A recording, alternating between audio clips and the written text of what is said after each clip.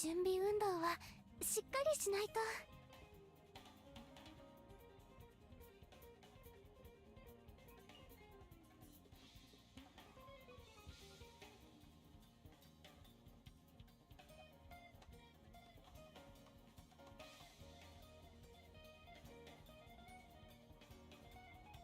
準備運動はしっかりしないと。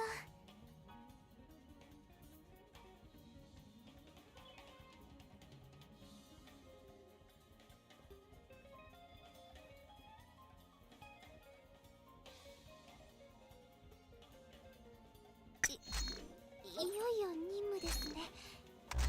ドキドキ。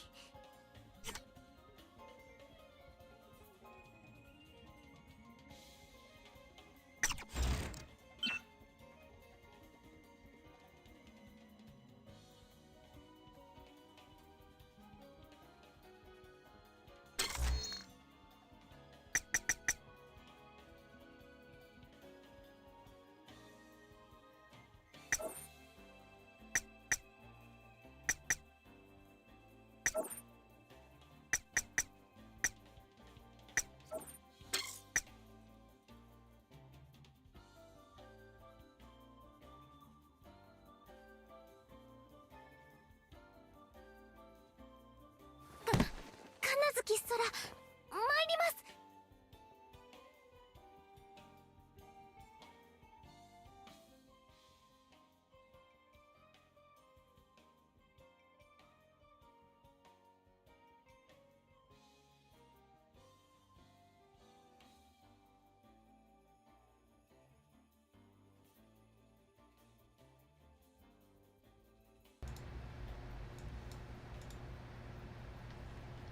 There we go, that should be better. I forgot to change my audio channels. Now we're cooking.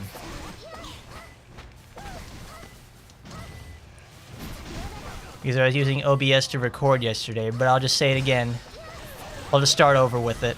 How's everybody doing? Your boy Hardcorn's back after a day after being gone from yesterday. Sadly, I did not get to stream Postal brain damaged, which is something I wanted to do.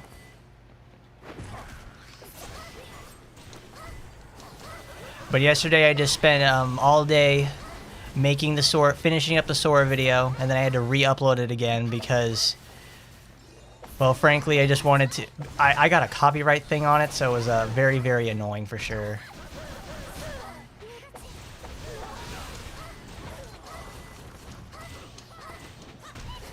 But we're just going to be here today, just farming up the event. Nice little chill experience. We also have to get Sora's details up to the max next. Like, we're going to go get our stats leveled up as quickly as possible. Because living life with Sora, having, what's that thing called? Living life with Sora having just no defense or no HP boost is actually extremely dangerous. I had been practicing earlier today with how does she behave in the tower, and she can do a pretty good job, except for the fact that she, the moment she takes a hit, it does about 2,000 damage. So life for her is very, very difficult in there.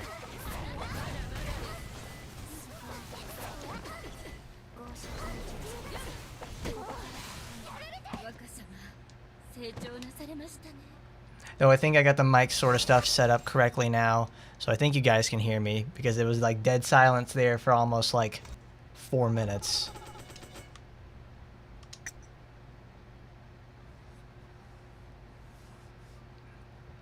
What was the question I asked earlier then? Oh yeah, how's your guys' day been? That's been mine so far. It's been had ups and downs, but we made a lot of content.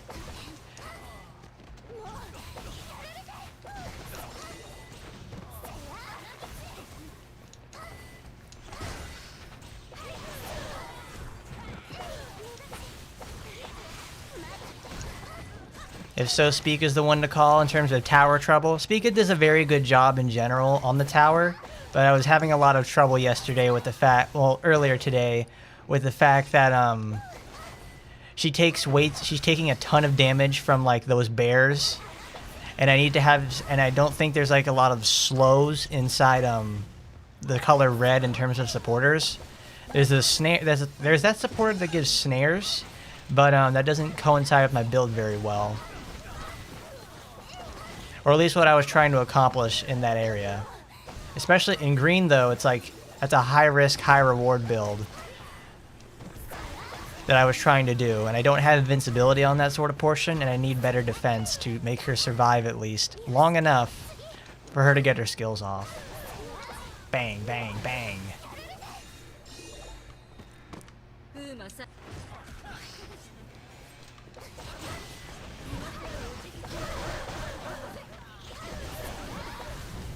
So something I've learned with Sora is to figure out just how does what portions of her basic attack chain I can activate Celestial Fox on, because some button presses take longer than others, which makes them like really, really difficult to use.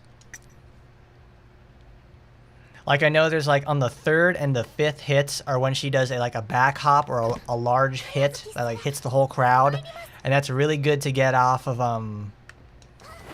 Celestial Fox.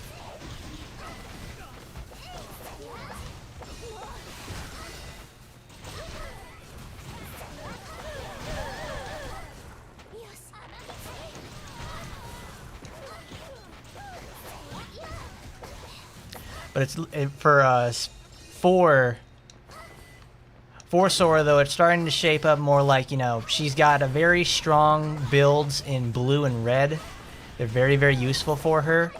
And green is a very dangerous sort of setup. Like it's a very high risk, high reward sort of thing.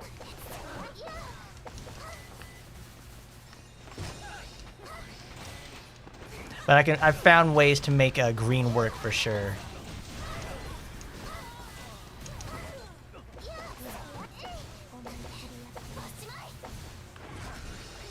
What the hell's going on in the floor below me? It's rumbling down there. I hope they're not moving furniture. They're going to start playing their music again. Or whatever.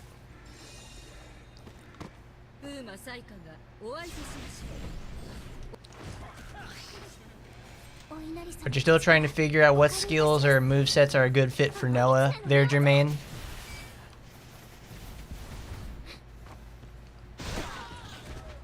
I mean, Noah's red build is like the gold standard for her.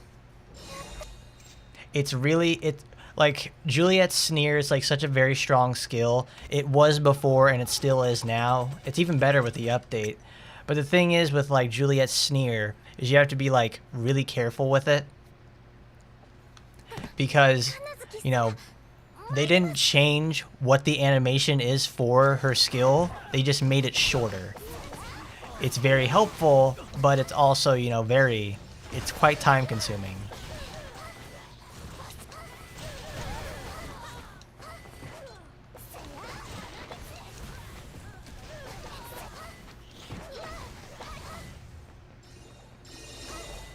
But uh-oh there, Mercer. But no, Jermaine, that's it, Jermaine. But Jermaine, you gotta watch out though, you're gonna make Astaroth jealous. You're consorting with other demons and she ain't gonna like any of that.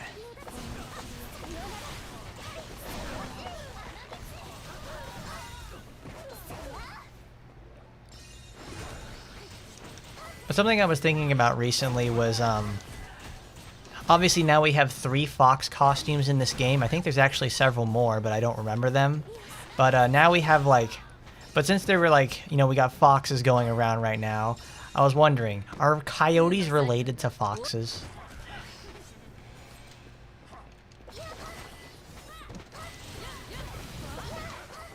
That's something that's been on my mind ever since Sora got released. Is are coyotes related to foxes?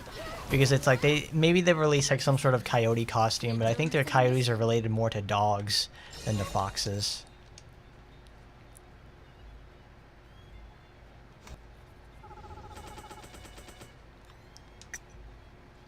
But in other recent events, though, we had that Pokemon Direct. I think that was yesterday. That Pokemon Direct obviously gave information about their various mobile games, and also information about Scarlet and Violet. I saw that yesterday, and I thought, you know what, that looks pretty alright. They're taking stuff from Legends Arceus, and putting that into their newest game, which is a nice situation, but it's like, I don't know. They're like, I was kind of like not too keen on the latest, like the latest trailer that they gave out until they said you can challenge the gyms in any order, which is like, it's pretty huge. It's usually always a very set, straight path through the region you're supposed to do in Pokemon. It's been that way for like what, 8 generations, and now they're gonna have like non-linear gameplay. It's like, wow, that's a bit of a step up, but I wonder how they're gonna, fuck that up, because it's Game Freak. They always find a way. It's always like fucking 1 step forward and 2 steps back with them. They'll find a way. They really will. Oh yeah, you're gonna be dead there, Jermaine. You better stay with Astaroth. But I don't know. We saw the other day in the event where it's like Noah took on Tokiko and Amane. So it's like, Noah's got the gas in the tank to take him on. She could totally, do that. I mean, Mr. Edwin Black right there, it's like, she's got the cells of Edwin Black. It's like, it's not even going to be a contest.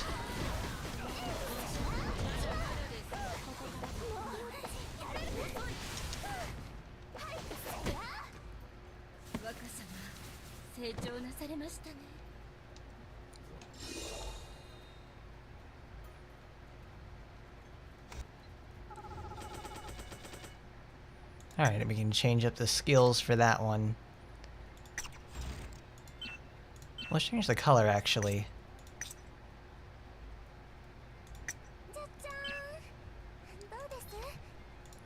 We want critical booster, and we want to drop the hammer with 55 seconds, 42 seconds. I don't know, it's just so hard to beat Kaoru.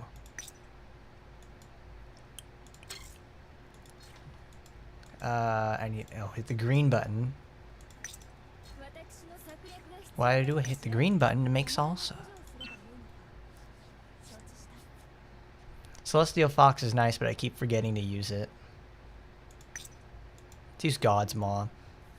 I don't use that enough.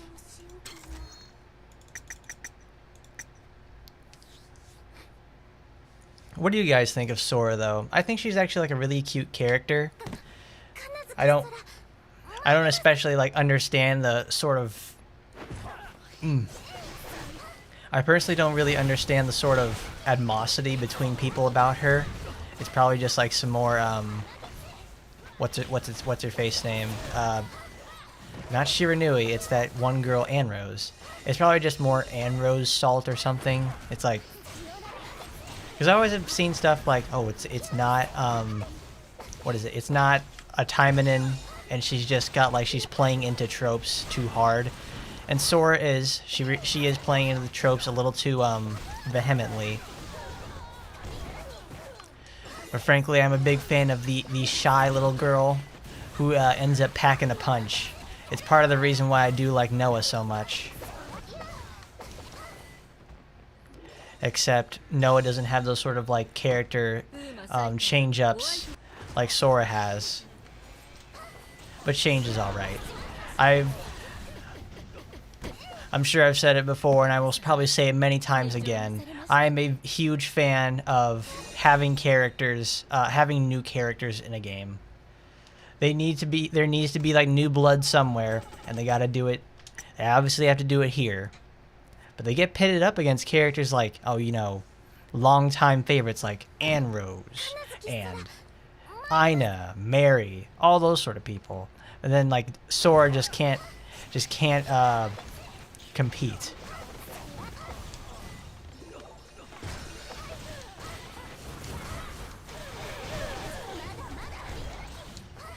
Darn it, I thought they would come over there a lot faster, but they didn't.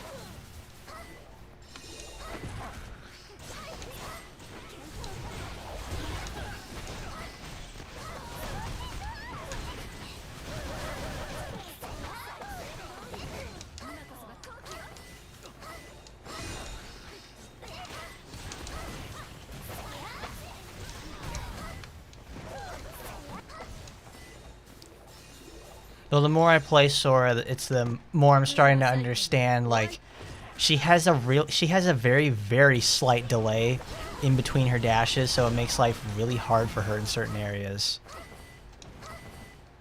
Like, you have to buffer the next dash halfway through the first one, and it's actually quite a huge problem at certain points. If I want to make my great escape, it becomes very difficult.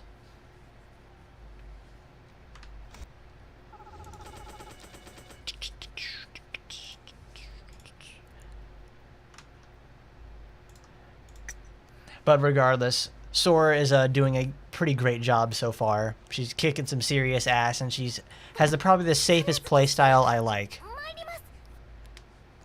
So if I get some more defense into her, she can actually be a total dynamo, because she can take a few hits before I need to. She can take a hit before I need to really, really make my move. Kaboom!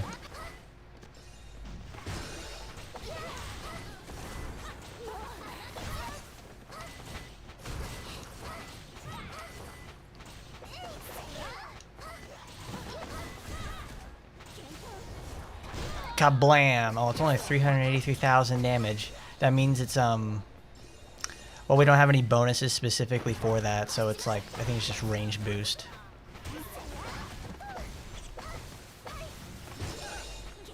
Kablam! That's a really big area too. God, it works just like Ingrid's Crescent Slash, but it's like really, really super strong. Oh, I'm hitting them with the shockwave from the initial blast.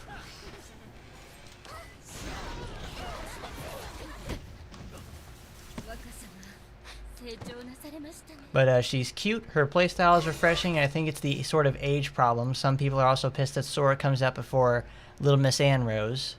I personally don't have anything against her. Neither do I. I don't have anything against, like... It's not like a us versus them situation. It's like, oh no, I don't want any OCs. I want more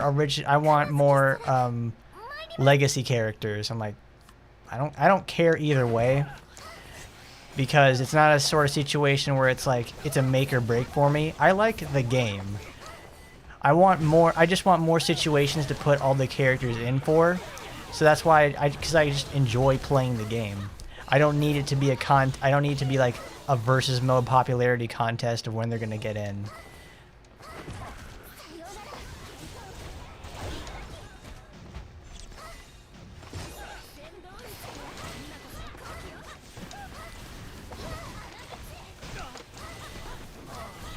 Like Sora actually being like a mobile assault ranged character is like, that's great. This is fun. I'll never understand the sort of like the rage towards her. It's like, man, you guys, it's like, I hate saying it, but it's pretty true. It's like, get over yourself. You don't, like, just do something else. Is it more, no, it's more or less like, do they enjoy the game, or do they enjoy just the concepts of the characters and the ideas of the characters themselves? Is it imposing their will on them, on the game or whatever? I don't understand it. I just love the activity. And if the character's nice as well, that's a bonus.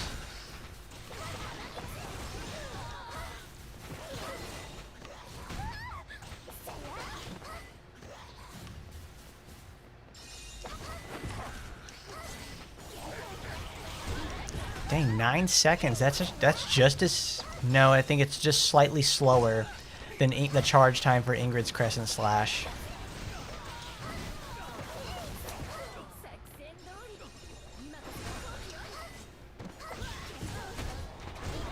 I do really enjoy, though, that Sora has, like, pretty much, like, the best things about so many other characters combined together. It's really, really fun. Like, man, the ability for carpet bombing to home in on an enemy is like, that's great. It's like, I cannot get enough of that. Like, all she has to do is just press the button during Celestial Fox, and it's perfect. It doesn't have that really shit-ass activation either, where I have to like, oh no, did I press the button too, did I hold the button too long during the basic attack combo?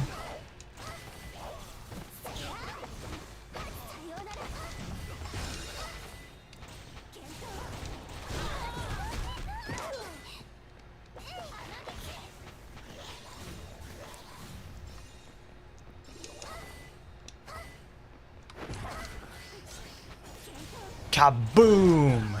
Look at the fucking range on that thing. Just a big old nuclear warhead every time she drops one of those down. And she's even armored during it too. It's like, man, Sora, they made you good. I'm so glad I'm glad they actually took the effort and made their OC character good. Because you can always have shit OC characters. I mean, look at Noah. From the moment she was introduced to literally on fucking Tuesday, she was terrible. But they always took great care of Noah in the story and in the events to make her like a very strict personality. Not like strict as like strictness with Asagi, but like a strict portrayal of Noah. But it's like, man, all they did for Noah's update was increase her speed by like 50%, and now she plays like a real character. Instead of like hoping and praying that she's gonna not totally screw things up.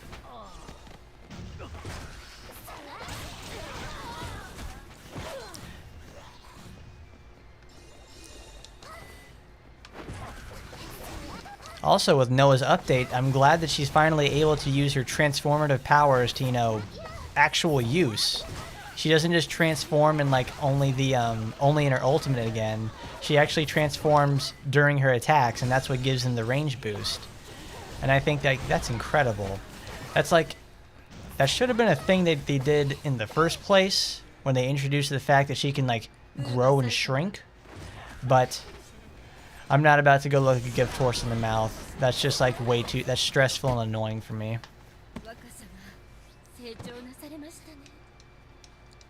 But what do you guys think? Now that thanks for, we're beating up Saika a lot today. We're going to be doing that a ton. So what I'm concerned most of all is like, now Saika has a boss model. She has what? She has a boss model. She's got outfit plans that we saw in the event. She's got outfit plans, the plans for the event, multiple stuff sort of thing. We've got establishment, voiced lines. She already has a supporter that's been there since like the very beginning. She obviously has her rival costume, so she'll probably get the Tokiko's costume for that sort of thing. And that'll be fine. It's like, Saika is probably one of the more closer to be playable characters as of this moment. Do you guys think Saika will make it? Do you think it'll be like a thing for Saika to, you know, go like, oh man, that's it. She's gonna be the one to appear for like anniversary or Christmas or something.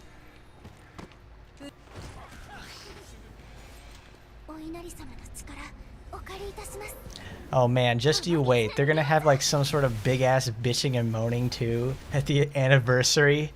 If there isn't Anne Rose the anniversary, it's just gonna be like, it's like, oh no, she's not there at the anniversary. I'm gonna wait until Christmas. I'm like, goodness gracious, guys, come on.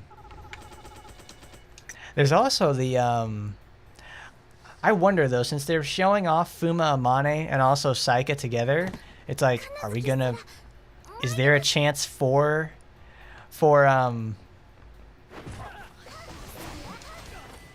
don't know. I'm trying to think of like a duel event, a dueling competition sort of thing where they have like obviously like we had Fire and Ice and the Christmas event for your. No, we had the Fire and Ice event. What would the Saika versus Amane event look like? Though it really wouldn't work out very well since it's like it's Saika versus Amane. It's the rivalry is between Tokiko and Amane.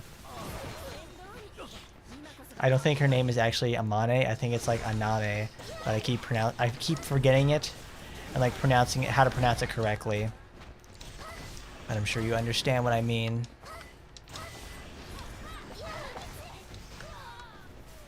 Because what does Saika have? She's got a real fat ass and she's got some serious leg action. What does Amane have? I'll check what that is later on.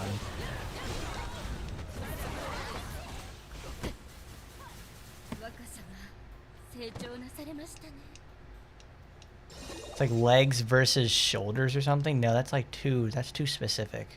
It'd be like a legs, it's like a boobs versus butt competition. That'd be nice. But maybe Saika will be first introduced into extra tower floors before being a playable. That works. I'm pretty sure at Anniversary they'll put in something like the last 25 floors to 100 on the tower. And it would be like those tower floors in like 75 to 100 are going to be like absolute total aids to fight. Like, oh, you struggled on 75? Well, guess what? You better have like perfect gear now for 75 to 100.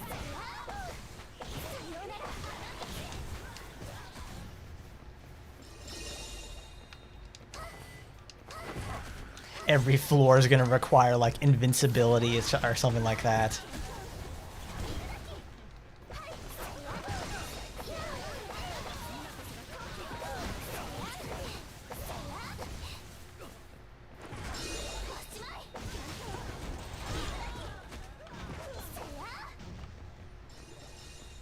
Dang, I do like about how the fact Sora is able to like... Sora can fight at ranged really, really well. So when she fights something, you know, like these elite succubus, when she has to fight against those sort of enemies, since Sora can keep being like since Sora can be a ranged character, she can fight at extreme distances. That would be like really insane stuff to do.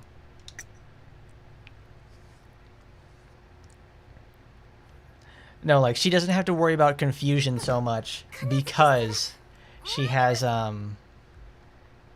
the huge amount of ranged ability on her. That's what I'm trying to say. Because whenever you're like playing a melee character and you get confused, it's always like it's damn near a death sentence. Oops.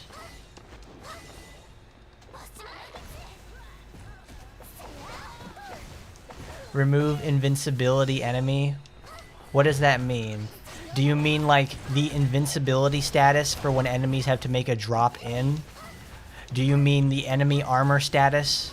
Like when they have like characters such as Rinko and Rin who cannot physically be attacked during their animation by melee characters unless you have a slow equipped? Is it something like that? Because what usually is considered invincibility by people isn't invincibility. It's massive AoE attacks and very high hit counts that get to fuck you in the ass all the time.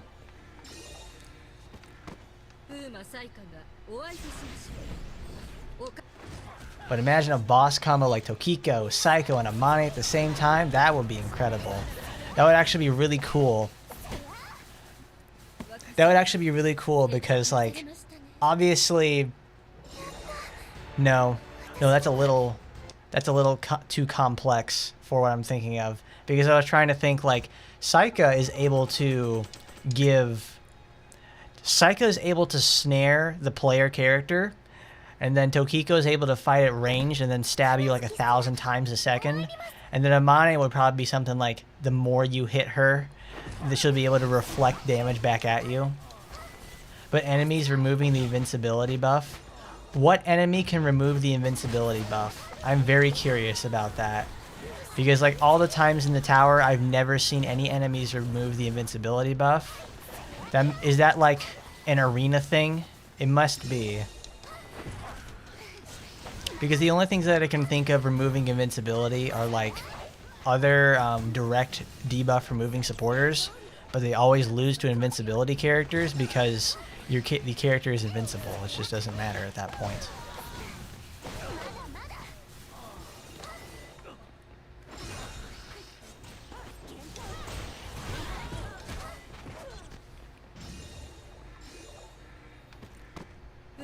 Because I have yet to see anything remove my invincibility just flat out.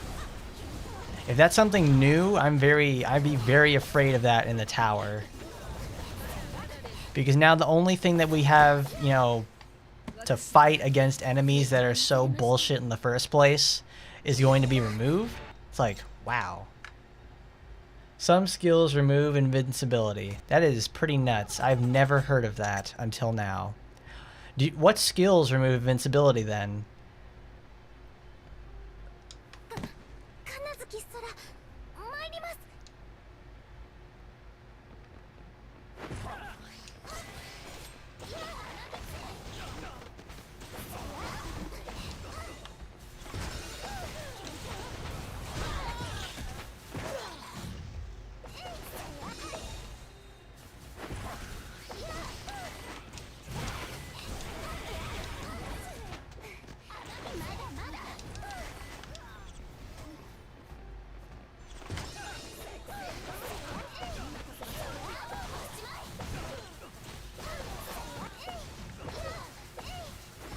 I don't know. I don't understand much about this whole invincibility problem. It's like really insane for me.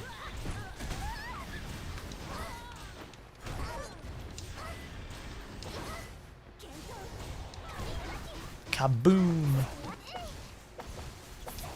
But for some reason, you just can't the Shiranui's cheer taunt out of your head. It keeps rewinding like a tape. Man, you gotta get it out of there. You gotta listen to it like 1,000 times or something, so it doesn't even sound like words anymore. And at that point, you'll be able to go like, oh man, that was great. It's like, I don't even know what the cheer taunt is. I just know that it sounds in my head.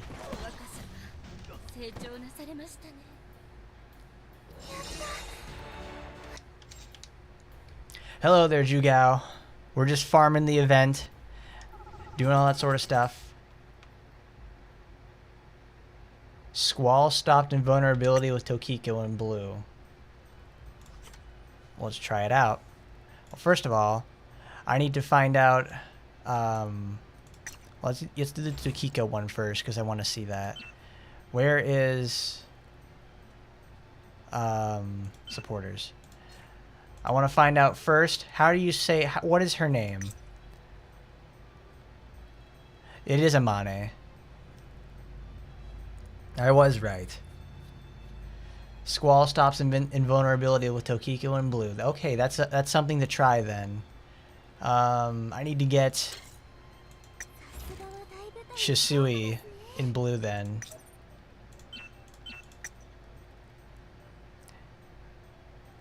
Oh no, she's in green right now. But if you guys are able to save your mileage and get Shisui, that's a good idea. It took me, I think, almost 2 years to get this supporter, but it's very, very much worth it. You only need 1 copy, too. That's it. Anything else is just extra.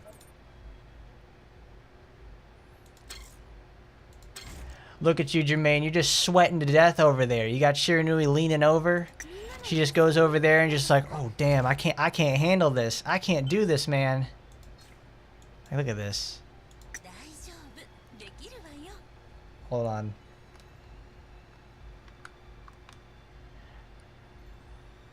Every time, it's like I'm trying to raise the camera, but I can't do it.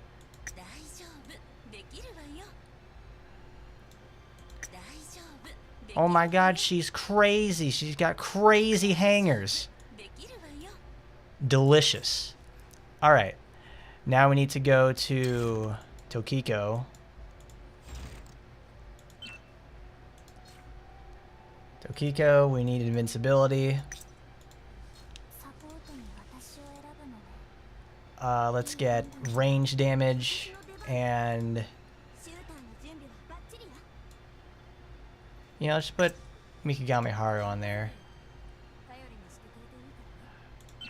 Hummingbird, Piercer, Clairvoyance. We don't need Hummingbird, we can actually omit that. We need Squall, Stone Piercer. I think we can actually... Can we omit that? No, that's the Clairvoyance activation. Activates Clairvoyance, Explosion, Critical Damage. Okay. Let's see how that turns out.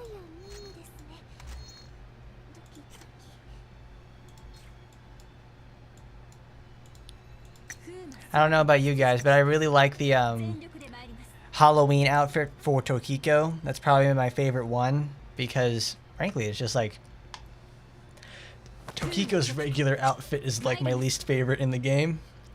So anytime I can get new clothes for Tokiko, it's like perfect for me.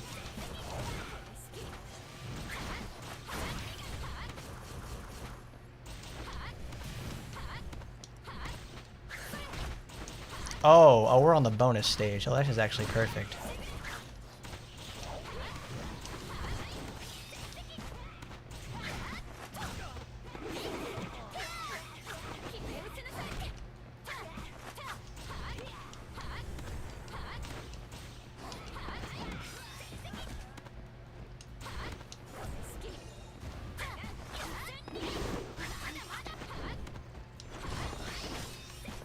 Alright, let's try it. It does! It does remove invincibility! Oh my goodness, that's pretty nuts. Wow. Damn, bros, that's insane. Like, Shisui lasts 16 seconds. I should be just finishing up my invincibility right now. But no. I guess Clairvoyance, the buff, overwrites the, invincibility. Or at least when you use it with Squall. Damn, that is crazy.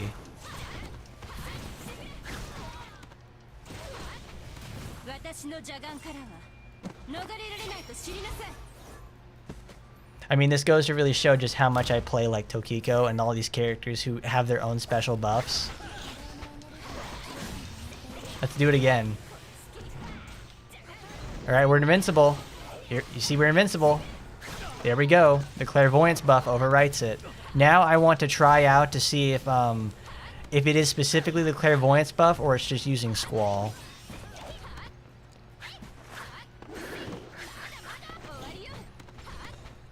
Oh, Tokiko, they just screw you over in so many ways. That's actually pretty nuts. It's like, why would they do that?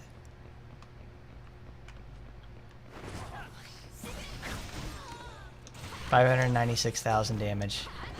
When I do like this blue Psycha debuff build, that's a really strong one for sure with not Psycha, but with Tokiko. That's really strong in general, and I like that a lot. Sometimes you can hit a nice 1 million damage with it, even with this like totally shit Tokiko I have. Alright. We're invincible. Yep, okay. It's the Clairvoyance buff that overwrites it. That is awful. That is actually legitimately terrible. Tokiko's not allowed to have invincibility in blue.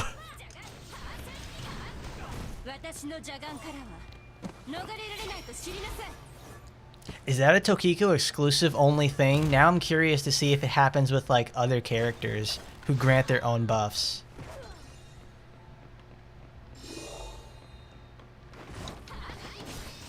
Bam.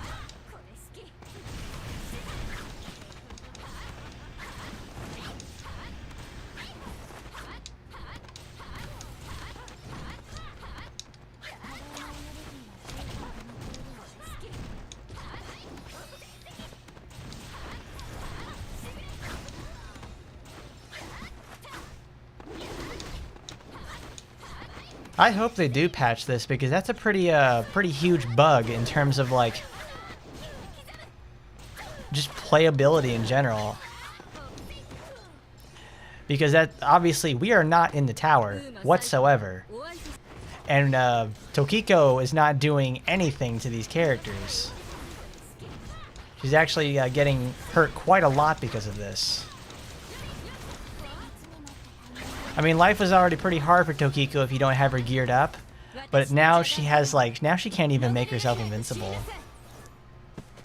Do they just like punishing Tokiko?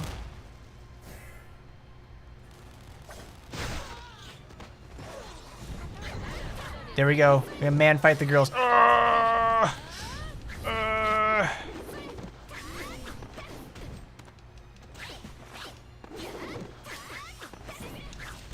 Oh shit. Whoops. That was too strong. We had to close the game really quick. Alright. We'll be back in a second. There we go.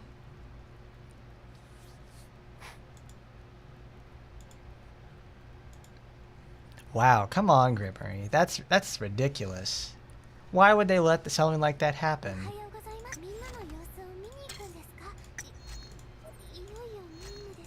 Well, there you go. That's the bonus section. Okay. Let's see. Does this work with Rin? Rin grants her own buff with Denki, so does using invincibility, does using that override it? What an awful situation for everyone involved.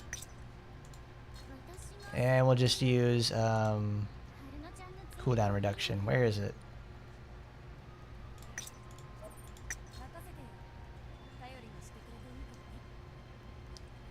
51 seconds. I guess we can put down the put her in there for another 40% reduction. Volt spin, Denki. Increases speed, forms an electric barrier. Okay, that's her own buff.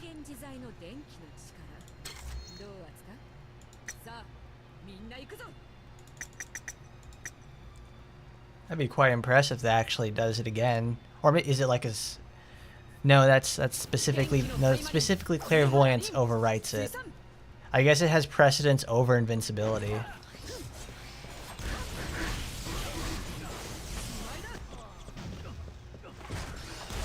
Look at Rin go though. It's like you don't have to. I barely have to do fucking anything with that. Oh, I need to activate Denki. I need to activate invincibility and then Denki. That's what you have to do.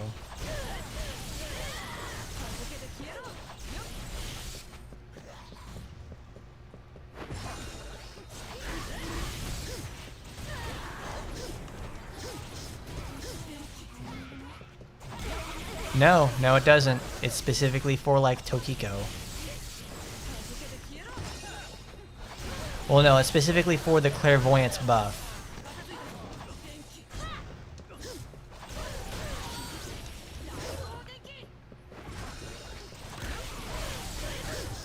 Wow, I knew nothing about that. See, look at that. There's still things to learn about the game, and unfortunately, that's a very big bug for a lot of for at least Tokiko players. Tokiko players don't get shit in Detroit.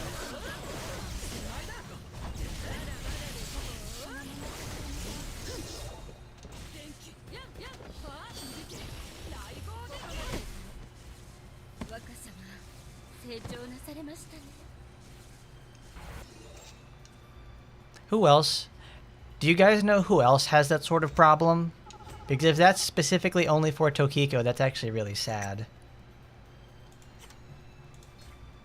Let's see. We need to go get Sora. Get her back in the fray.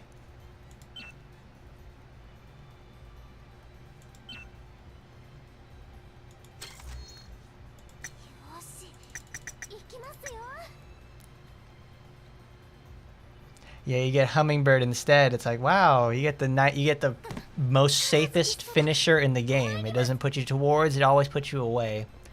I do love Hummingbird though. That's well, I don't have Autumn Wind, the melee version of her finisher special, but it's like I do love Hummingbird. When I do have the chance to like buy the 4th skill slot, I always put Hummingbird in there because it's really good. It's a fun skill too. It's like Hummingbird is such a good reward for learning all of Tokiko's animations, so you can actually like get it first frame and then like just throw it out there and keep throwing missiles all the time.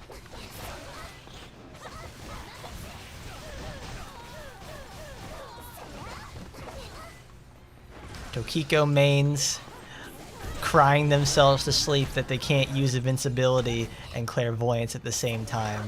I guess you gotta win off your own skill at that point.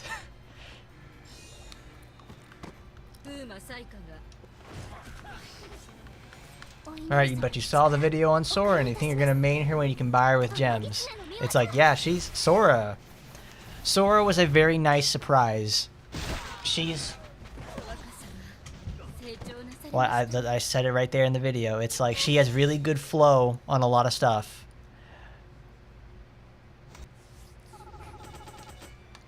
Like, the better you get with Sora, the more you can just, like, keep enemies away, stay safe. It's like, Sora is just, like, the safest character in the whole game right now. You don't even have to do, like, risky shit like Yukikaze does with having the, Like, Yukikaze has to get in there with, Ryan, and yet, like, within about, almost melee range to make Ryan work. But Ryan also gets her out of the way and heals up for, like, a ton of damage. Sora doesn't have a Ryan, nor does she have, like, Great Axe Senpu to heal her up. No, she does. She has that in blue, actually. And thankfully, she can actually make use of all of the blue attributes. Like, she can use the defense up supporter, she can use the, she can obviously use the human supporter, she can use, like, the human defense up and the human and the, not the human, what's that called?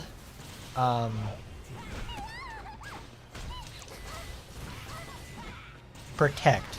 She can use, she's the, what, only one of the 5 characters in the game who can use, the protect type bonus supporter. So then you actually have, you can actually do great things with her in blue and not be total shit. Yeah, let's use blue. Because, like, using blue when you're not a character who has, like, when you're using blue as a character who doesn't have, like, the able to use Lilim, it's like, man, you have to sit there and use, like, defense up supporters or go for super duper niche setups like Tokiko has to do. The only issue is that you lack good range supporters. It's like, well, you don't really need especially, like, good range supporters with, not Noah. It does help with Noah too, but, like, with Sora, you don't exactly need, like, super niche supporters. You can just use general stuff. Like, I think in the video with Red, I was able to just show off that you only need, like, a damage booster like Stella, and even better, it's just, like, you can just use Homura for the most part. If you have Stella and Homura, you can use them together. Then you can have, no, you can't use Shiryuki, but you can use Granny Province, not Rinka. You can use Faust, Mitsuki, Tsushima Ibuki. It's just Diet Sora right there, because all I ever use, not Sora, just Diet Spica, because all I ever use Spica is the fact that she's a UR with critical damage boost on ranged attacks. That's it. It's like you can use just about anything. You can, if you want to go straight up particles all day with her, you can use Ingrid. You can use all that. She's super good in just about every area. Quite honestly, like, her green is lacking if you don't start using specific sort of builds. That's what I've found with her. Like, there's always just a whole bunch of antecedents I cut out of those videos because, like, when I make those sort of videos, it's like, that video was 30 minutes long, but it has 2 hours of footage I removed because it's just me talking about, like, extremely long antecedents about supporter setups and theoretical things. Because if I kept them all in, it'll be like an hour long. That's what I usually save the streams for, is like when I want to do practical examples of all these supporters in action. Where is that one support I was looking for? But one of the largest problems that Sora has with her entire build is that she does not have crowd control. Her crowd control is shooting 1,000 arrows at once, but the fact that she doesn't have, like, really hard slows outside of Oboro-Garuma, like, it's only in blue too. So if you don't have, like, the sort of setup made for it, it's not going to work out very well. So it makes life really hard for her. We have some points. Let's put them all into, well, let's upgrade our ultimate for the, no. Level 5, we can keep it there. We need to upgrade her health and defense, because not having health and defense is actually a huge detriment for her. Because when you play blue and red, at least you have some sort of way to recover health. When you're in, like, green, you don't have anything like that. But if you're gonna really take her to the limit there, Jugao, and get Sora to 81, it's like, go for it. It's like she's not gonna let you down when she goes to 81, because everyone else, like, you can get them into 81 and it's like a nice statistical bonus. But when you get characters like, oh, let's say like getting Sora to 81 is like a really nice bonus. It's a really strong boost too, because she gets the reflect. That's like really, really good too. That's a good reflect.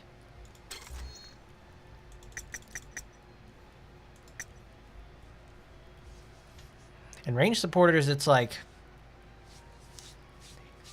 obviously you can go with the classic Granny Province and Nino Weaver for 60% more range damage, and then you put on what's her face, Homura, and it'll just do like 90% more damage on all your attacks. So you essentially deal like double damage for like insanely cheap setups. But obviously we were not fortunate to rerun. Have we had? No, we have not had a rerun of Nino Weaver and Granny Province. That's something I would like to see again, because both of those supporters are really good.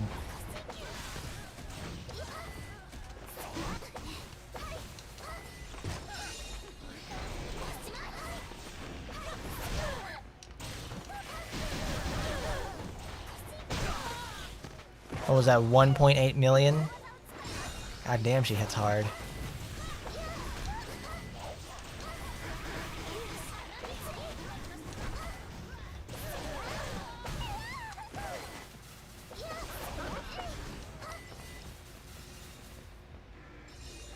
I just can't get enough of like these insanely high hit counts with her though. It feels like I'm playing Emily or Yukikaze, but I don't have to use Emily's super slow abilities, and also like just playing as Yukikaze. Yo, what's happening there, Sour Kush? How you been? We're playing some action timing and just hanging out. We're doing just regular old fun things. Oh, how have I been? Oh, it's been pretty good for me so far. It's just been a relaxing day. Gotta pay the rent. It's like, oh, every time rent comes around, it's like, oh, there it is again. Not my most favorite activity, but you know, that's life. But it always gets a little better when you can go stream that same day.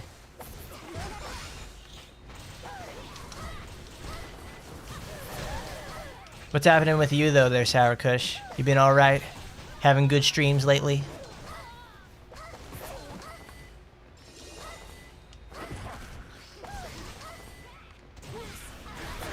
Ooh, nice.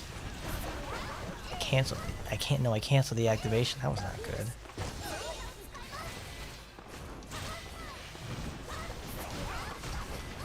I'm using Celestial Fox. I can't do that.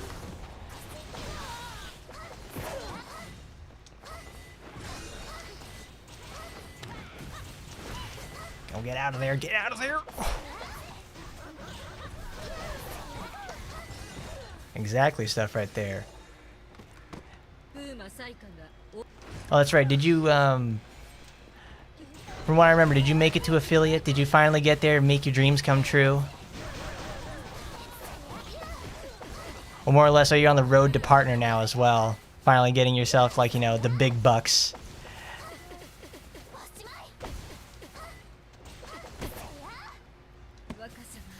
Oh, it's not too bad for you today? You don't know what you're gonna do? Well, it's like, there's always something to do, I guess. You know, you could probably grind up in a game, like go play some Dead by Daylight, look at new games coming out. Because I always think, like, you know, that's a fun thing to do, is just like scope out new games coming out to see what, like, am I gonna like this? Is it gonna be like a nice fun stream idea or something? Can you make something out of it? Because sometimes I just spend time looking at that sort of thing.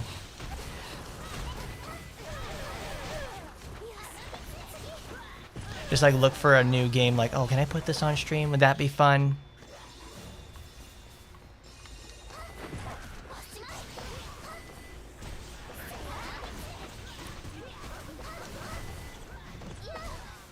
Oh, you've been on affiliate since the 25th. Nice job.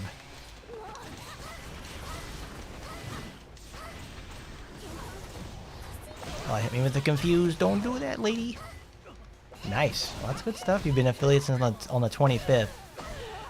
So I guess you're obviously looking for like the partner sort of concept. I wonder how much is it after them like to go from affiliate to partner. That's the road.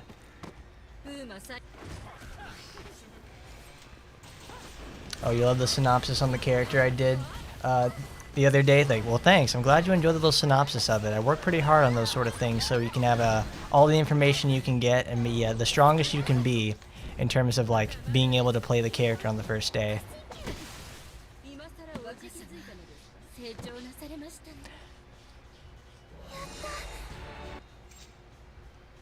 Oh, you think it was on to the 25th? Well, it's like that was 25th of July, so that would be July 32nd. So that would be that would just be probably over 11 days ago, I think. That would be for you then.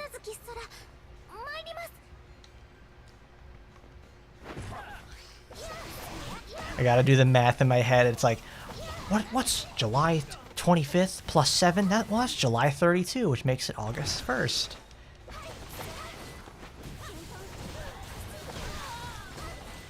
How do you use my microwave brain math over here? It's like, what's the name for that sort of stuff?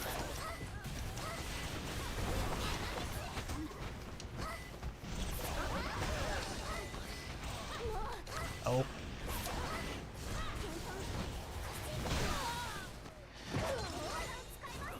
Oh, I thought you died. Oh, I thought it was like... I thought the arrow hit that little eye guy, but no.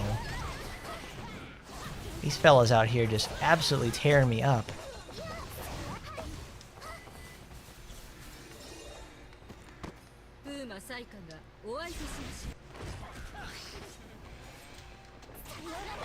Oh, I'd have to check my email for that. I actually have not checked my email for my like actual Twitch account, or at least for this one. So it's like, so I probably may have something since I did hit the 50 follower goal, and I do have like, I don't know if I have the 3 concurrent views sort of thing, but hey, I'll see about how that turns out as of late. I think I am actually I think I have met the criteria for affiliate, because I know I just got 50 followers the other day. So it's I would probably need to check my email after all this is done and like do the start the process to getting into that sort of thing. Kablam.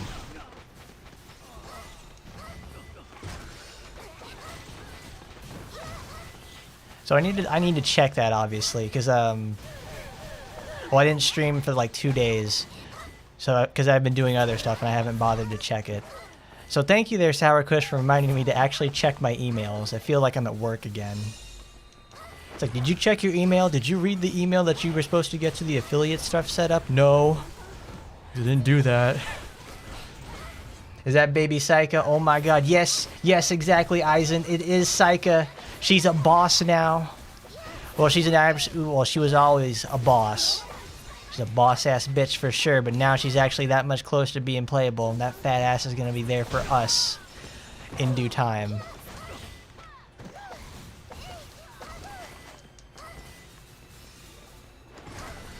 I try to make it to your streams though, Sour Kush, and try to lurk the best I can, but it's like I can't make it to everything.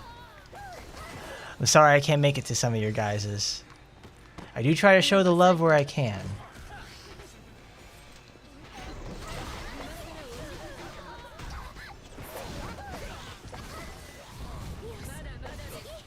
Oh, she's powering up. Bye-bye, Saika. There you go.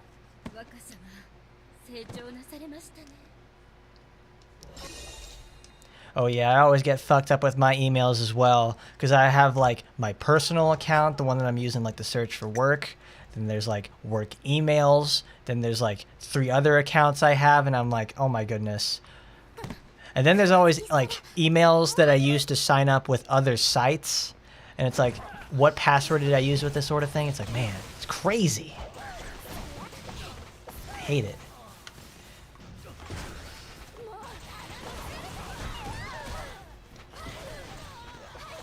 Because usually what I do when I want to check like important emails is like, when I want to check important emails is like I attach that to my phone, and then my phone will give me notifications about accounts I have tied to it, like my personal email account.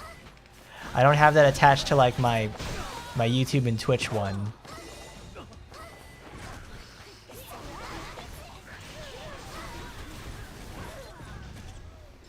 That's right there, Isn't she is so fucking beautiful. I gotta say, it's like she's looking absolutely fantastic. Long hair. She doesn't get it caught in the joints when she really should, but hey, she's doing it. Did that work? That didn't work.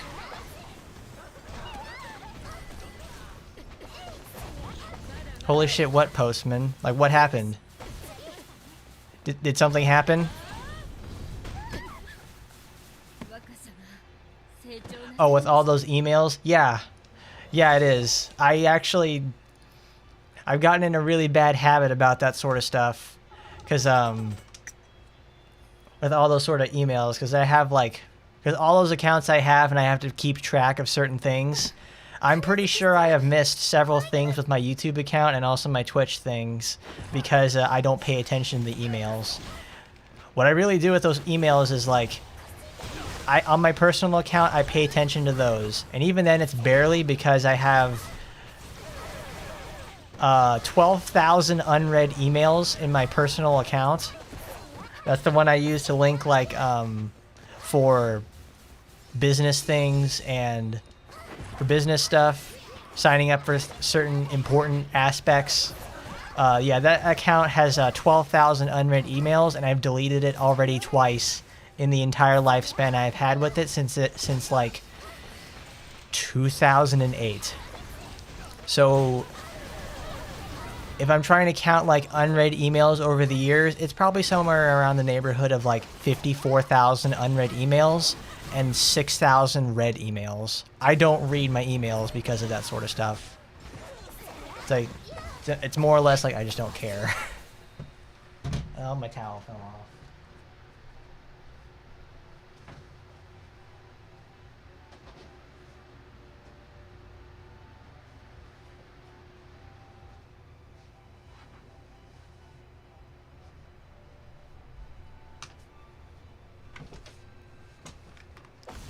Like, even some of my younger email accounts, they have like 500 unread emails, but it's more or less the fact it's like I don't go out and delete the emails.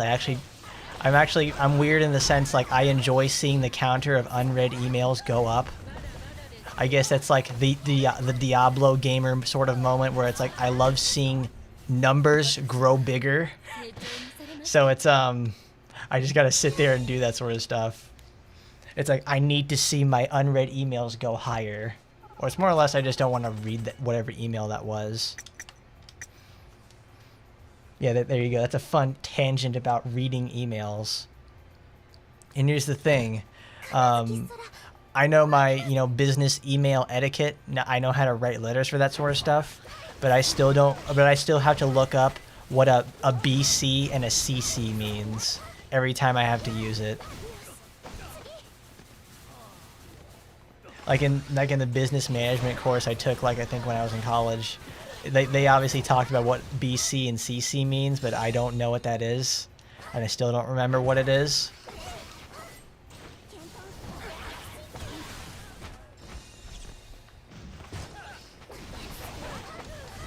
So I know one day I'm gonna get my ass caught and like I'm gonna hit reply all somewhere to like every person imaginable.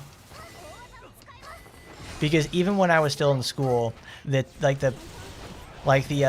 advisor guidance staff, they would always have something where they would do like they would send a message to all the students in our department or like my majors department. Oh, like they would send it like into my majors department or something like that, and I would see the emails. Like no, half of the email would just show like 90 or like 50 to 90 email addresses inside the inside the email itself, and then I would scroll down to like find whatever they wrote me, and it was just like a 1-sentence reply to whatever I said earlier.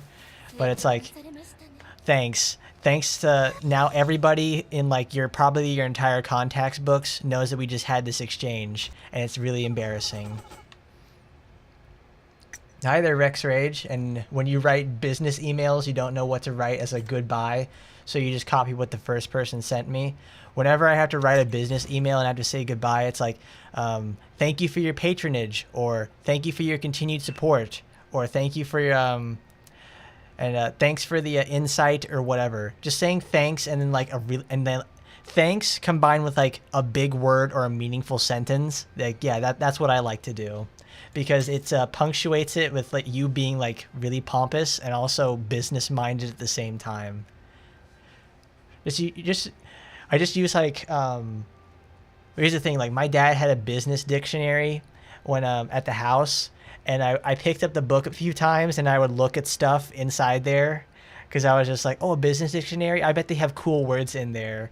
And it's just always really long-winded legal words. I'm like, ugh, I hate this. But I remembered a few of that stuff, and it really helps my vocabulary a little bit. So I just use that at the end of business emails. And yes, come on, Gremory, give us Saika. We need Saika. Give us the hot robot lady. She's got legs for days and she kicks serious ass. I want to see her get in, damn it.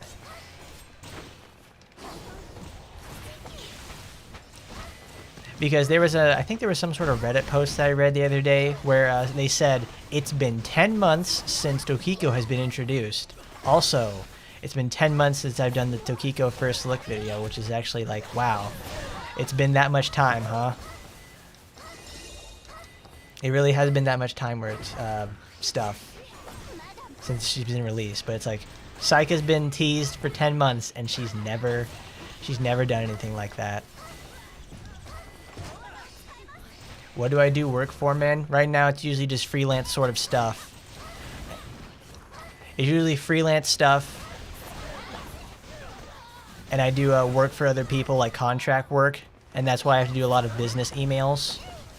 But when I was doing like marketing stuff for like this one company, they were I would have to send emails on that sort of stuff, and I'd have to get used to the business-minded speaking. That's what I worked for. I just have to take that with me now to you know, beyond the workplace when you do contract work. That's what I do, at least. What do you do there, Sour Kush, when you have to do like business-minded emails?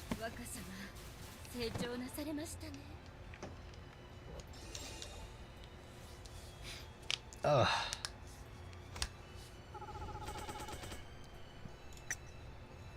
Oh, my thing ran out.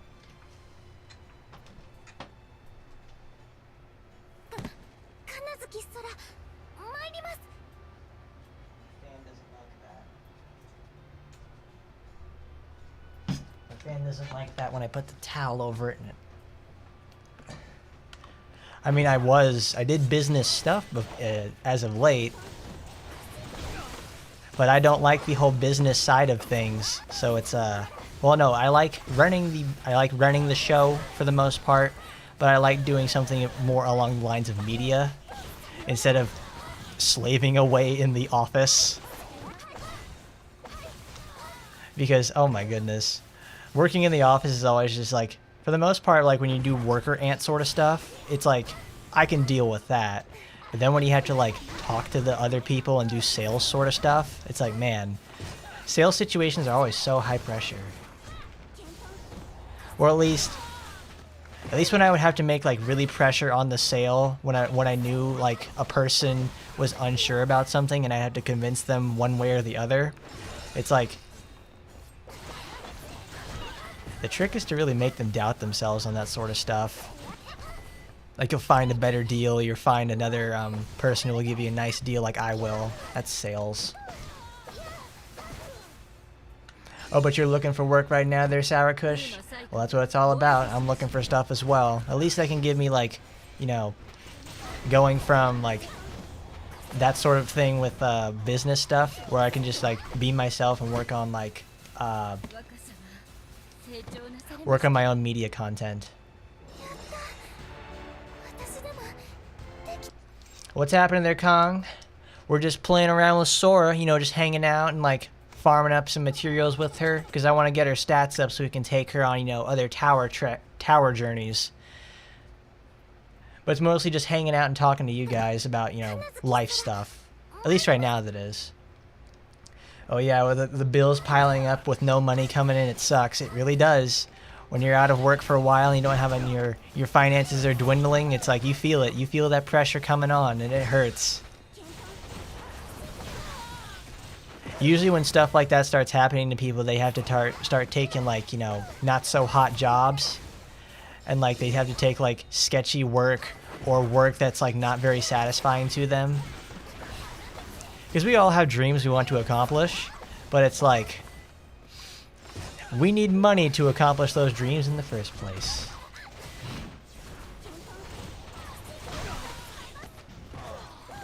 Because personally, I live pretty frugally for the most part. I don't eat a lot. I don't go eat out very much anymore. I've dwindled that next to nothing.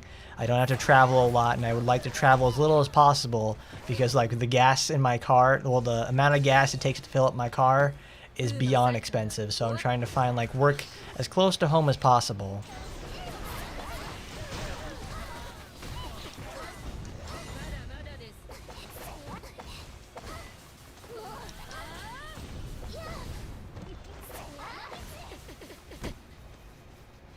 Can't find nothing good though. You need a somewhat good paying job. I mean, that's really what we're all looking for in life, is just, you know, it pays well enough. You get a nice good work-life balance going on. That's what I really like about it.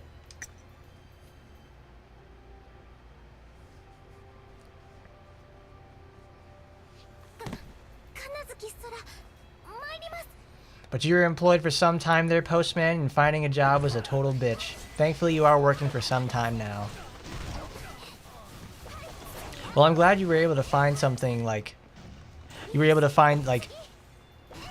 Find work, but also, like, what is it called? I hope the work is satisfying, at least.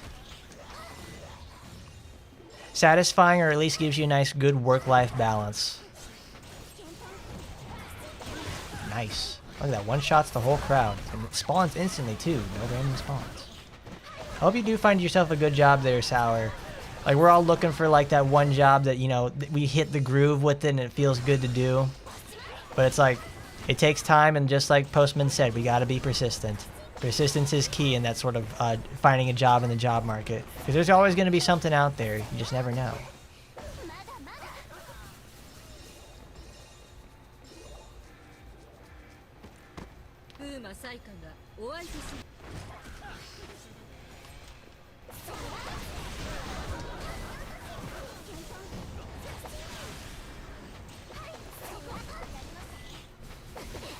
But yes, the feeling of knowing you're gonna have to find something new is pretty stressful. It is. Having, and like, obviously one thing is finding work, and then it's like making sure the work is like, you know, pays enough to keep you going by.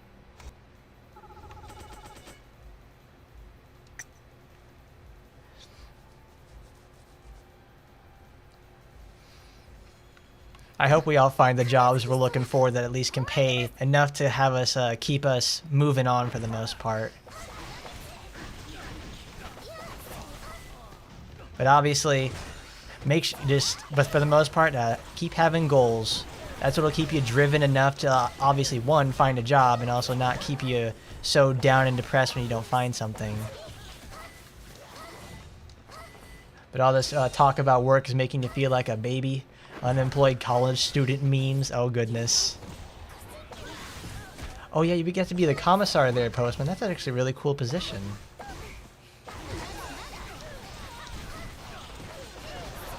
So is it like the manager or something like that?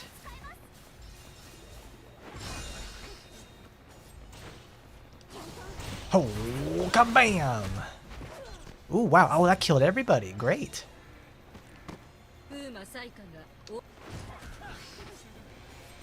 Yeah, you worked at a place for 1 year plus, and now like, what are you gonna do? It's like, I know the it's not so much always like finding the job. It's like I get calls like I get calls for work sometimes. It's like, and it makes me wonder, you know, like, oh, I'll find a thing, but it's like the unsure nature of the world out there. It's like, man, what am I gonna do? I can find something, but will it be a good something? Or I may have to settle or something like that. But your job, postman, there is getting the merchandise for the order. Whatever the company ordered, whatever some company ordered, you guys go fetch it, and that's it. So it's not hard, and the conditions are good.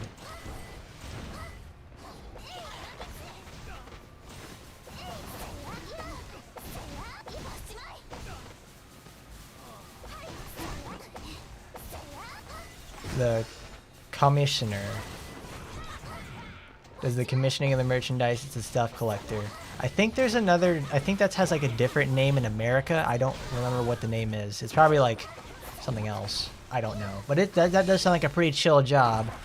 But you had to what?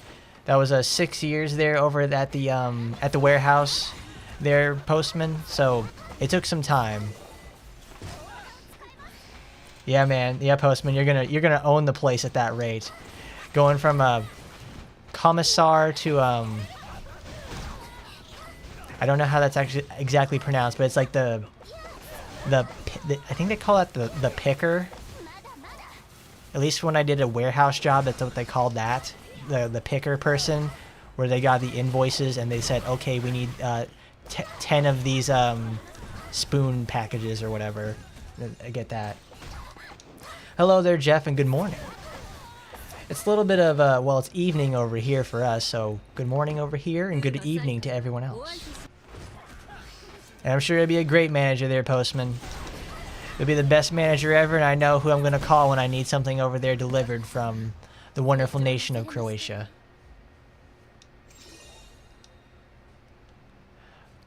Alright, I've been saving that one. Here we go. Oh, you worked in an ice cream factory? Well, I guess that must have been pretty sweet. Some days even, it might have been pretty cool for the most part. Oh, and you ate so much ice cream during that time too. That sounds delicious. I've never been much of an ice cream sort of man. It's like, I don't like the cold sensation on like in my mouth. But it's sometimes though, when I do have an ice cream and I know it's like a really good rich ice cream, it's like, yeah, that's nice. It has me like remembering like, oh yeah, not all ice cream is bad after all.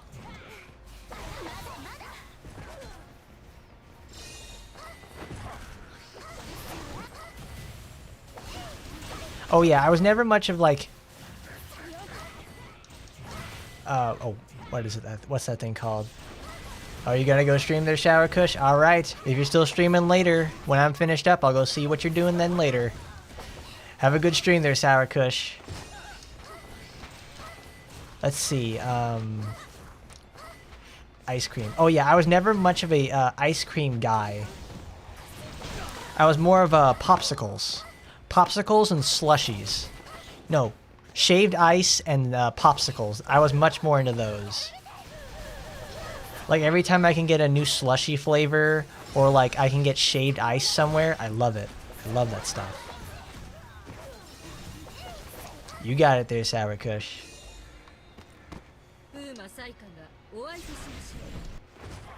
Alright, and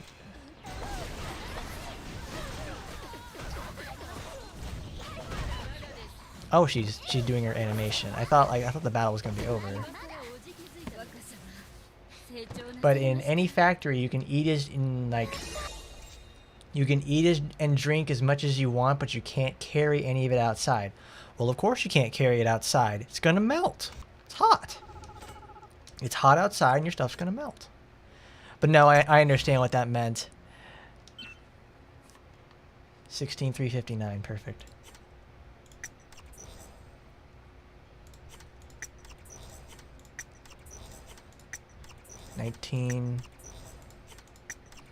But yeah, it was super cold. It was always Oh, minus 28 degrees Celsius.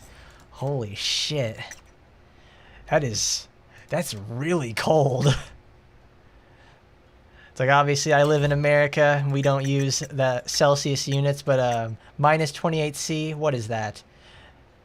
That's probably at least minus 60 degrees Fahrenheit, from what I remember. But that's still really cold regardless. Because there was a from what my parents have like some friends that they work. We have some friends that one of my my parents' friends. They one of them is like the manager or for something like this freezer building in the area, and they had like the ambient temperature in the freezer like area where they do all like the cold stocking is like, it's that cold. It's minus 50 degrees Fahrenheit, which obviously, whichever way you look at it, Fahrenheit, Celsius, it's fucking cold. So I can only imagine, like, you know, when it's cold outside, it's going to be even colder in there. It's even worse. But on a hot summer day like we've been having recently, it's like, oh man, I bet it's like almost the best thing in the world to go in there. But I imagine they have to keep it so cold, mostly obviously for like the frozen goods, but also because like when you have like the shipping and receiving docks that are always going to be open at any time, they have to keep those air conditioners and freezers running as much as possible.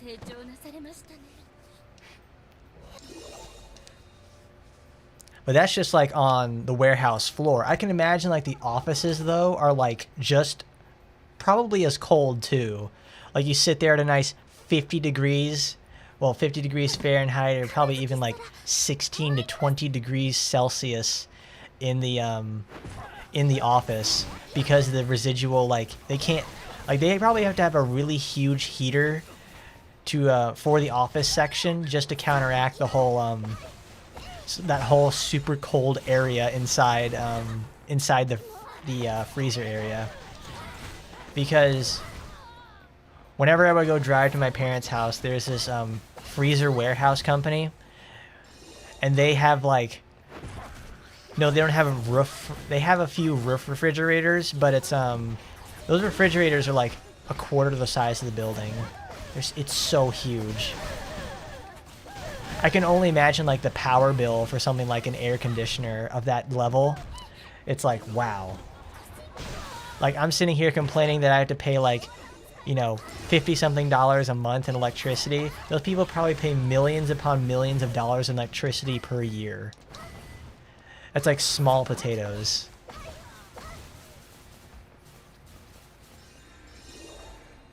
But I did warehousing stuff for like, I think probably like 2 or 3 months. The one warehousing area that I worked in before I got transferred was, it was this, like, we would do quality assurance stuff in one area of the building, and then we'd have to go stock it and then categorize it later on. But in that area, it was always like super duper hot. When it was hot, it was hot, and it was cold, it was cold, because where we sat at was the was an area just right outside the loading dock doors.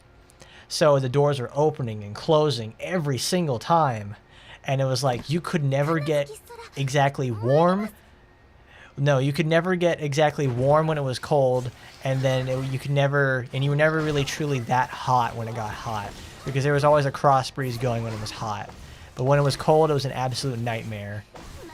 And we had to do parts washing stuff too, so you were always like getting like wet or something like that. And especially like, I'm sure everyone understands, like when it gets cold and you're wet, it's miserable.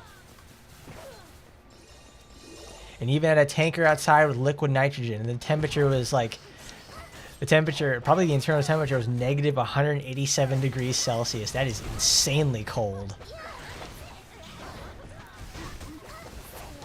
That's probably what supplied the That's probably what that tank is outside the that's probably what the tank is that like takes up so much space outside that freezer warehouse on my way to my parents' house.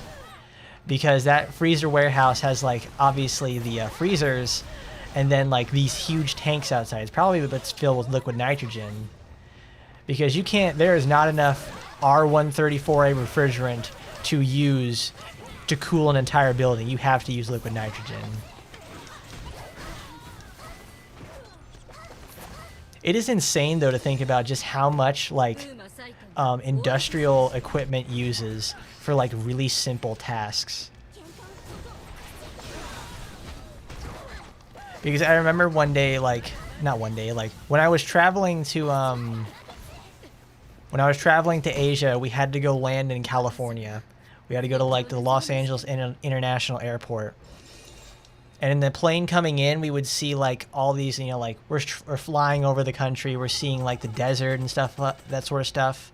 But every so often I would see an oil refinery. And obviously like they have the refinery area, which is like, you know, there's a whole bunch of metal tubes and like cleaning and boiling equipment, which is nice. But then you see like 1/4 of the area is like just, it's like not even a quarter, like 1/6 of the area is like the refinery, and the rest is storage. Like, man. And those tanks are like enormous too. I'm talking like they're they're like really squat and wide tanks. Some of them at least. Some of them are really squat tanks. They're like 100 meters wide. 100 meters wide, or like some of them are tall, so they're like 100 meters tall, and have like thousands upon thousands of liters or gallons capacity. It's crazy the amount of stuff they use.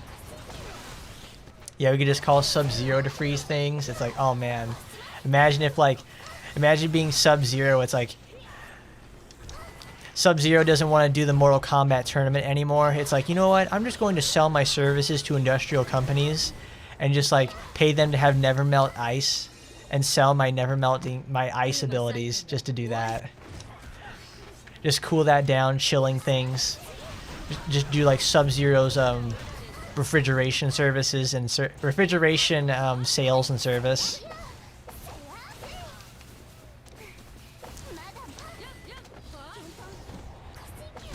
Like that's something like some Sub-Zero would do. Well, look at this. Sora now actually has some stats behind her, and now she's actually, you know, dealing damage and actually not taking, you know, 2,000 HP per hit.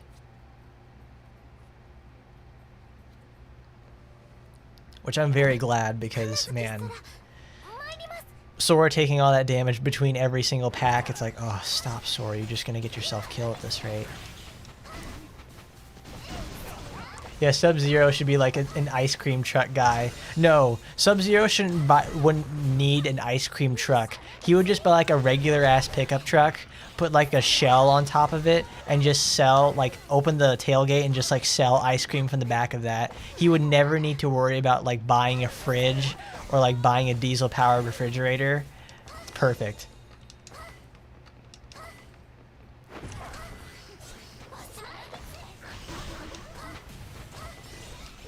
Dude, Sub-Zero would be like the best ice sculptor ever, because like obviously he has his like freezing powers that he can make the most vivid and beautiful, the most vivid and lifelike ice statues you'd ever seen. It would be like the Medusa from the well, it'd be like the Medusa scene from like, I don't know if you guys have seen this movie. It's what was that series called? It's Percy Jackson. That's it. The Percy Jackson movies, they show the Medusa as she is a statue saleswoman, and she traps her victims in the area, like when they ever try to like buy something from her, or she like captures them. She turns them to stone. And when she turns them to stone, like the whole cast comes in there and they're like, oh my goodness, these are like the most beautiful sculptures ever. The person who sells these statues must be like a master sculptor. But it's she's obviously not a sculptor, she's a Medusa. So I imagine Sub-Zero would do something like that. He'd have like, he'd open his own like art gallery where he has like perfect ice sculptures, and he wins the ice sculpture competition every year. Like, he's not only a good sculptor, but he also freezes his victims and enters the frozen victims as ice sculptures. That would be 100% something he'd do, because it's like, it's not only evil, it's profitable at the same time. So he gets to be an asshole on two fronts.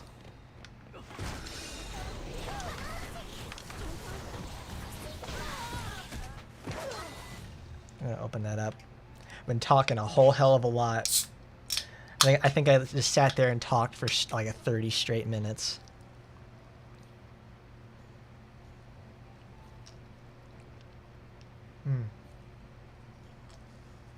I feel like I'm like back in sales, because I'm just sitting there like talking and talking endlessly. Never get you guys a chance to listen. Never get you guys a chance to talk at this rate. It's always something I needed to improve on. But whatever. But it would be funny if Sub-Zero sucks at sculpting because the only thing he can make is himself as ice clones. He's like, yeah, that would be perfect. He's like, obviously no, like, he can freeze a part of your body. He can make a perfect arm. But it's like, he only makes ice clones of himself. He's like, sorry guys. It's like, Sub-Zero, you always enter these self-portrait sculptures of ice every year. They're good, but it's like, don't you make something else? People are getting tired of seeing those. It's like, sorry guys, that's all I can ever do. I can only make myself.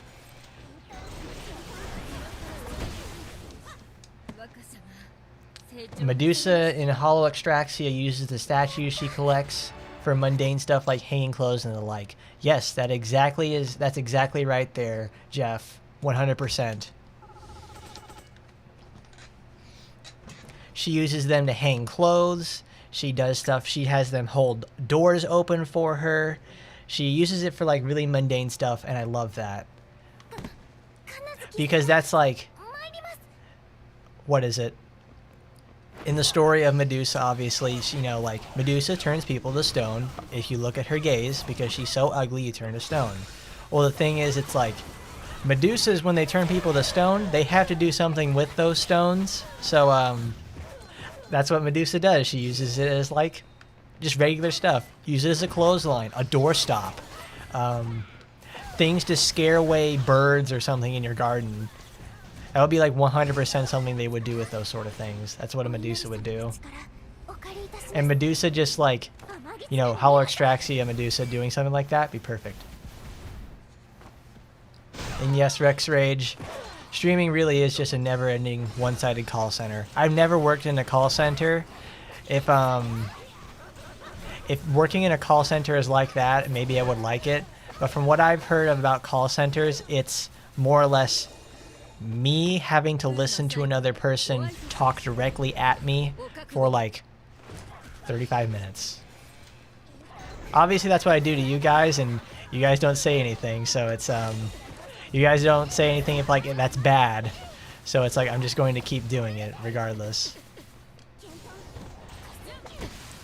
But I'm having a good time. Do I think Sarah Scorpion should be in Action Taimanin? Is that Sarah from Space Pirate Sarah? I'm not so sure. If that's Sarah from Space, yeah. That's like a lot of, that's like, what's that thing called? Alliteration. If that's Space Pirate Sarah from that sort of thing, yeah, she would be a pretty good fit because it's a pretty action-packed series. But if it's Sarah Scorpion from something else, I would need a description there, Raptor. Oh, it is from Space Pirate Sarah? Oh yeah, 100%. 100% put Space Pirate... It's 3 S's in a row. Please put in Space Pirate Sarah. It's a character that 100% needs to make it in. Well, I don't know. I'll fall into the same pitfalls as those other people where it's like... They ask for people. I'm asking for characters that are like impossible to get in, like the Sukube no elf Sukube no Mori elf story game. That's not getting in here. But your dad works at a call center, and when he has to work from home, you can hear him get mad after a phone call. Yeah, I imagine that's like, what? I imagine that's how people feel like when they when you get to be like an audience as a stream member, because obviously the streamer will get to talk to you, and when they don't have to do anything like hard focusing. But it's like, when you're an audience member and you see like the streamer just totally fuck up or just not do a task, like not a task, but like know something that you do and they're going to do it like improperly, it's it feels really bad. And yes, Postman, I do know. That's one of my favorite of their titles, because it's like, it's so cool.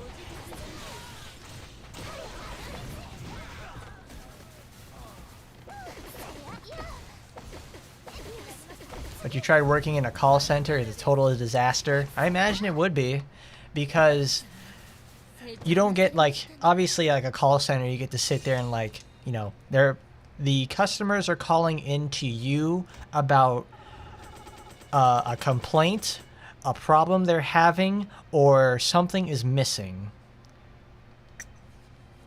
So you're not getting like, you know, society's finest. You're getting people at probably their absolute worst. They're mad, they're probably tired from having to deal with something else, and they're getting, you know, like they're not getting results that they're looking for in terms of like help. So that's like they're getting mad and they're coming to you and they have to do that. That's a call center from what I can tell.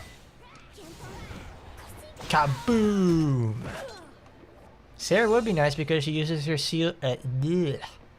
Sarah would be nice because she uses her shield with a sword.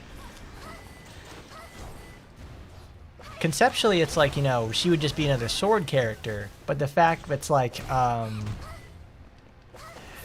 conceptually, Sarah would just be like another sword character, you know, just like total Fire Emblem syndrome right there. But it's like, oh wow, I did all that dodging and I still got hit by it. The concept of the, like, if Sarah can block, like actually, like I can hold a button down and Sarah can block, quite honestly, that would be pretty huge. Because if they can actually do some fun tech with, like, I can not only block but also parry with it, it's yeah, that would be doable.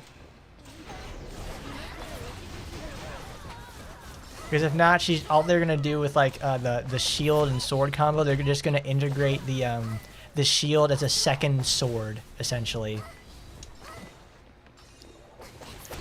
But we already have a couple of elves staying at Fuma's. It's what is it? Sukube no Elf no Mori or whatever. That game did not sell too hot in Japan. It didn't do like that fiscally well. It obviously made it like a 4-part OVA, and it sold enough. But I feel like that's usually people who have like Aoi Nagisa.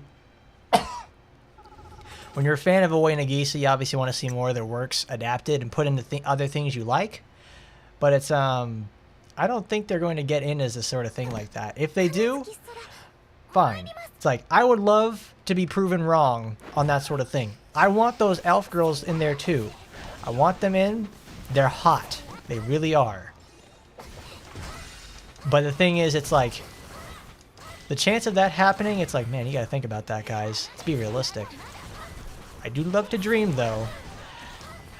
Yeah, I'm like a weird half and half situation. It's like, oh yeah, I like that. I like Space Pirate Sarah. No, we're not gonna get the elves. Okay, this is why we're not gonna get the elves.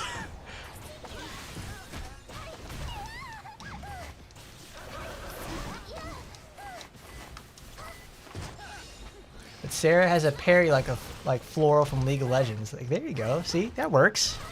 I like the idea of that.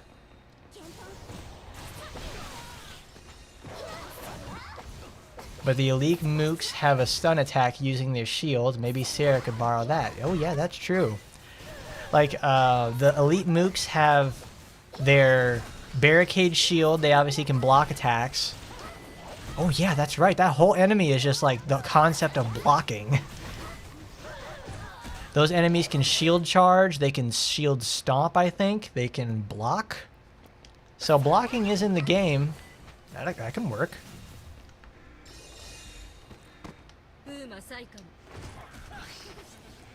And there is no way to escape League of Legends there, Rex Rage.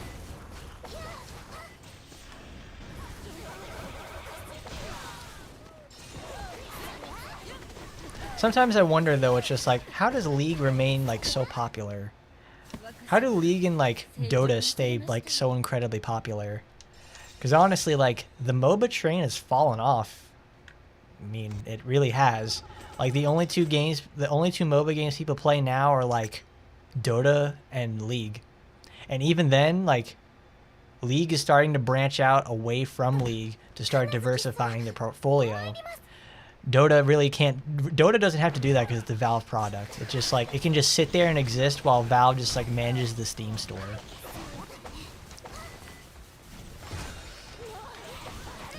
But it's like, man, what's League got? Because the last time I ever played League was like, you know, 2012. So it's been over 10 years.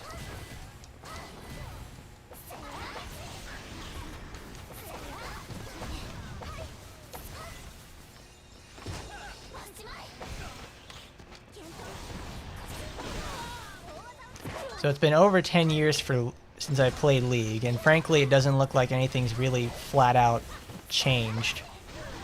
I don't know, I don't keep up with the League scene very much. I was much more into Dota. I actually still follow Dota to a degree this day. To a degree, yeah, I got it right. To this very day. Because I like Dota. But League went from the gothic style to anime waifus. They even have super duper anime skins right now. I mean, haven't they always done something like that? They've always sort of borrowed from like Japanese ideas and just pretty much Asian ideas. I mean, isn't Riot a Chinese company now? So it has like the ability to, you know, they're gonna lift stuff from Three Kingdoms. They're gonna do all that. They're gonna borrow from anime. They're going to do anything with that sort of regards.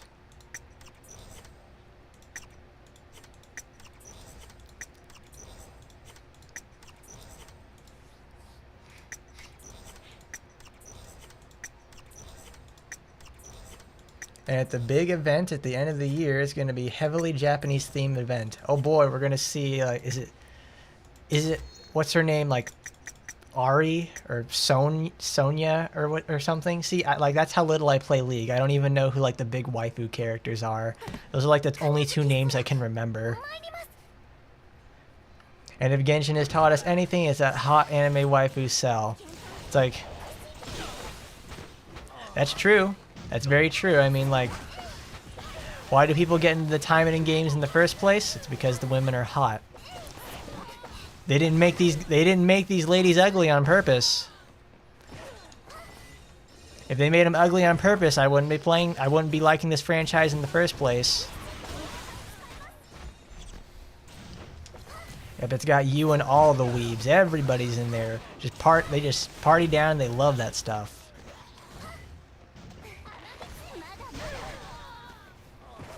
But speaking of the hot anime waifu selection in Genshin, something I've always that's annoyed me in Genshin is that like they have swimsuits, obviously, you know, it's a gacha game, it's an inevitability. When summertime rolls around in the northern hemisphere, it's time for swimsuits. Genshin swimsuits are not swimsuits. They're like, have you guys ever seen like an old style bathing suit from like the 1800s? It feels like the Genshin characters wear those, and they have it feels like the Genshin characters wear old-time bathing suits, but they're like suited into like gothic style or like high fantasy. That's how I've always seen it.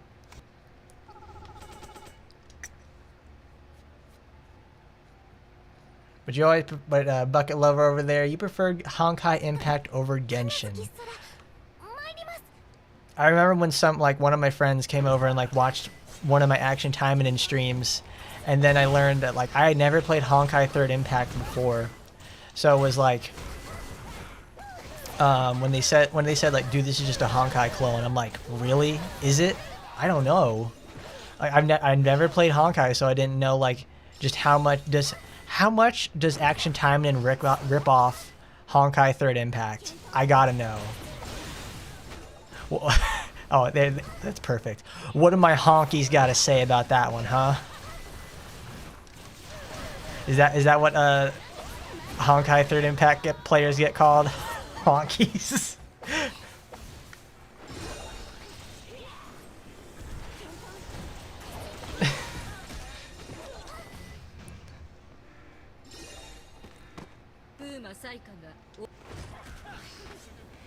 Once a couple of friends that the only reason I'll ever roll a 300-pound woman in gacha is she better one-shot all the bosses.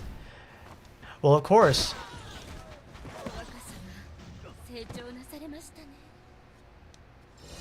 Alright, when you come back, Kong, we'll probably still be around. We've still got... I think I probably farmed enough from the event, but I don't think so yet. But I'll still be around.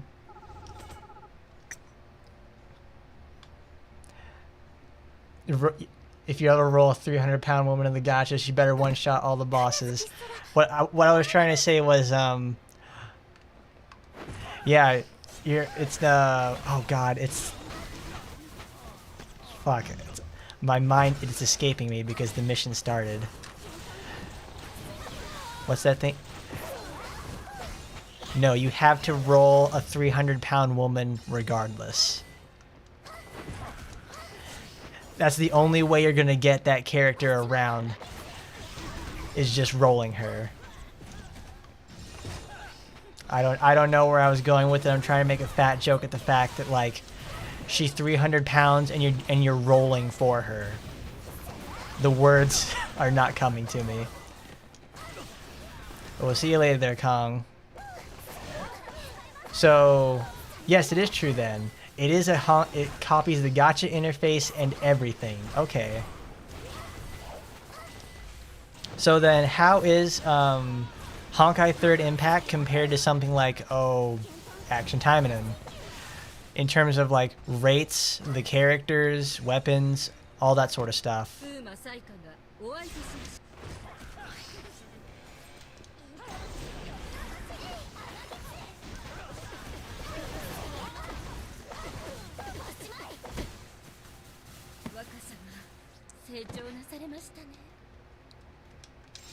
Man, I absolutely love the fact that Sora, when you use her Taimanin art, you shoot the arrows into people and then it detonates an explosion. That's Dante's pinup ability from fucking Devil May Cry 4. That's one of my favorite weapons ever in the Devil May Cry series, and I actually get to have it in another game that I like.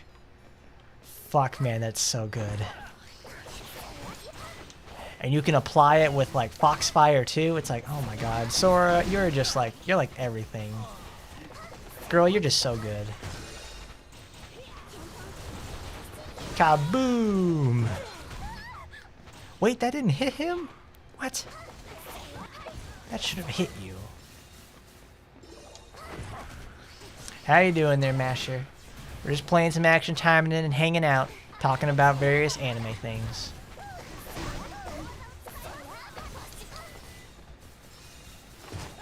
Hold on there. But Honkai rates suck really badly, and it's personally stingier than even Action Taimanin. I mean, this game is already pretty stingy enough. I can only imagine it's like... I can only imagine how much worse it gets into something like Honkai Third Impact. But do people put up with it because the game is fairly fun? I imagine it's the similar situation to like Action Taimanin as well. Well, frankly, it's like, I don't know. I was able to, I like this game enough to have ran my Japanese account and also my English account at the same time before, you know, burning the candle at both ends and deciding to stay with my English account. But it's like, man, I like this game a lot. Bucket Lover, how much of a different, well for the rest of you really, for those who have played like Honky Third Impact, How does it compare in terms of gameplay compared to Action Taimanin? There we go. But how is Sora? Sora? Oh man, Sora is special. Sora is special because she's actually really good, satisfying to play with.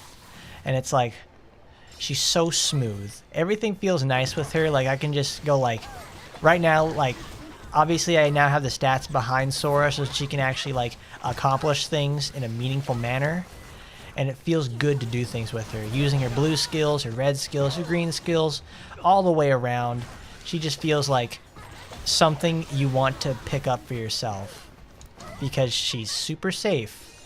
She really is. She works with good stats. She works with bad stats. Because, man, I didn't get shit with her in the gacha when I first got her, like, on Tuesday. And I made the entire video of her for yesterday with just,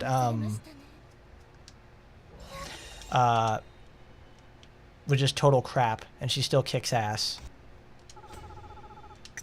Really good character. And it's okay, Masher, if you miss some streams. It's like, it's okay if you miss some streams, Masher, because, you know, all the VODs get saved on YouTube. That goes for my Twitch people, too. If you want to go on the YouTube, you can go watch the VODs if you miss something. And if you want to clip something, too, you can go right to the VOD and it'll be on there.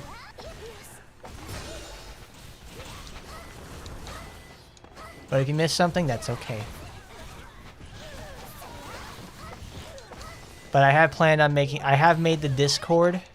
Yeah, that's it. Yeah, I want to mention that before I get back on Honkai 3rd Impact. I have made the Discord. So it's in due time, I'll be putting that out live for the rest of us. I do need to just get some more setup ready after like this stream is over.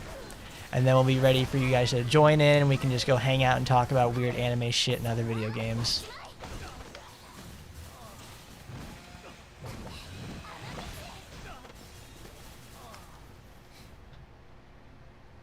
Let's see. Yeah, EA can make stingier rates. It's like, you ever played fucking FIFA there, Postman? It's like, I know you don't really play FIFA, but it's like, man, I played FIFA for like probably about an hour and a half. And it's like, because I wanted to see like what FIFA had going on in the first place. And it was like, they have gacha in FIFA, and it's like, that really just killed it for me. I'm not bothering with like anything like that ever again. Because it sucks a lot. Ooh. Baby, I love you way. You wanna be in my night and day. There we go. Let's put some No More Heroes.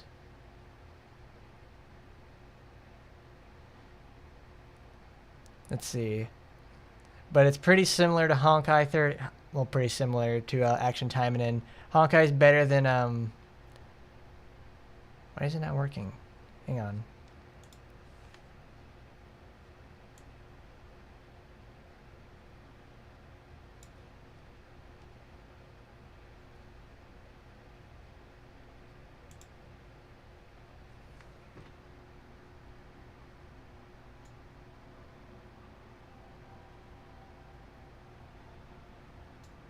Okay, I was wondering about that. Because I had my music on, but it wasn't showing up there on my audio sliders. But they are pretty similar. Honkai is better than Action Taimanin in gameplay because it's dumbed down Bayonetta. But Punishing Grey Raven is even better than Honkai. I know Punishing Grey Raven is a much, much better game for sure.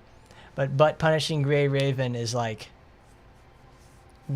I don't know. It's like, I don't want to start on something like that unless I know an event is coming and I can get ready for it.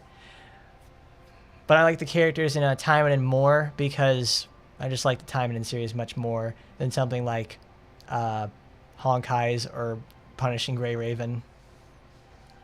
But safe. Her bunny outfit had me looking behind me just to make sure you're not getting arrested. Oh yeah. Sora is like, wow, she's such a dangerous gal because, you know, she's just like, yeah, I'm 14 years old. It's like, and I'm going to make sure you know that I'm 14 years old. You can't do nothing towards me. You're going to get Twitter canceled. Absolutely Twitter canceled because of it. And yes, Sora's bunny outfit is very embarrassing. It's like she's trying hard to be sexy. It doesn't make sense. It doesn't suit Sora at all. Like her swimsuit, like Sora's swimsuit, I like that a lot. It's a very like nice, honest to God, it's like it's a nice, simple, conservative look for Sora. You know, it's fine. Her bunny costume, it looks really, really bad. I think we're close to finishing this mission, so it's like we'll go look at that really quick. Because I have some choice words for this.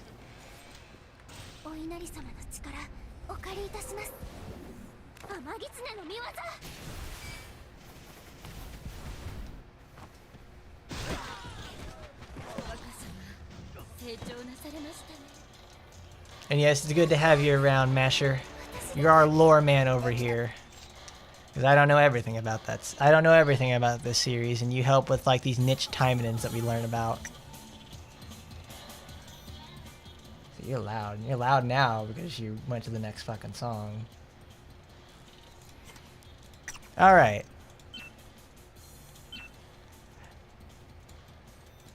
Look at this. It's like, see, I'm fine with like the collar, bow tie, the cuffs. Yeah, that's what they're called. They're cufflinks. You can have the fishnets and the bra and stuff like that. But what is this? What is this? Like, I don't understand this at all, because like the traditionalist, you know, bunny costume has them cover the entire torso area, and then it attaches to the waist and the hips. But it's like, what does this do? This looks like it was cut off straight from Asagi's outfit. Hang on, we'll go to Miss Asagi over here. Where's Secret Garden? There it is. It looks like this was cut off from, like, it probably is the same actual like details from this part right here on Asagi's costume, and then they put it onto Sora. Like, this is like absolutely terrible. Like, Jeff, you got it exactly right there. It's like if you're Fuma and she served you in that outfit, you're just going like, you'd be doing a spit take, because this is ridiculous. However, Sora does get a very nice idol costume. I love it. I love that she actually gets to use her ponytail for the most part. Look, oh look, she's Tails the fox. She's like Miles Tails Prower because she's got two tails. I think I remarked this the other day though too. She's actually got like a cutout for it, which is nice. Very, very limited outfit selection. Like, when you're a new character, you get absolutely screwed. Moshi moshi kikatsu desu ka?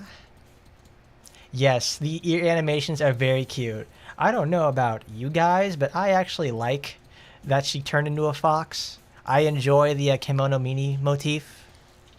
It's a very nice thing. That's why I bought Asuka's costume. That's why I bought Kiara's. I love me a foxy lady, because one, it lets me use the it lets me call them foxy ladies and not look like a total idiot, because they have fox features and they do fox things now. It works for me. Though,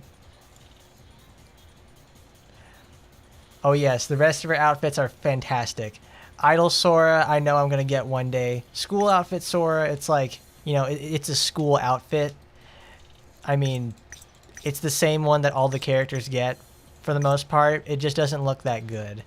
But, oh yeah, before we get on to like the rest of the costumes, I've read posts for some time about people arguing about the tie system. When you're, you know, a student at school, in like a private, like in Japan, you have like, you know, seifuku, and you tie your ascot and tie, and it shows like what year of school you're in. So she's got a yellow tie, and that means like what? She's starting high school or something? I don't know. Fox and like this is an absolutely fantastic outfit for Sora. Like Igawa Sakia's outfit, great on her. I love it. Fantastic outfit swap. fantastic. Love it. Great look. Really, really great. I honestly, like, man, so good. It's got, like, the grenades, the bad thing right there. Awesome. Swimsuit, though, is probably, like, a personal favorite of mine because she actually gets to use hair buns. Not a lot of characters get to use hair buns besides, like, Sue. So it's, like, great.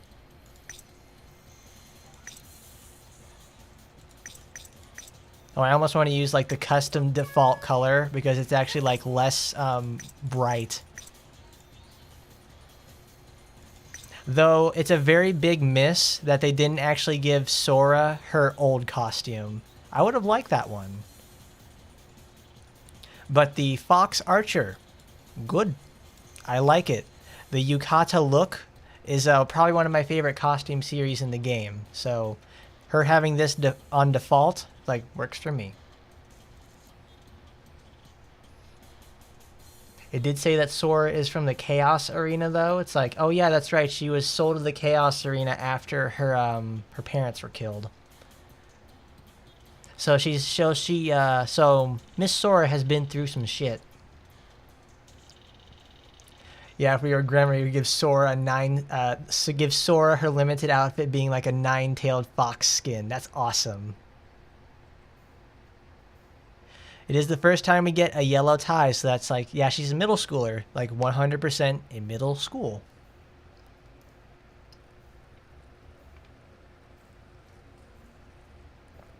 Oh yeah, right down rough. That is a great idea there, Rex. I like to see her just get like, you know, we get to see full flex Sora with like the 9-tailed fox costume. But I can swap Sora's original costume from model NPC. That's right. We do have the Sora model, so I could actually make the swap for it. But I have to mess around in the files for that sort of thing. I need to go get like... Well, obviously I have like Asset Studio, but I don't have like... I don't think I have the program to mess around with like changing the call values for the costumes. Because obviously you can make her wear this. But we're going to keep her swimsuit on because it's, you know, it's summertime.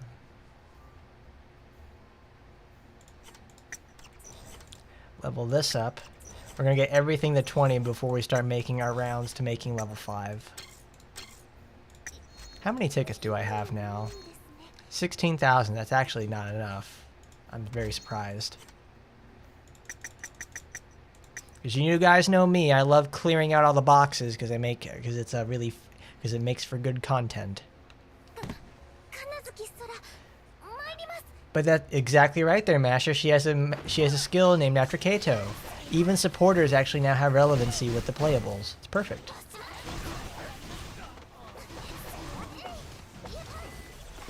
Yeah, like Kato actually becoming playable, that would be actually really cool because it fits. It's like, it's a really good one.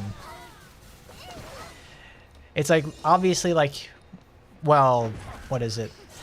The fact that, like, you know, Sora actually having, actually giving a supporter plot relevance to plot relevance and, like, move relevance on a character, it's like, that's good.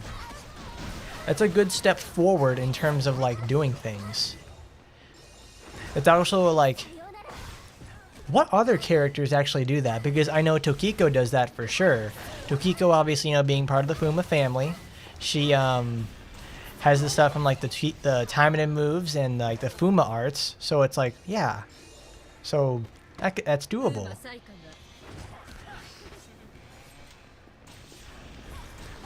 Oh yeah, that's right. Bella D streamed for 9 hours. It's like, wow. Damn, dude, there must have been like, did he level up Sora literally from like 1 to 81 or like 1 to 75 and then get all of her skills maxed out in 9 hours or something? Because I'm sure he did the event and all the other sort of stuff, because when he streams, it's like I'm asleep. And I can't believe I literally slept through his entire stream when that happened. I'm very impressed.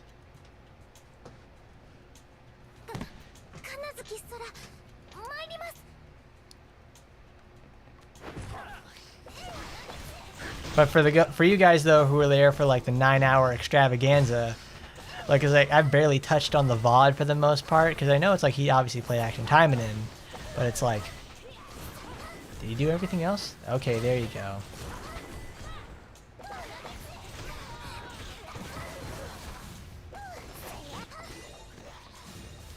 You got all the intimacies in the bonus stages. I'm sure he went over the event. Well, I know he went over the event because he posted about it. Kaboom! I love Fox God Arrow. That is such a good attack. All she has to do is just literally stand up, shoot the entire thing at the enemy team, and they all die. So much range, so much damage, and it heals her for as much as Emily's fucking gravity hold. Oh, it's so good. So good.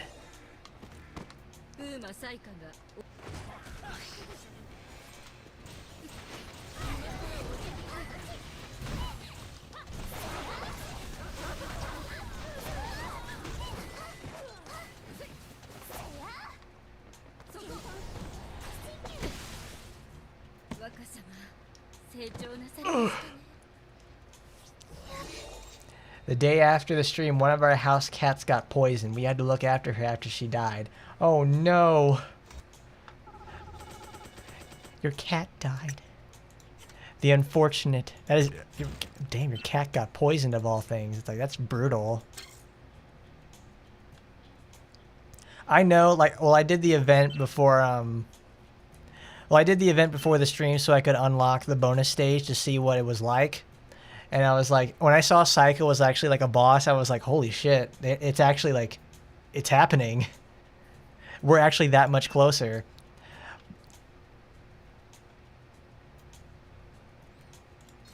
Like, I honestly couldn't believe it. Like, Psycho actually finally got to be a boss.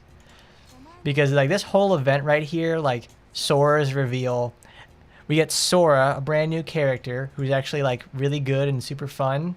And then we have like Psycho becomes a boss. It's like, oh man, that means we're that much closer to having her there.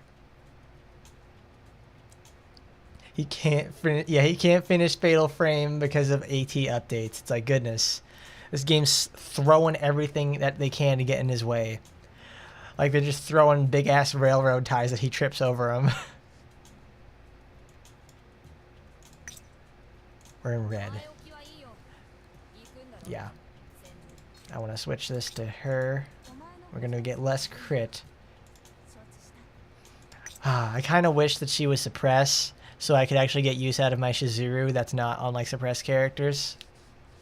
But it's like, oh well, Miss Shizuru, you get to stay on all my other favorite characters that are suppressed.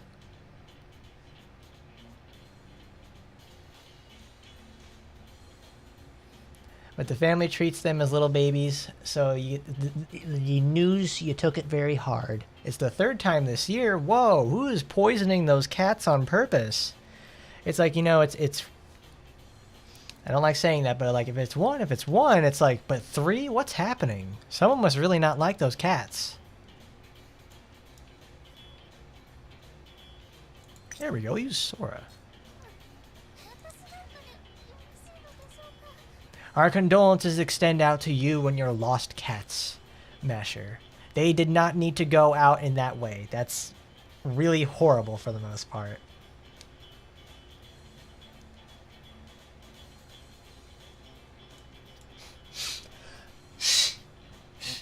Goodness. I've got like, there's like an ingrown hair in my nose. I can feel it. Oh. Sorry about that. But looking at Psycho's models, there's still a lot of polish left. Her hair in particular clips in a lot of places. I mean, that's probably going to be an inevitability with playable Psycho, because obviously, I mean, Psycho has like the longest hair out of any of our AT playables. Because let's be honest, fellas, she's going to be playable. It's just a matter of time. But it's like, she'll have the longest hair, and I honestly feel like it's gonna clip really badly. The people who do like the rigging and the collision and stuff like that for the characters, I don't think they're not as good as the people who work for Bandai Namco, specifically in the Idolmaster division. Because the people in the Idolmaster division are absolute masters of making sure nothing ever will ever clip. Those people are masters at it. And here, not so much. Obviously, look at this. Even Sora's got clipping. It's an inevitability. I just hope they don't have anything crazy to see, like, with Saika, like, when she's in motion, she's going to have, like, her big tentacle hair and just, it gets caught in her limbs. It's very thrilling to see Saika's skills for sure, because she's, like, when we get to see her in combat, she's, like, obviously doing her, well, like, when we get to see Saika in combat, she's, like, kicking ass, and she's throwing sword beams with her feet. It's like, oh man, are we looking for lessons learned with Asuka? I think we are. I like it. I like it a lot. Also, she had the ability to snare me. I like that. That's going to be really strong. That's probably going to put her really high for me because she has her own form of crowd control.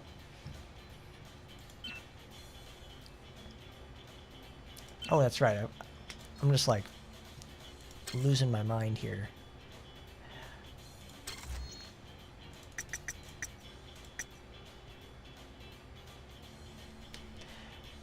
Like they managed Rinko's hair just fine. No one is focused on hair. It's like, I don't know. I kind of focus on that sort of stuff because how you treat loose entities like hair kind of says a lot about, I guess, their workflow or something. Because they'll make the model doable. They really will. Like if characters have generally short hair, or they can put the hair away from their body, like with say Sakura has short hair. They don't have to worry about hair clipping problems for the most part. But if you have someone like Asuka who has long hair, will clip into herself naturally a lot.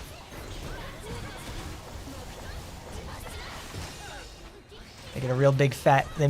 I feel like they'll just make like the hair a big fat entity, or just like hopefully they have some sort of like pole. I don't know what they call that sort of thing, but it's like, you know how you have two magnetic poles like north and south, and if you put like north against north, it will they will repel from each other. I think they might do something like that with Saika's very long bangs that she has in the front of her face.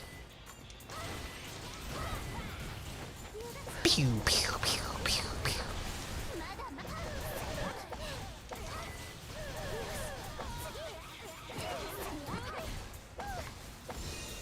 Oh, that's right. I forgot I'm using the particle gainers.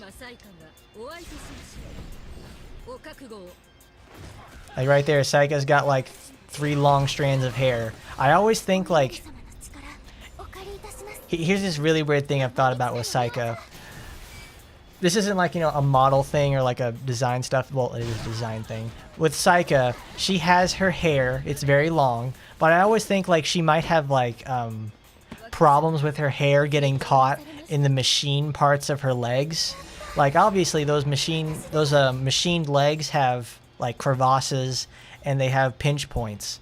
So with how long her hair is, I imagine she has like, she's gotten her hair caught on like the back of her leg, her ankle, like wherever there is a joint that comes up, and then she gets her hair caught and then she has to like rip out a whole big huge chunk of her hair. I don't know, maybe that's like a Taimanin art thing where Taimanin art, don't get my hair fucking stuck. How about that?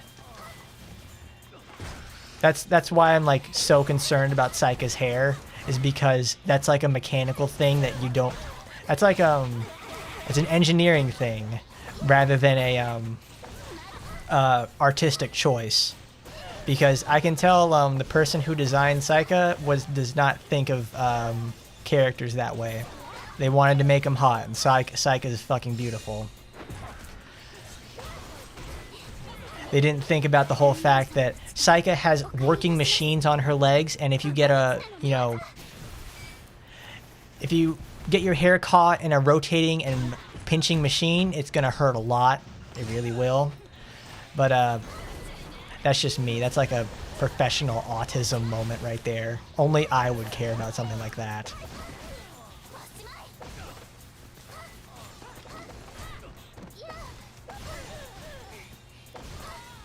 But I'm fine with Saika and Mary being playable after Anrose.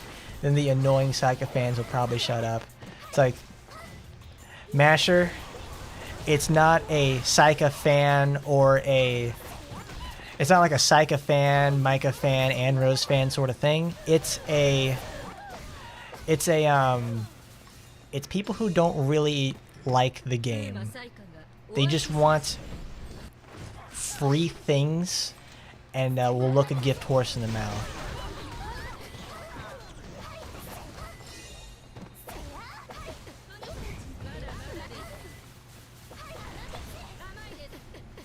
Because a long time ago, I remember seeing a post where someone says, like, if I wanted a actually hard challenge, it's like, oh, if I want, it's like, I was talking about, like, how I like to do challenge runs on, like, you know, tower floors and the bonus missions. And it's like, oh, if I wanted, like, a real big challenge, I'll go play Dark Souls. I just play gacha because it's casual and relaxing. And it's like, it kind of feels like you just want to play the game to collect the things, and then, like, you play the game to collect things while I play the game because I like the mechanics of the game itself. That's also when I realized that, oh, I take this game way too seriously, but I enjoy it too much mechanically. It's like a Devil May Cry situation. I don't give a shit about the story. I care about the mechanics of the characters. I like playing the game. Not making a logistical effort to, like, I want free things. It's like, no. I would have played this without free things.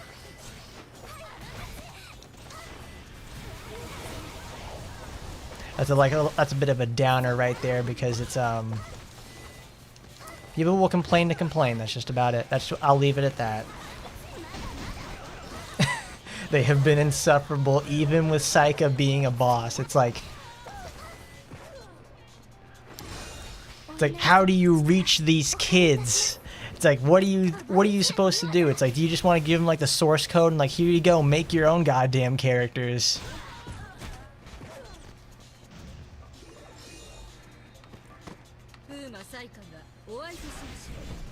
Dude, her ass is huge. Like, they didn't have to give Saika an ass like that, but, you know, they left it in there. Because that ass is jelly, because jam don't shake like that, honey.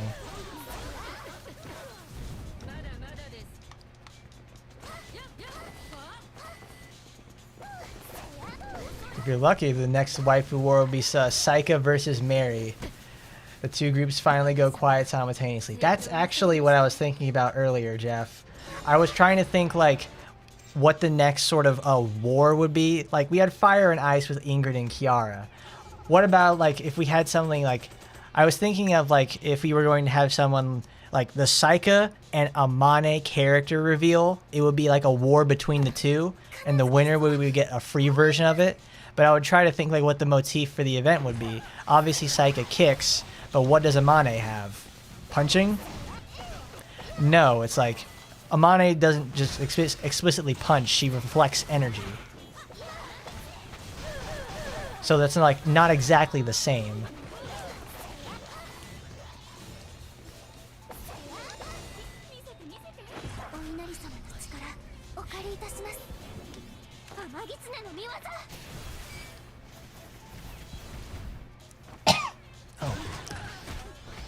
But Saika versus Mary, that's it. That's the ticket right there. Because it's kicking versus punching. This is on the same level of thinking, like, as of Splatoon events. It's like, oh, do you like mayonnaise or mustard on your sandwich? It's like, it's that level of thinking. Amane is too early. I don't know, Masher. Amane has been in the game since day one. Her supporter, you know, is one of the three you could choose out of the Major, Kaoru, and her. So it's like, it's not like she hasn't been, like, gone. It's just that She just has never had any sort of airtime until literally Tuesday. No, I think there has been some time for it before, but it's like only mentioned in passing. Aina versus Saika, Rise of the Machines. I love it.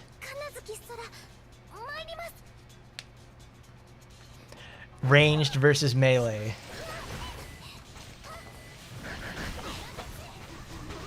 Can I color Saika? No, not Saika. That would be more for Aina. Go color Aina to be like gray, silver, and black, so she can be like the T1000 or something. I love it. Ugh.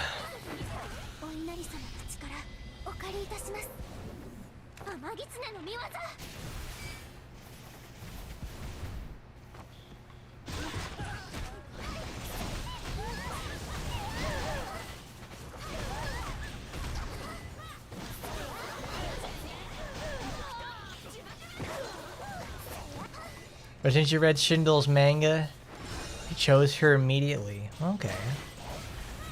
Wait, so Amane is a Shindle design?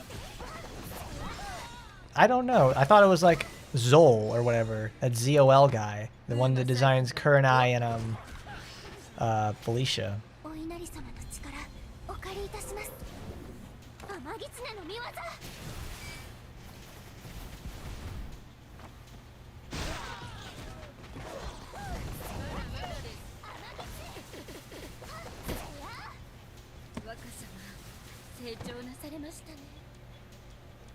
Also, I love how Saika makes that really disgusted and disappointed face when she like falls to her knees and you defeat her, because it's like, that's perfect. She's like, she cannot believe she lost. Like, it's not even like, oh my goodness, I've lost. Saika falls to her knees and she's just, I can't believe you've done this.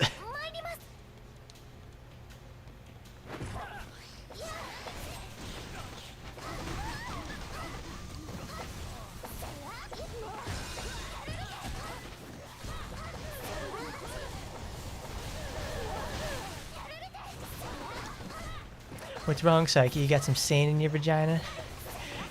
You're so sad you lost?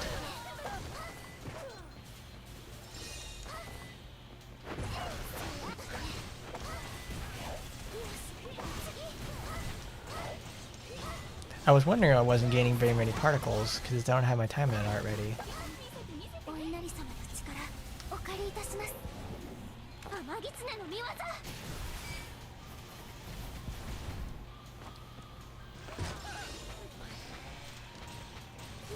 No, I didn't know Shindle made Amane because it doesn't actually fit in the Shindle sort of style. Like an anime, that's the Shindle style.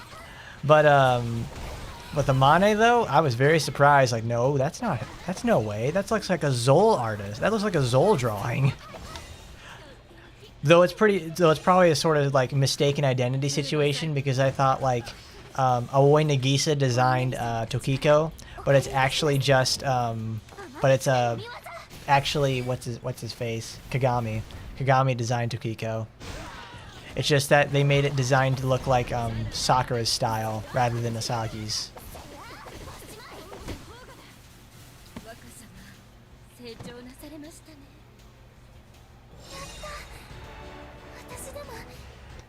And Hebiko versus Mary, the Gosha Academy student president elections. That'd be fun. That would be great. They have so much potential for these like dual-sided events where it's like competitive, and it's not like, you know, Hebiko and Mary. That's like a closer match than Ingrid versus Kiara. I'm still salty about that, man. I wanted Ingrid to win. I didn't want to have to pay $45 for Ingrid, but I was gonna do it anyway because I fucking love Ingrid.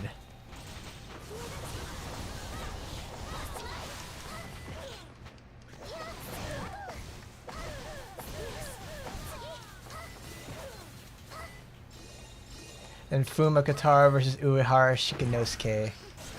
Whoever wins, we get both. Yeah, right there, Masher. We're winners. Whoever is a winner, we get their wiener. That's it.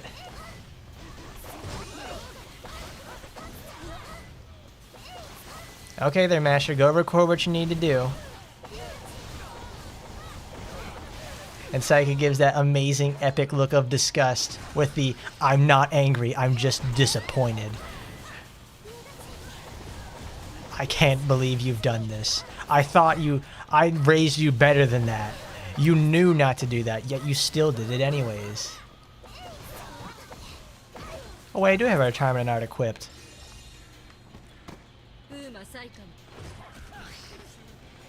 お稲荷様の力お借りいたします。天狐の御業。 I think the, like, I don't know, I haven't looked at Fuma Amane's picture in like a very long time. Actually, I looked at it earlier today, but I literally don't remember a thing about it. Whoa! Holy shit, did you, oh my god!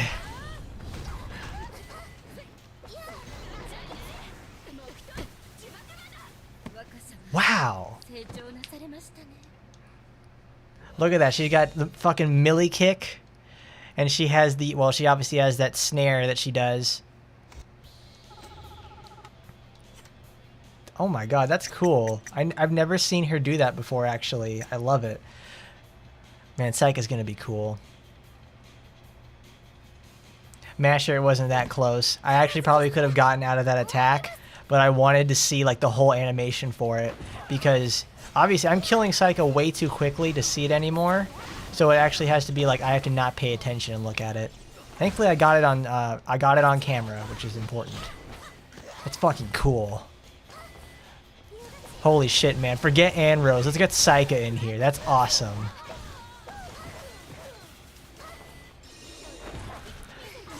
Ann Rose, I know you'll get in here, baby, but come on. Let's get Saika in there. I want to see her. I want to see her do the kick again. I want to see her throw like. I want to see her throw like a snare at someone. That was cool. Uh-oh, did something happen? Looks like it all fell off.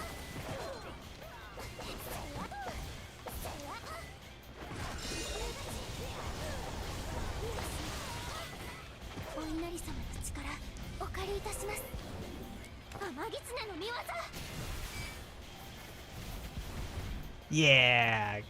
Get him, baby.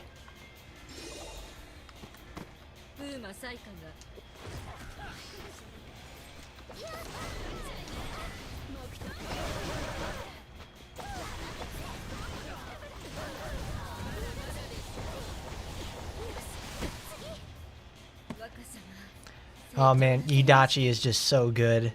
The fact I can just stand like 20 miles away and just snipe someone dead, it's like perfect. Absolutely perfect.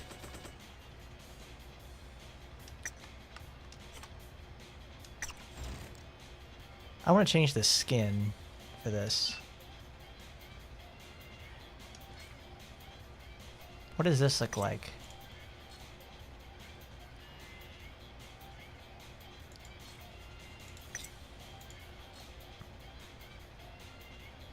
Ooh, that's cool.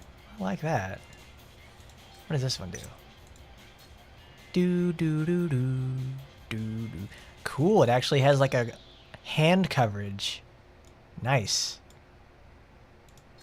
Ho Yi's bow. Shing. Would you want to see a battle between Saika and Katsuragi? That would be awesome. I love that. No, that doesn't fit with her motif. I want this again. Have you guys ever well, I'll just say this. Have you guys played this little indie title called Castlevania Symphony of the Night? It's a little known game, I know, but in that game they have when you go to Castle 2, you have the ability to see like new enemies inside there. One of the enemies inside Castle 2 is called the Sniper of Gallant. It's like the Sniper of Allant or Gallant or something, but it's probably my favorite enemy in the game because it's just a big ass bow user, and it's just like it shoots an arrow from extreme distances from the ceiling, comes in, spawns, and then attacks you with these gigantic projectile attacks. I love it. Probably like the coolest enemy ever. And it's what really got me into like liking characters who use bows in the first place, because that enemy is just like so cool. And the fact that Sora now has like winged bows and like looks absolutely huge, and the fact that Yudachi just shoots like one hard-hitting, fast, long-range projectile just like the Sniper of Valant does, it's like perfect. That's like my dream come true in terms of like making an enemy character playable. That's like a really specific thing from Symphony of the Night that I liked a lot.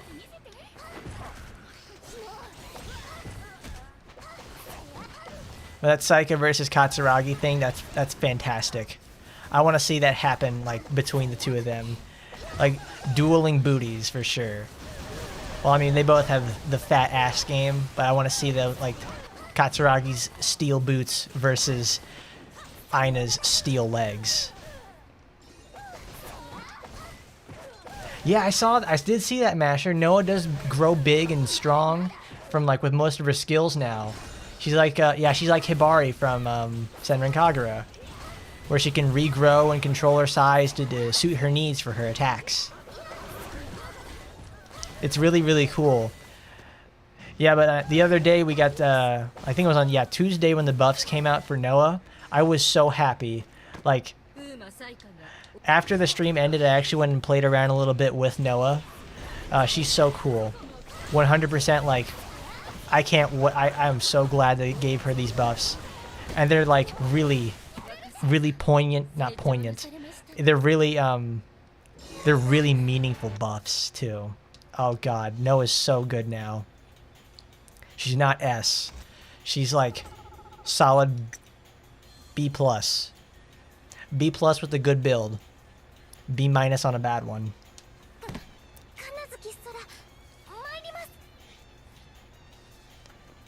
She can break into A now too because she has like really strong healing. And the fact that also the range for a lot of her moves is increased is like, oh, Noah, this is what you should have been all along.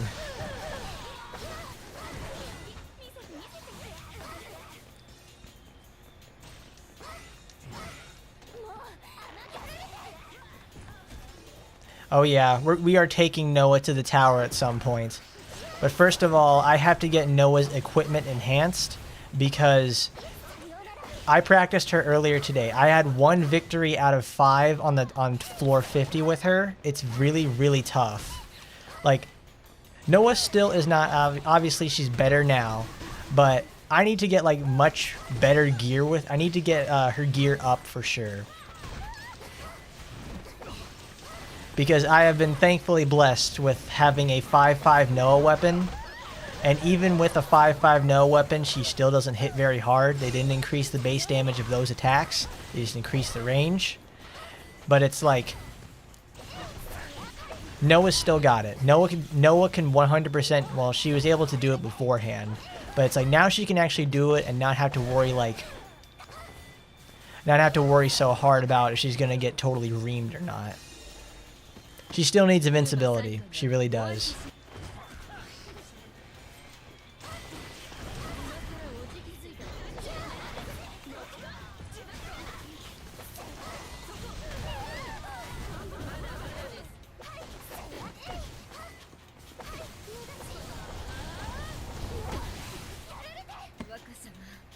Oh, no, it's scrolling. I gotta check that out.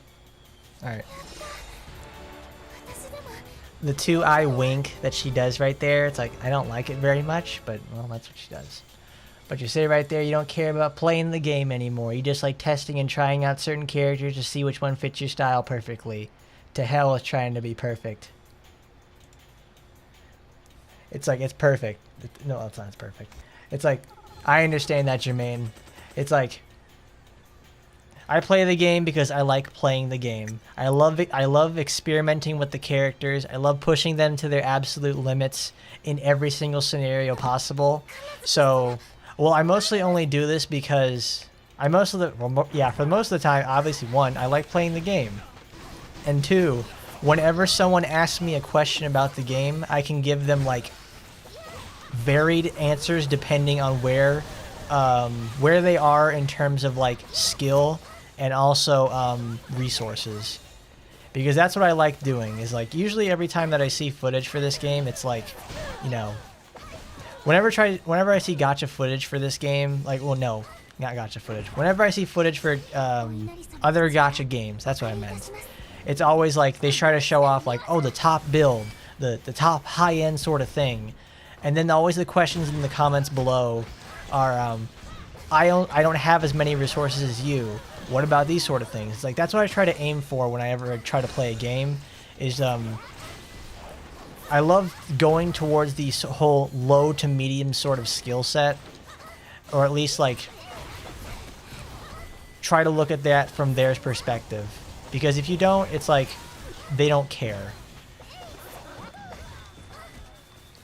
Or at least I don't care about how good you are at the game, because for most of these sort of like gacha games, it's like it's always resource collection and how good are you at like spending money.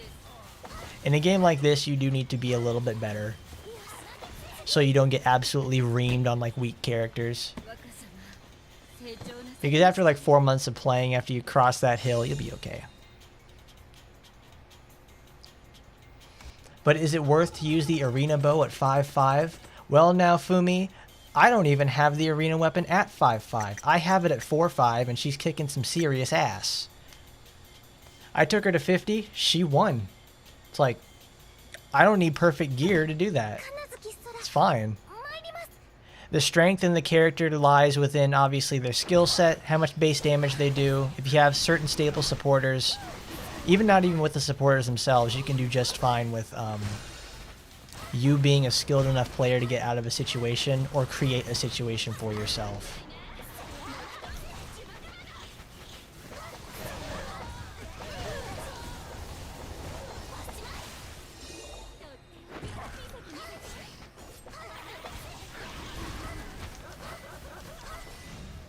Oh yeah, I always try to make considerations for F2P builds, because obviously it's why I try never to recommend green builds, because there's no way to make a good green build outside of like 5 supporters. You really only need like a copy of, you only need like what? Crit Cat. Everybody had a chance to get Laura at some point. Crit Cat, Laura, the invincibility critical damage and like Misaki Akane. There's only like 5 supporters you need in green, that's it. Making anything else happen in green is like really difficult to do, because it's always super hyper limiteds. And even then the hyper limiteds in green aren't good. They still lose to Saika, they still lose to Crit Cat, to Laura, to everyone else. It's like there's like green does not have a lot of good shit inside. Outside of the staples, don't get me wrong, green's the strongest element in the game, but if you go outside of that color, it's pointless. But not everybody has those opportunities, and I try to make the best of those situations. Like in the video itself, I recommended you use Saika. You know why I use, like, you don't use Saika mostly for like, use Saika because she has the ability to snare enemies for 10 seconds, which is huge. Melee attacks don't really matter. Well, yeah, they do matter in the sense it's like, if you're using a melee character, you can snare them for more damage. Blue has the better snare build though, because Miss Kuramachi Kato, top pick, love it. Even at 1.5, I missed her event. I got it at 1.5, and Kuramochi has carried me on her very capable back. I do make nice F2P builds though, and yes, Mito Haruka. Make sure everyone should really appreciate Mito Haruka way more. This is a UR level supporter, but she's only held back by being an SR. 40% less damage from humans, all bosses are human, and 60% more damage from humans. All bosses are human in some sort of way. So it's like absolutely perfect. This is so good. So good. Absolutely beautiful supporter. I had her at +10 for ages, And you know how badly Mito Haruka gets slept on? I mentioned that in like the Gosha Radio podcast we were doing with a Bello D and a Kazuna collection, and they actually forgot who Mito Haruka was because they don't use her. Or at least they don't use her enough, because this is like the ultimate character you go take to boss rush day on like four secret missions. It's like, it's great. You'll be able to kill those characters with like lobies. That's why I used that's why I would only use Mito Haruka in the wood weapon challenge. It's because it's less damage and you deal more damage. It's like the perfect supporter. It really is.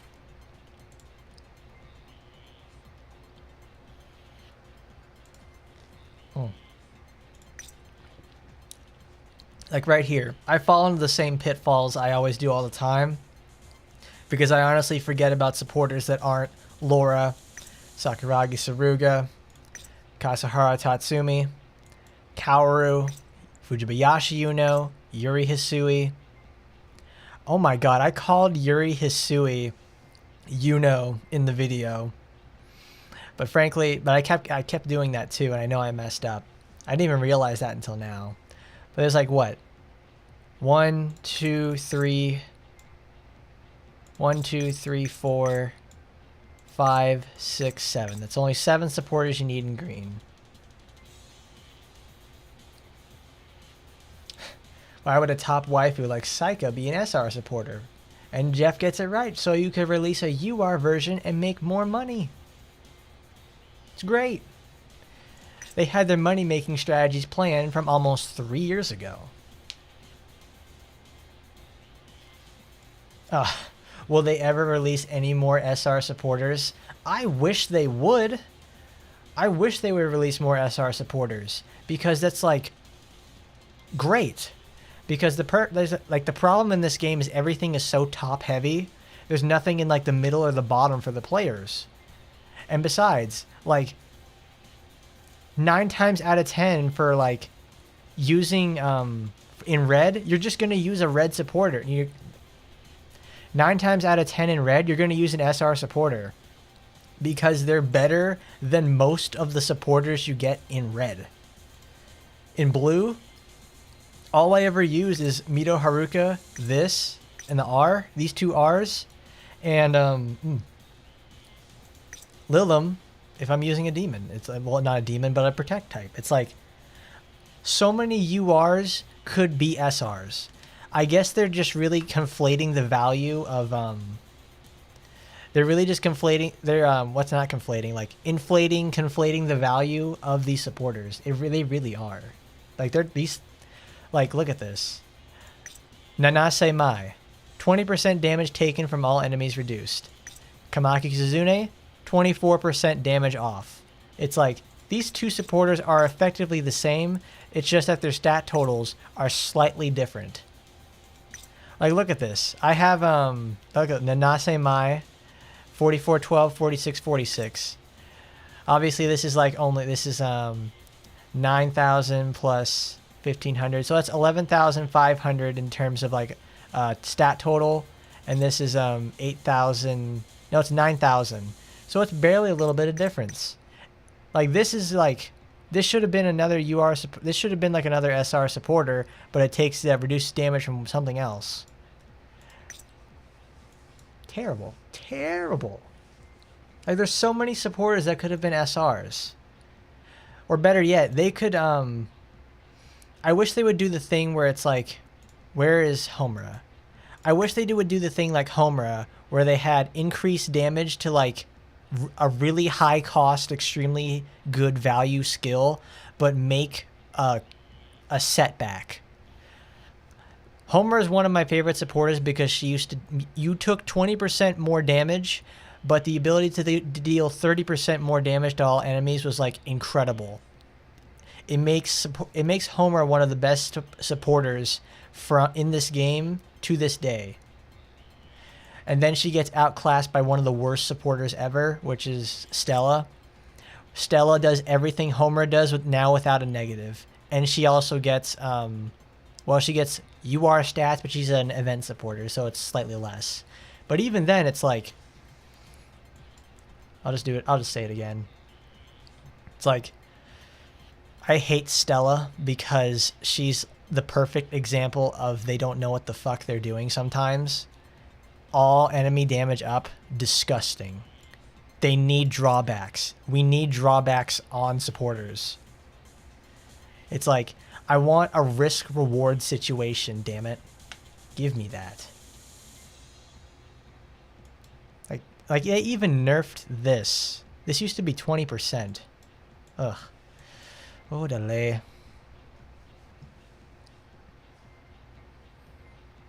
Alright. Oh, we didn't even change our greens.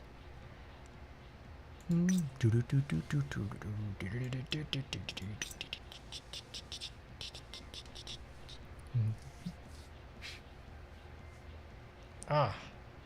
I got a canker sore on my lip and I can feel it. Just rambling at that moment right there. It's like, unbelievable stuff. Here it is, particle charge gauge. Maizona Momoko. This is actually a really good supporter too, because you can do just like straight up particle charge builds with her, and it's fine. And Amadari Natsume, great supporter because she drops more particles. The potions one too is not so much. That actually falls off pretty hard after you get to like your first character to 75. Yeah, we can take Tasahara Tatsumi. It's fine.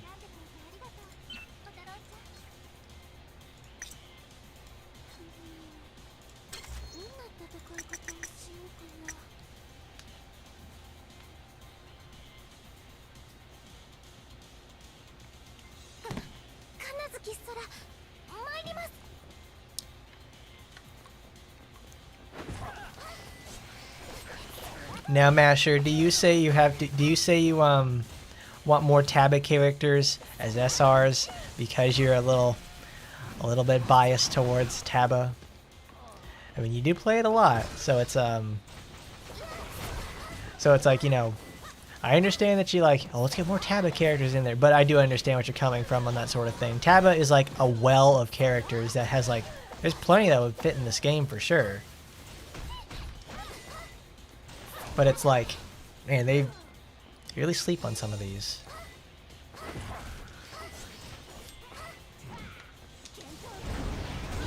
Yeah, there we go.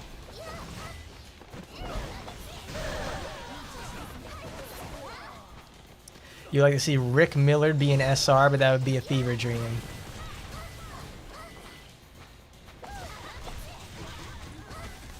Oh, you Masher. It's like, yes, you're very much biased on that. It's like, I would love me some of those, you know, Taba characters to get in there. Rick Millard, my man. And then we get to ask, who's Rick Miller? And then we get the wonderful Wikipedia quality, no, not Wikipedia, like an encyclopedia level quality description about who Rick Miller is, who he's been married to, what his tax returns are.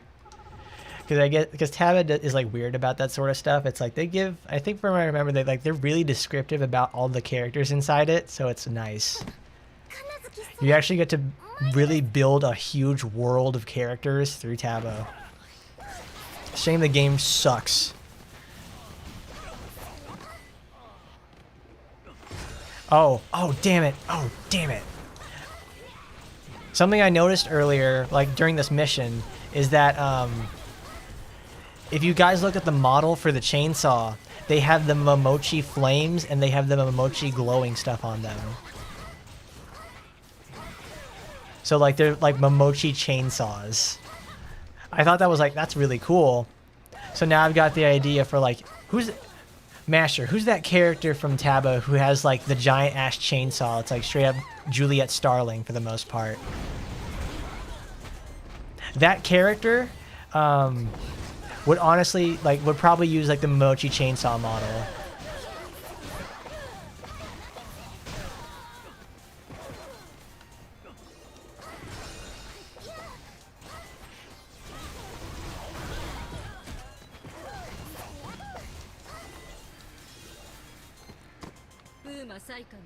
Fuma Saikawa.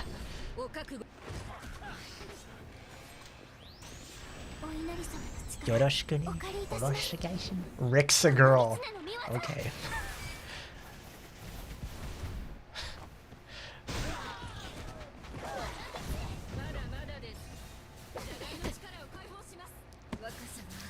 A lolly UFS military girl with the beast art arm with a gun and a knife. The one with the white hair and the dark skin? Yes, her exactly. That character.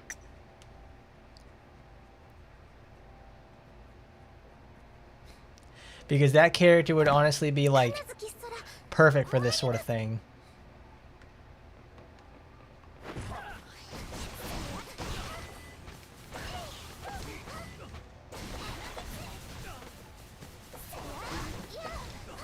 Because there's obviously the chainsaw model in this game. And they're obviously not using it to their fullest extent because there's a whole, chainsaw character in there.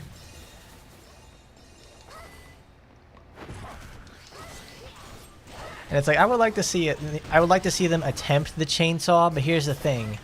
Whenever a chainsaw is used in a game, you know what it's traditionally used for? It's very high damage, close DPS, which means they have to be touching the enemy. It's not meant for slashing. It's meant for also, well, mostly chainsaws usually get used in media for the extreme amount of destruction and gore that they cause to the target. That's why Doom has it. That's why Texas Chainsaw Massacre uses it. That's why Resident Evil uses it. It's super messy. So the thing is, it's like, what do you do with a chainsaw that's not slashing? Because obviously the enemies in this game who use chainsaws are horrendous DPS machines. Like the moment, like if they get caught in their walk animation and you can't break their armor fast enough, they'll walk into you and keep dealing damage because it doesn't knock you backwards. So that's one thing about it. So if they were going to implement a chainsaw, how do you guys think that would work?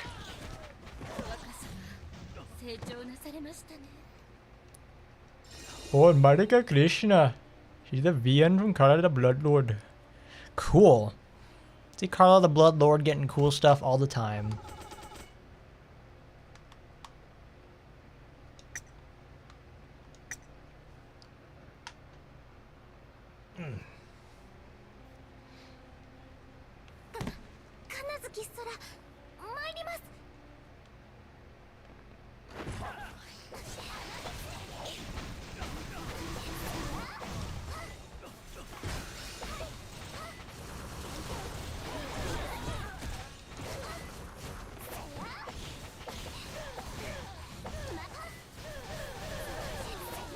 Oh god, I love that so much.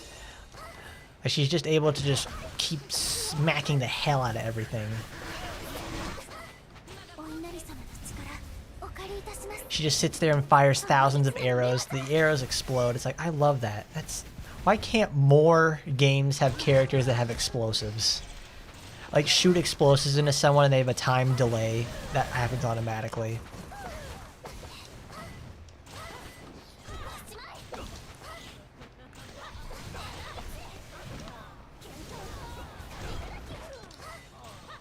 The best thing about God's Maw too is the fact that like you can just activate it out of your basic attack string by holding dodge.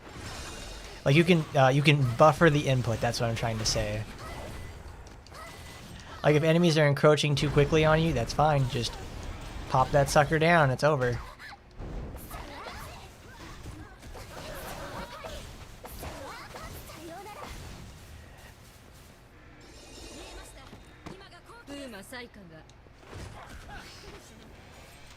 Well, I'm glad she's your favorite character there for sure. She's a really cool looking one for that.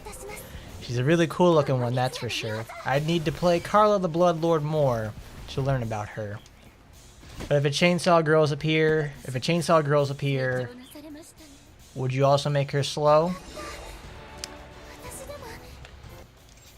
That's a tough question because chainsaws are generally very unwieldy to use. Like chainsaws are like really heavy and unwieldy, not heavy, but it's like they're unwieldy to use because they're meant for you to be using them in a stationary position. So throwing their weight around is like very, very difficult. So I'm trying to think, like, if you're gonna make it, you would have to make this character slow, but think about it like this: when you strike a person with a chainsaw, obviously the motor's running, you're holding that throttle down, and when you smack a person with it on the blade end, on the sharp end, it'll just like hit for multiple times. So I'm thinking, like, every time they slash an enemy, they would make a very slow slash, but it would cut them for, like, 4 hits or something. That would be, like, really nice. I would make her slow but have some sort of way for her to get super armor, or just give her super armor just like Murasaki. I don't know if they want to take that away from Murasaki, though. That actually, like... No, that won't even hurt Murasaki's niche, because Murasaki's just still going to be better than most characters in general because of what she has in her kit. Alright, how many tickets do we have? Awesome. Oh, this bitch-ass punk, he's trying to evade his attacks, and he constantly forces himself towards whoever I'm playing as. It's, like, crazy. It's like, well, I don't know what you're doing over there, Jermaine. It's like, is it a tower mission? Is it something else? It's like, it sounds like you're having a tough time with it, though. Awesome, we have exactly enough. Alright, let's begin the never-ending journey to complete the, this. But you don't think a chainsaw will work here? It's like, yeah, that's what I'm trying to find ways to make a chainsaw work here, Postman, because it's like, it won't work because it's way too slow and cumbersome. So I'm trying to find ways of, like, how do we get past the fact that a chainsaw is slow, cumbersome, and requires the user to be, like, in close and holding still. It's like, it's not a good weapon. It's not a good weapon at all to fight with. But the thing is, it looks cool. It looks cool in motion, and it looks really cool to see something like... It looks cool seeing someone cut something in half with it. That's why they use it in horror games. They use it in movies. Because it looks so cool when you get to see a man get sliced in half by a thing that's got, like, 3 horsepower in your hands, and you turn them into paste. It's awesome.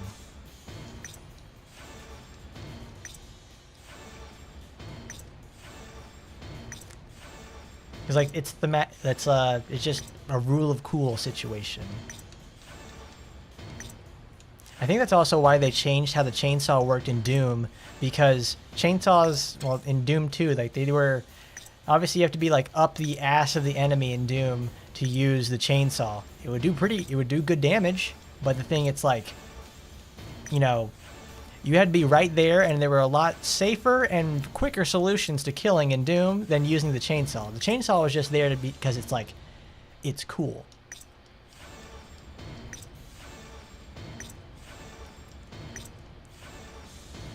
And they use it on you in Dead by Daylight. Hell yes, they do. I remember seeing some, like, footage of that game where, like, isn't Leatherface in that game, or it's some sort of enemy with a chainsaw, and then they catch you, like, Dr. Salvador style, and just, like, one shot you with it. I'm like, oh, that's so fucking cool. Juliet Starling. But the thing is, Postman, even in Lollipop Chainsaw, Juliet still swings her saw very slowly, because a saw is heavy. But I won't deny, it's really cool, like, oh, even in Gears of War as well. It's like, you use the Lancer, and it's just like, it's so good. To make a chainsaw work in action Taimanin, we would need to see a grappling character first. I say a grappling character because of the close quarters nature of a chainsaw. They need to have, like, weird fixed animations for it. So it's like, that's what they'll do.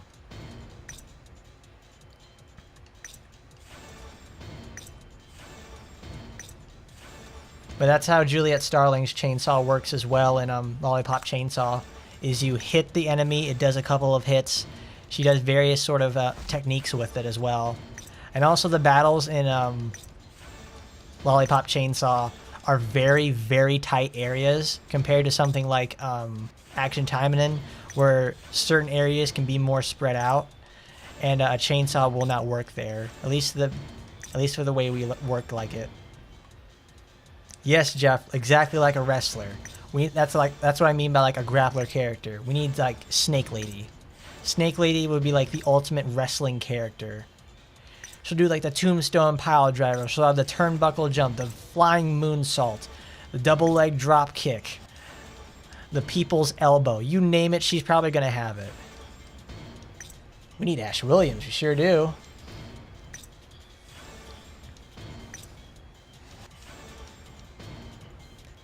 That's it. Ash would actually be a really good inclusion to the a character like Ash, because Ash has his shotgun and he also has the chainsaw attached to his arm.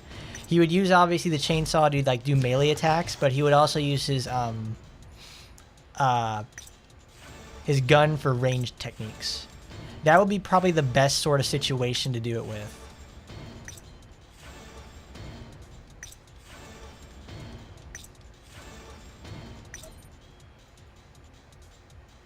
And power bombs like the boss from Elden Ring. Oh my god. Let me tell you about fucking Horaloo from Elden Ring. Honestly, I've only done 2 playthroughs of Elden Ring. It took me 260 hours to do it. To do both of them.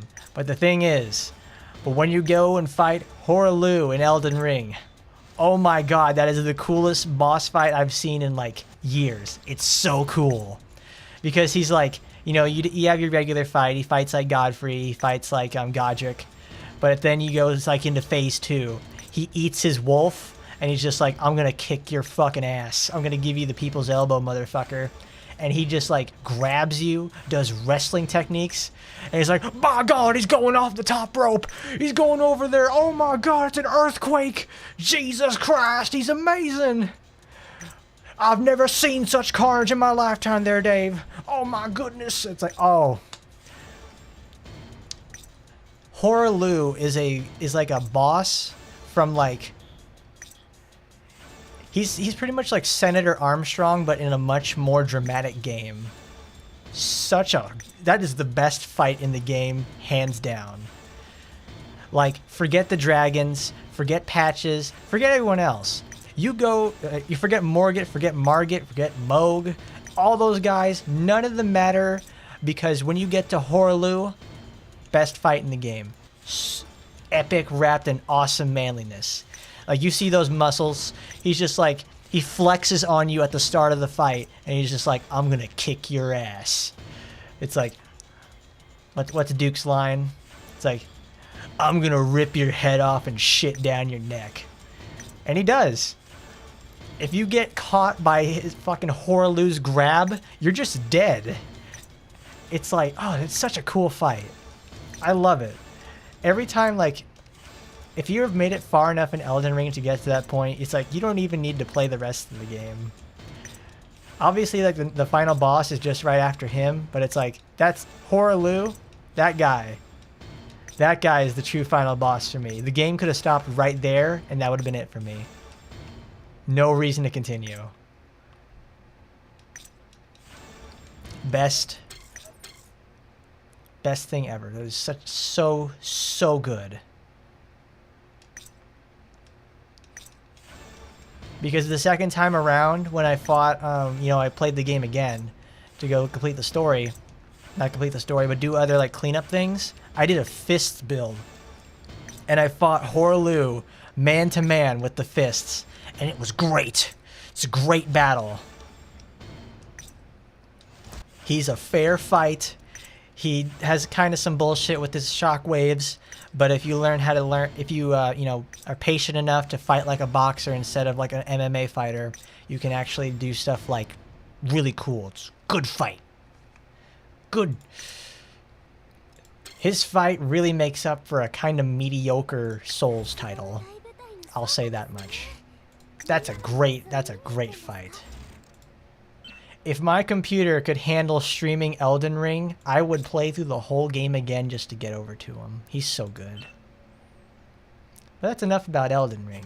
You guys played that? You guys played that Elden Ring It's a pretty small niche title, I know, but it's like, I figured I'd ask.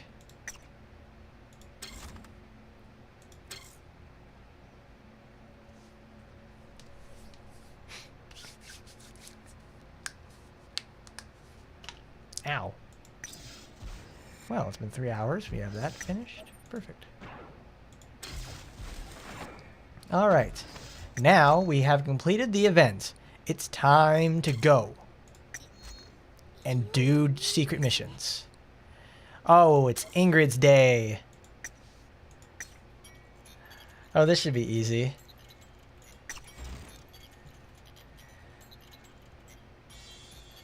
Oh, Ingrid.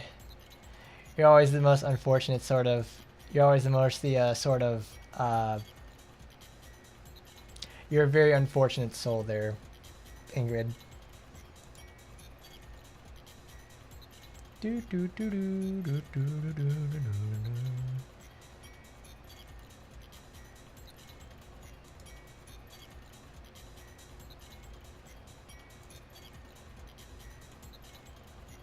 do.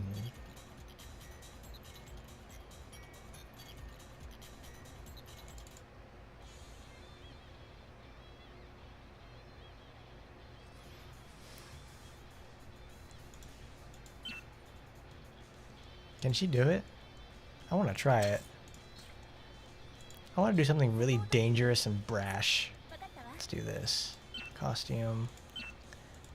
Alright, Asiago. Show me what you got, girl.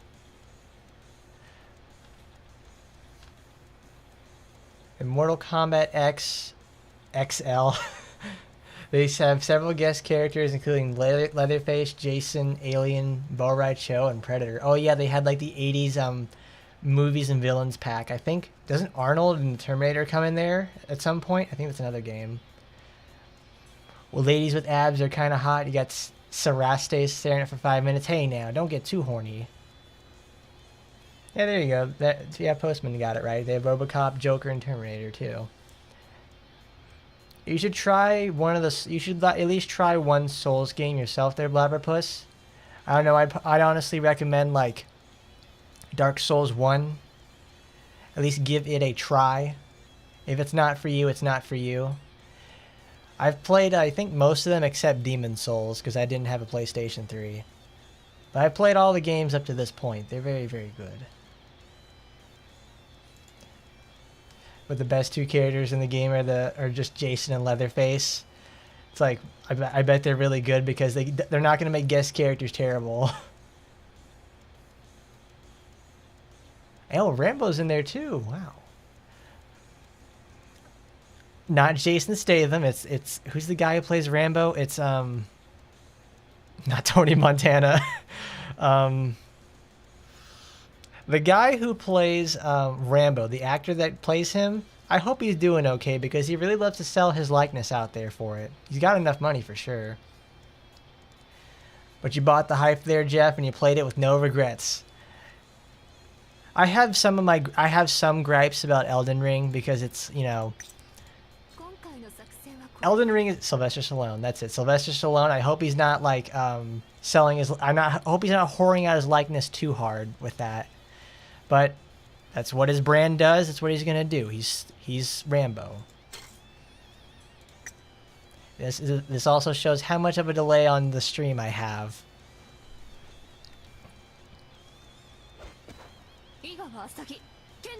Let's do this, babe. Let's not use like only. Let's use like no supporters and see how you do.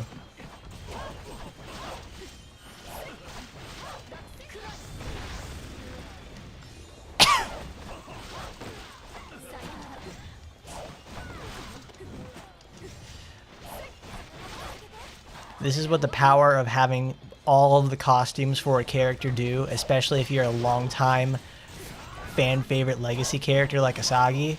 You have such incredibly high raw stats from your costumes. You can run around with like one supporter and be okay.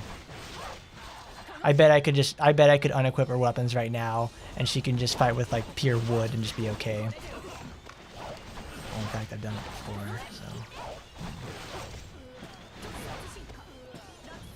Kaboom! Asagi does move like Sonic now, because the butterfly weapons are really, really good.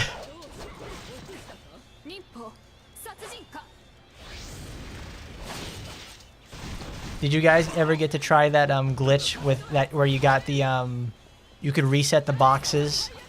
And it wasn't like, you know, reset the boxes like, oh, and you get new ones. No, it was like reset the boxes to the original ones, and you could get the first 4 boxes again and keep getting butterfly weapons for all the girls.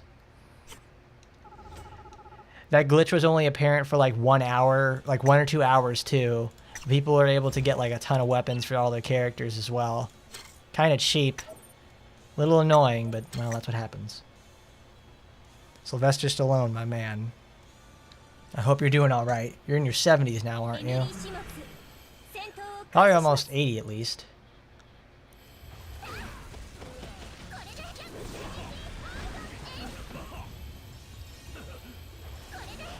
Yeah, there was a glitch with the bug catching event. That's what I was talking about. Like you could reset the box, and then you could get a whole bunch of butterfly weapons, a bunch of 5/5s for all the girls who were in the event. So it's like it's like you could just have free 5/5 weapons for all those girls. It's also a really, really good 5/5 UR weapon too. Yeah, now they're not gonna bring it back either, because everybody did the glitch, and now nobody's gonna get those really awesome butterfly weapons. I hope they bring back the butterfly weapons too. Those butterfly weapons rock.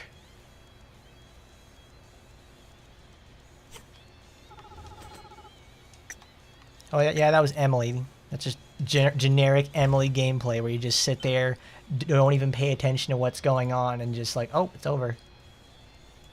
I beated the game. Stallone was 47, and Schwarzenegger was born in 46. So they're about 80 now. They're getting close. They're getting up there in age, but it's very good. They're doing the best they can, at least. I hope they aren't gonna get exploited like Stan Lee did when he started getting up in age. But I don't think Arnold would let it. I don't think Arnold, the Terminator, would let that happen.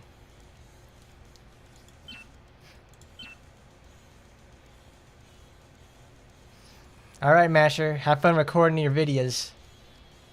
We've still got a long way to go on these secret missions. I'm telling you, secret mission day is always going to be like, it's getting longer and longer. We're at 21 characters now. Spatial Rift, Dust Shift. Oh, I can't use Meteor Impact anymore.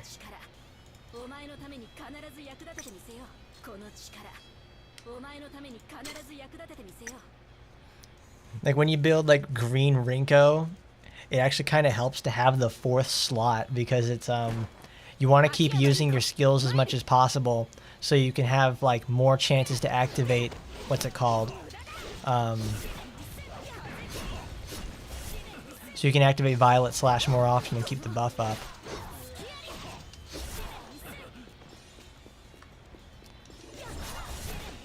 Das Shiften Boot.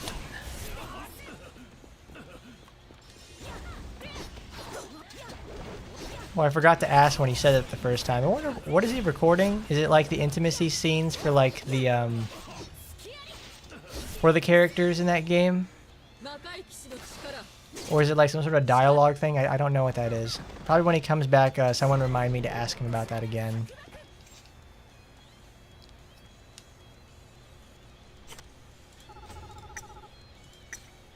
No, I shouldn't befall the responsibility to you guys. I have to do it myself. Let's see. Let's do Blue Ingrid. Blue Ingrid doesn't get enough love, and mostly because the fact that it's really slow. But it's like, I like Blue Ingrid. Ingrid's blue in the first place, so she gets to have, so she actually gets access to the best supporter in blue.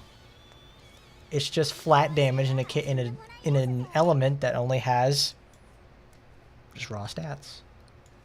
Well, it's raw defense.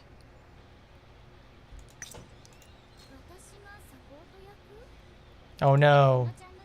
See, Dark Flame, Blink, Piercing. Yeah, I can live with that. Because even if I use like not Dark Flame, Evil Flare, that's it. Evil Flare is you can't use it at the same time as you use the Fireball, which is unfortunate. Did you guys like Ingrid's buff? Because Ingrid's buff over here with like, they changed the Fireball to actually be like, it's slower, it has a larger area of effect. I like that. I like that a lot.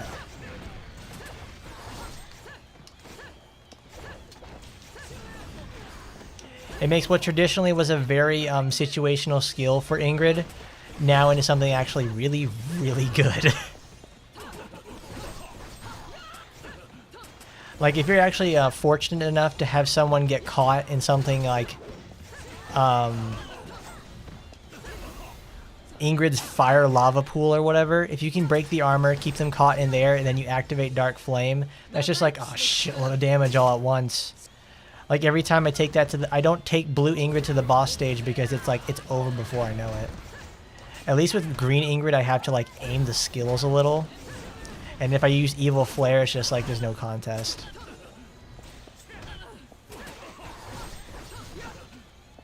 Thankfully, the tower is back up and running. And I'm able to just like test all these fun builds out in there. And I love it. I love it a lot for that aspect alone.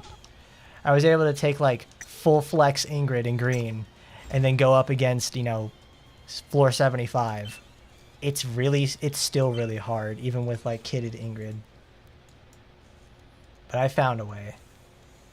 That will one day be a tower run with her. But I know I needed some practice. Oh yeah. I wanted to do something different with Kiara. Because I always use blue Kiara. Because, I mean, it's, you know, it's blue Kiara. It's like her best build. But I want to do something that's like, let's use Snow Leopard Fist today. I never use that skill because, like, man. Oh, Kiara. Blue is so your color and you know how to own it. Perfectly.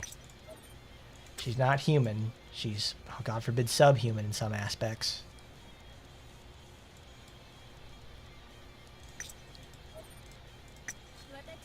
No, Misaki Akane is only for bosses only. Who else can I put in there for a third slot?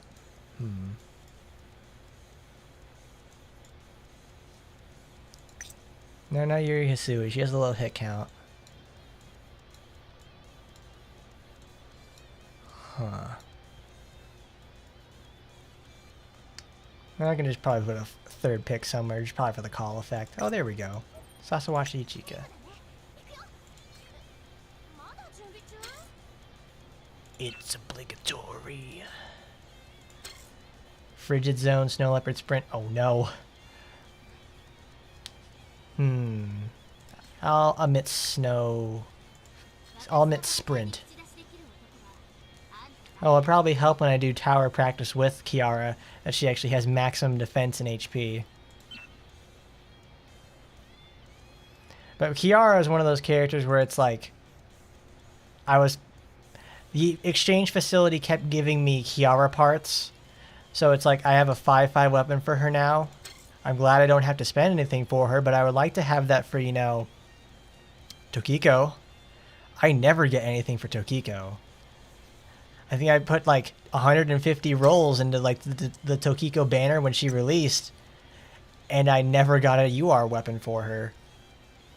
I only got a UR weapon for her at like last Christmas. Not last Christmas. I think it was like when Golden Week was about. Yeah. Like the last time I got a Tokiko UR.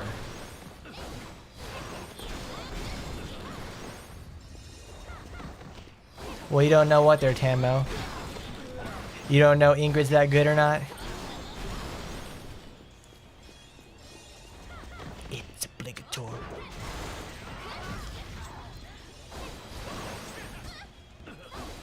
I mean, it is nice that Ingrid, not Ingrid. It is nice that the Kiara now is able to have course correction with Snow Leopard Fist.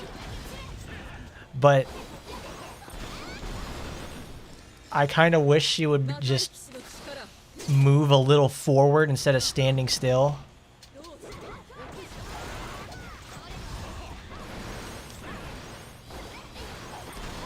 Because if the enemy dies right there and then like the next enemy is just a little bit outside of the range of those fists, it's like, well, there you go. Thanks, Kiara. You're just sitting there like a sitting duck again. I think Mariner and hold on. I need to check what Mariner in the Storm does. Because I think I only have a 1/5 copy of that weapon. Yeah. Snow Leopard Fist changes every hit into a critical, and the final hit freezes. And then it increases critical damage by 50%. So it's like, yeah, that's perfect. That actually makes that skill... It makes the skill do better damage, but also it still doesn't change the fact that Snow Leopard Fist still holds her in one spot. So you have to do a little bit of setup for it. Still good, though. Still really good. Hello there, Darth Neo. We just, we finished our grinding up about, I'd say about 20 minutes ago. And we're doing, secret missions now.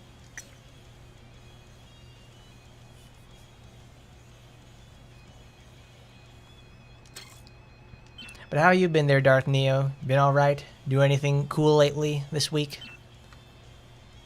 Well, besides celebrating the release of Sora and seeing that Saika finally is a boss model in the game. We're really living it up now. Human.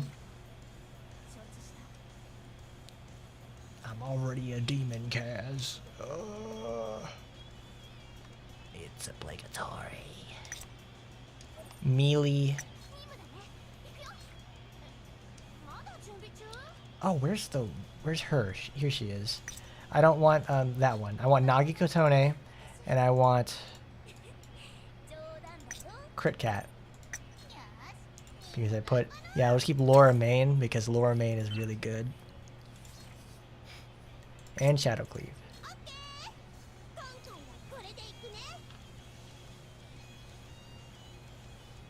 Alright, and there we go. We're doing Green Sakura today. We're very environmentally conscious right here on the channel, and we love to go green, because going green means efficiency, damage, and saves the environment from waste. Because we're wasting all these enemies and turning them... We're not wasting our enemies. We're recycling them into knowledge and resources.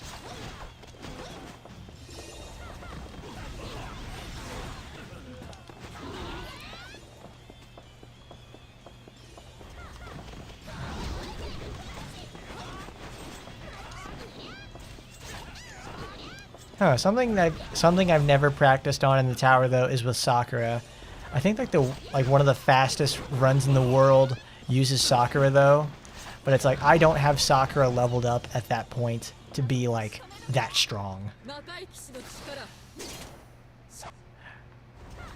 Our big Butagawa over here, you know, she's strong and mine is okay, but she's not enough to go like one-shot tower 75.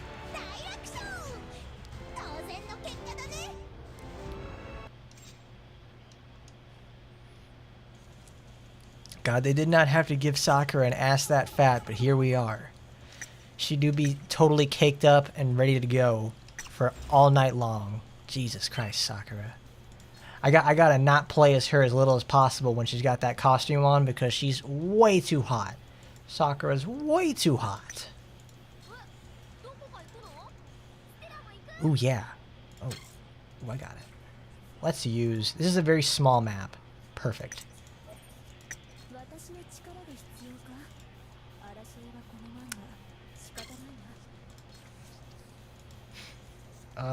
Oh yeah, that's right. I keep forgetting that Noah is an assist type. So she can't use any of the really good supporters in blue. Well, she can't use Lilim. That's what I'm pretty much saying. Let's see how good Himuro Reina turns out to be. No, I don't want Kato.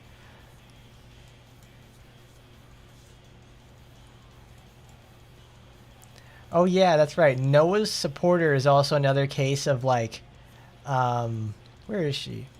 Noah's supporter is that amazing case again of like, you know, oh, she's protect. This is supporter's protect. She's gonna be a protect element character. It's like everybody's gearing up for that sort of thing, and then you have Sora who does it again, where Sora's supporter is green and she's blue.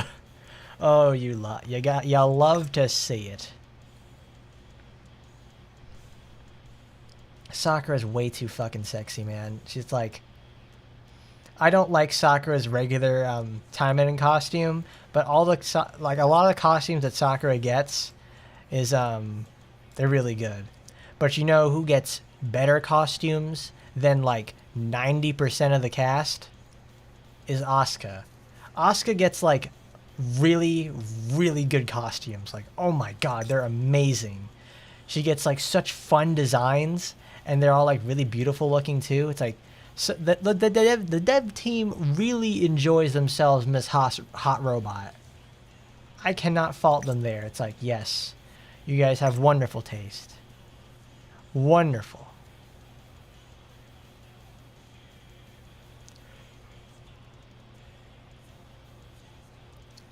Dang it. I'll just use this then. Not HP restored, I need HP tick. And I want not Sinister, I want Mandy. We're gonna try Mandy out for the first time in forever. Alright.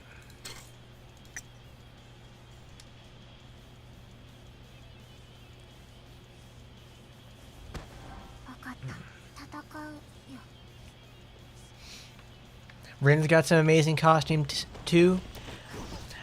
I mean, that's a totally personal. Oh wow, I messed that up. That's the wrong supporter in the main slot. She's not gonna do any damage. Whoops. Rin does have some very good costumes as well, but I don't think she can compare as hard as like the sort of thought they put out for not Noah, for Asuka. Asuka's like costumes are just great. Well, Asuka just has like a really strong design in general, so it's, you know, absolutely perfect. Probably one of my favorite characters in the whole Taimanin franchise.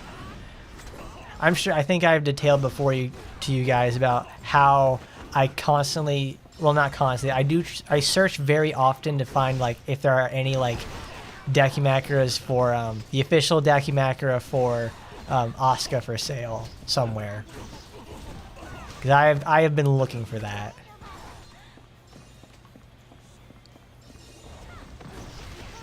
Because they've yet, I don't think Lilith has ever rerun it for like a very long, has ever rerun it ever besides the first run, and it's a really good one too, and I love the look of it.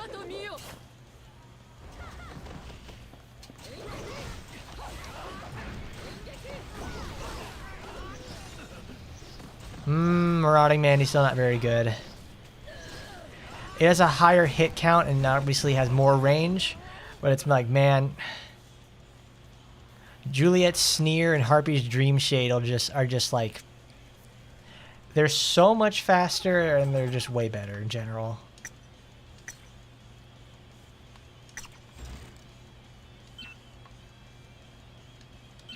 And of course, Miss Muchan is going to show us the way to defeat your enemies with extreme prejudice.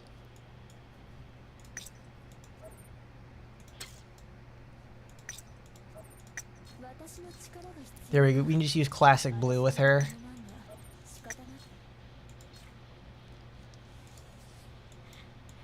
Good old Ginryu Mitsume and Natsume Basara. Wonderful girls. Who is in skills? Mine, Senpu, Setsuga. Use Fushi no Jin. With a laser sword and a laser shield. You know who else has a laser sword, Raptor? Aina. Aina's got a laser sword and she knows how to use it because it's her melee contingency when you fight her in the tower. Not in the tower, but yeah, but in the secret missions. And Aina sure knows how to get the most use out of it by smacking the life out of you for like 1,400 damage, and then shooting you with her pistol for another 12 to 2,400 damage. Great character.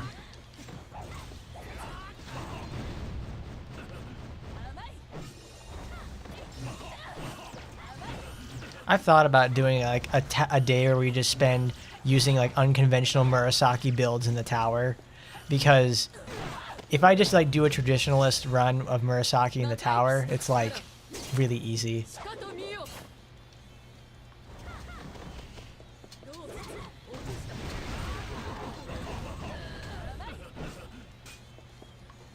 But one day we will take Murasaki over there. But there are other characters I want to try out first before we get to the absolute uncontested winner. Look at this. Look at Asuka. Look at this great costume right here. It's so good. Also, did you guys notice in the update that you can dye the package costumes now? Look, you couldn't dye Secret Weapon AO1R before this. Now you can. See, look. Let's give it a splash of color.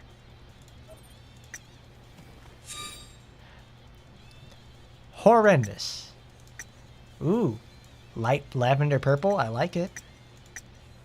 Ooh, wow. A light purple. Ooh, that's nice. Ooh, this is for her joints then. Awesome. Wow. Look at that. We got a nice, actually really good roll on the first try. You know what? I'm taking this. Nice little shape right there on what we selected, but that's okay. I love that. Nice. It's like a soggy purple. Like obviously this one has, you know, like the darkened spots on her arms. But here, this is just like soft lavender. I love it. Ooh, nice. See, this is also another situation with like Saika has. Obviously, look at this. This is those are pinch points on Asuka's arms, her legs, her back, and the things and the wings on her back. She can get her hair caught in there, and it's gonna like hurt her, and she needs to cut it off. That's why she cuts her hair. They thought of that. Well, not only that to make to show off how big that fat ass of hers is, but also like it could get caught in here. That's a battle. That's gonna hurt her battle tendencies.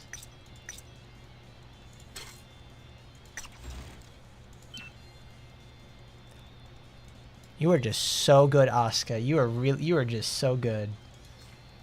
Let's all clap for Asuka. What a great character.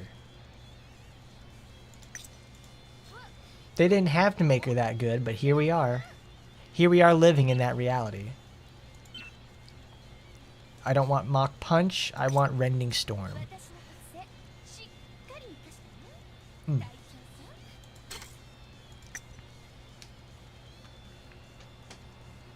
I think Asuka actually is only like one of the few characters, like when you put her on like the main screen, she's actually happy to see you. Like she's actually like really excited about it. Which actually brings me back to like the pick you up from the airport tier list that I made. That was really fun. I love fun tier lists like that. That sounds fun.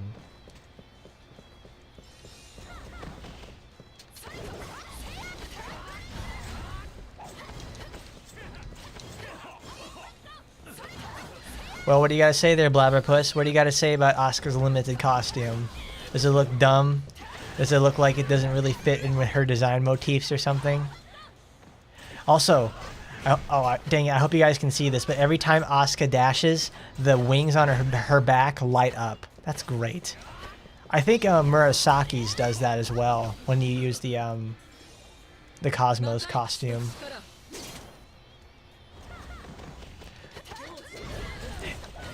Wait, Blabberpuss, is it about how Asuka's feet look like horse hooves now? Is it about how it cuts off her long hair? Or it's just like a too busy of a design or something? I wish it made her ass bigger. Got this robot all caked up. They know what they were doing. They made it. They made fucking Haiti 2 over here. They put her in the game. Come on, Kurenai. You gotta come back with this. You gotta clap those cheeks back. You gotta throw it on back, girl. You're a Protect supporter. You gotta show what you're You gotta show what you're made of against all these other girls. Ranged attack damage. Does that count? I don't know if it does.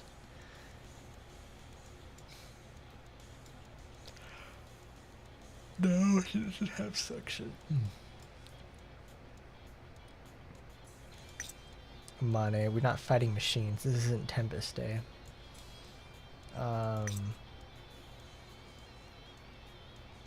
Armor. No. Yeah, we can try it. We can try that one. Storm, Zone, God's Eye. Perfect. It's fine. I would love to have Kame Itachi, though. That's a good skill with it. Oop, I almost forgot. I need to put you back here.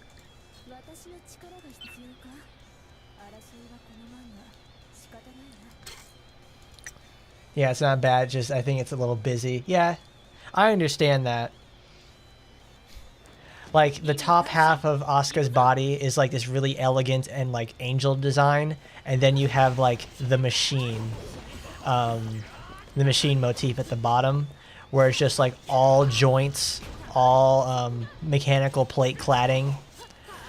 I can respect it though, because like it's a sort of, I feel like it's a sort of heaven and earth sort of design thing they were going for, or like Deus Ex Machina, where it's a godly machine. Well, it's like, I know it's like a godly intervention sort of thing, but it's like Deus Ex Machina or whatever, like that old Commodore 64 game. Or I think it was actually a book beforehand.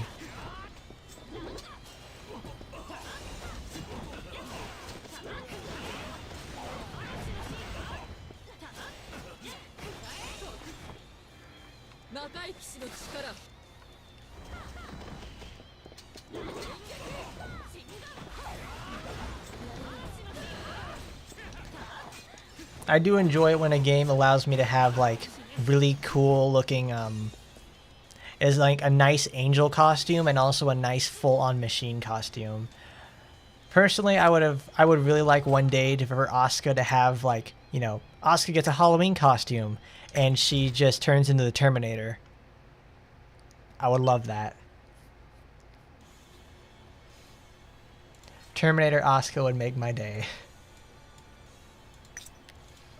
Because, like, Asuka, it's either Terminator Asuka or the Predator. Because, man, Asuka has all those weapons that come out of her body, and the first thing I thought of, like, when I saw her in Taimanin Asagi 3 was, dude, she's just Predator, but, like, gay. She's just, like, a woman Predator. I think, actually, female Predators do exist, too. So it's like, there you go. Like, you can make him look like the Predator because the Predators wear fishnets for some reason. I don't know. Maybe that's like their warrior code.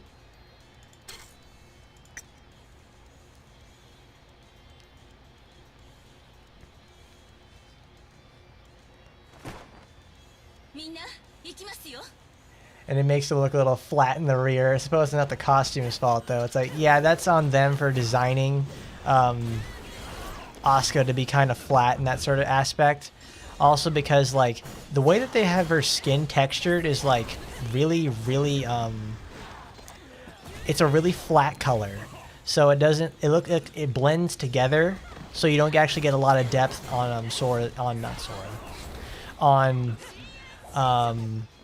on Asuka's part. Like, Asuka can't help that. Like, if you probably saw Asuka in real life wearing something like that, dude, she'd be absolutely just... You'd be going like the awooga. You're making the awooga face. Like, holy shit. Wow.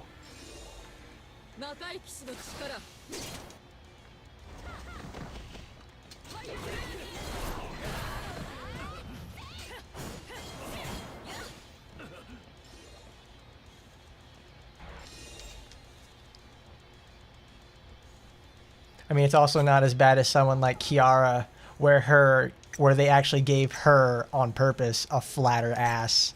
That's like, wow. They didn't have to do that. They really didn't. That's like, that just almost feels like malicious towards her. Maybe they wanted Ingrid to win because Ingrid looks actually pretty good.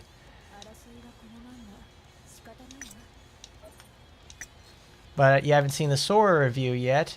You gonna play it here? I don't know, Darth Neo. That's like, it's 30 minutes long. I would rather you watch it yourself. Ooh, actually, I just realized what that means when you would play it like that. Sure, let's do like a sort of reactions video against that sort of thing. I'd have to go get it first. Fire wave. No, fire blast. We're gonna use fire blast because nobody uses fire blast.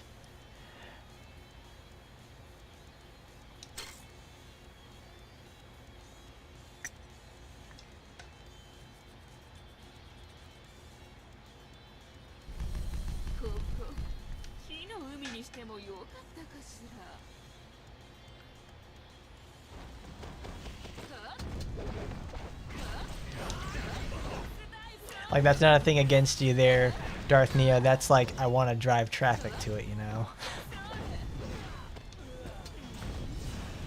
If I show it somewhere else like that, it's like, okay, it's like, I lost a view there.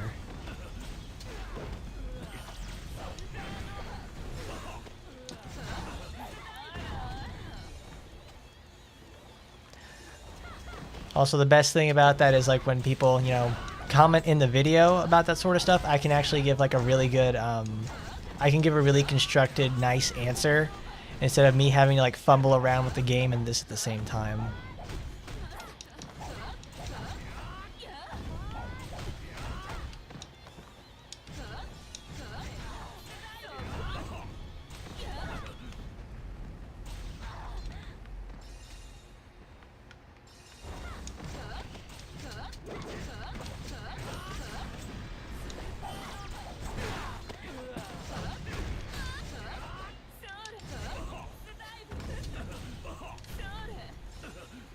Yeah, you've never been much of a fan of how Action Taimanin nerfs the characters' bodies in some sort of way because they, you know, they fear being rejected for mobile. I fear it's less about, you know, yeah, it is a little bit of, you know, they'll be knocked off the iOS platform, but it's like, well, I don't know, they don't make like Genshin Impact money or like Grand Blue Fantasy money where they can just say like, fuck you, we're gonna do this and you're gonna allow it because we make you billions of dollars of revenue very easily. Action Taimanin has to play by the rules until it has the ability to get Texas level money and say, fuck you, we're gonna do it. Okay, Tokiko. The gacha luck brought you 2 Yuna supporters and 2 UR weapons for Sora. Big lol. Dude, I wish I got 2 UR weapons. Like today I got actually like just 1 UR weapon for Sora in the first place, and it was her Momochi weapon as well. I'm like, that's perfect. The fact I got Sora's Momochi weapon now is like great, because it's so perfect for her. It's like a match made in heaven. Yeah, iOS does get censored a lot, and maybe they're afraid for Android as well. They may be. I don't know if there's sort of fear on the Android side of things, but they do want to play they want to play Apple's hand pretty much, you know, at all times. Oh, but Darth Neo, did you know about the glitch that about Tohiko's glitch or whatever it is, that certain skills will knock off invincibility? Like Tohiko's clairvoyance buff overwrites invincibility. I didn't know that until today, and it's honestly very shocking for me. Because it's like, why would they do that? Why would they make it like this difficult? Why would they do that to a character like Tokiko? Doesn't Tokiko make like shitloads of money for them? Why would you want to hurt a character unable to be used an entire color in the first place? Yeah, it does. Here, I'll show it to you. I'll show it again because it's like, it's appalling that they do this.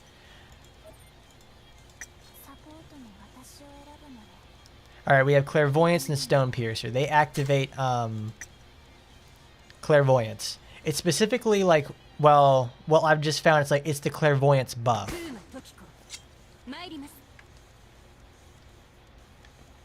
Alright, watch. See, look, we're in invincibility right now. And then I use Clairvoyance. I'm no longer invincible.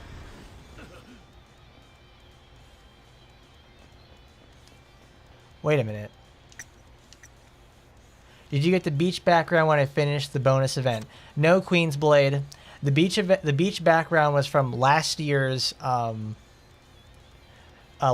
summer event, but not on the rerun. This year they're rerunning the summer event, but it's like you don't get the beach background for it. It's really unfortunate that they don't give that sort of thing.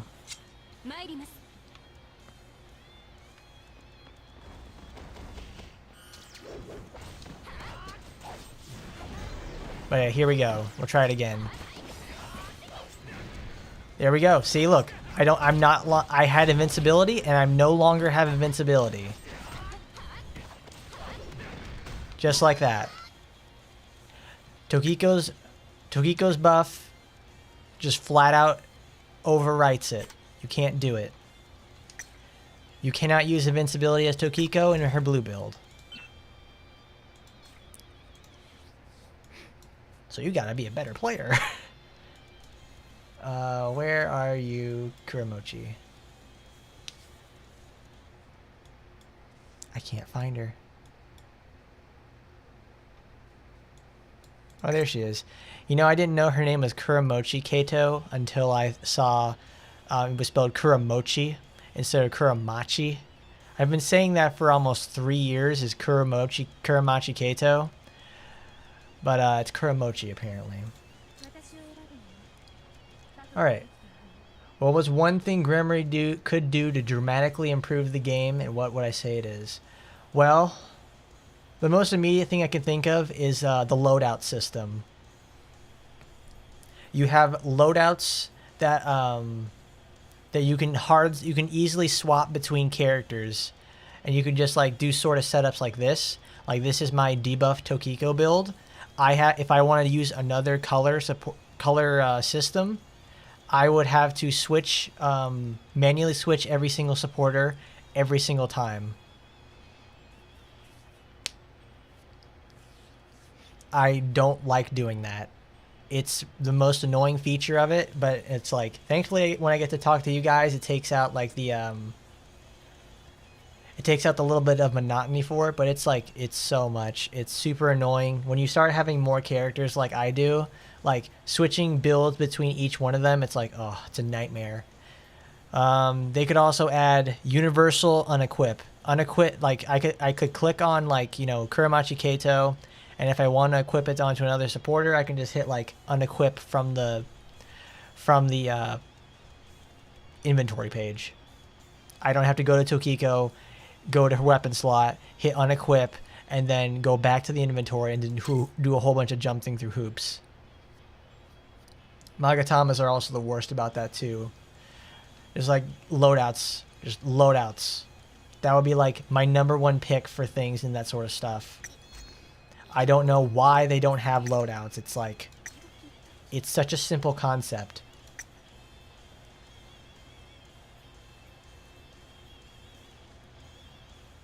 Yeah, it is kind of silly that there is no way for newer players to get that sort of a background icon, because it's really good. It's like my perfect one. It's like my favorite one to have out in the summer. It looks really good, and it's like, well, it's lovely.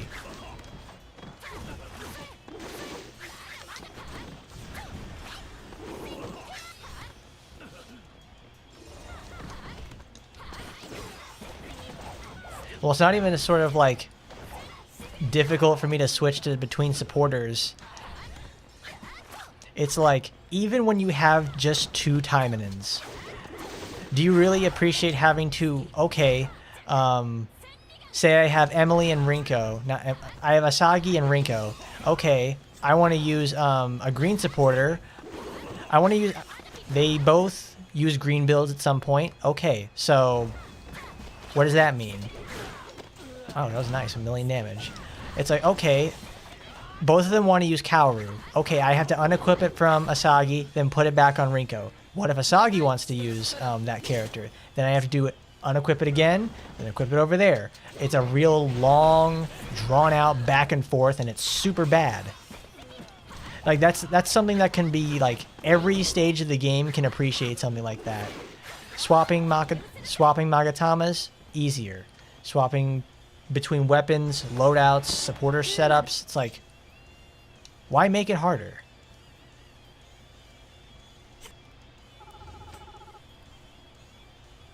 What's the road to 81 challenge there, Corn?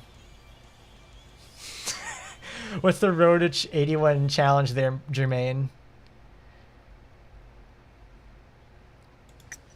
Because, like, they made it easy to switch between all of my Taimanins at once, but it made it really annoying for me to equip supporters. Like, doing secret missions like this, oh, it's such a chore, man. Like, I think Craptastic said it the best, where it's like, Craptastic has an inventory filled with, like, supporters, such as Faust, Ibuki, Rina, and Homura. He has, like, 4 5/5 copies of this supporter just because he doesn't like switching them. It's a really, like, smart mentality to have about it too.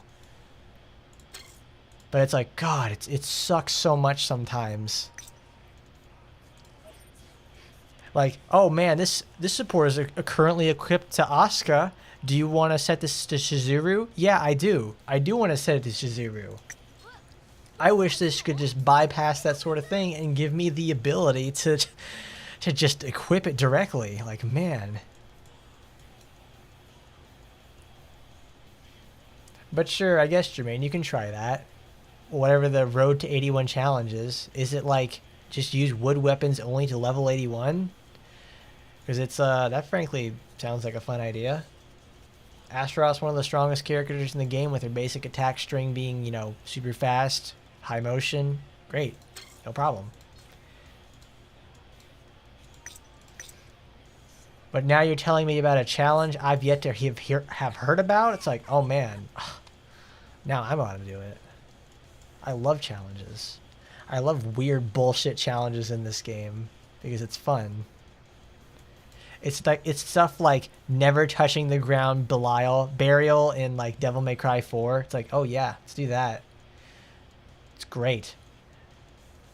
No guns Faust. It's no guns Blitz. Yeah, let's do it. It's great.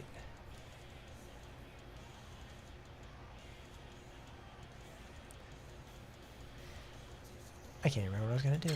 This is Shizuru, so she doesn't need that. She needs, oh, here she is. Shiranui.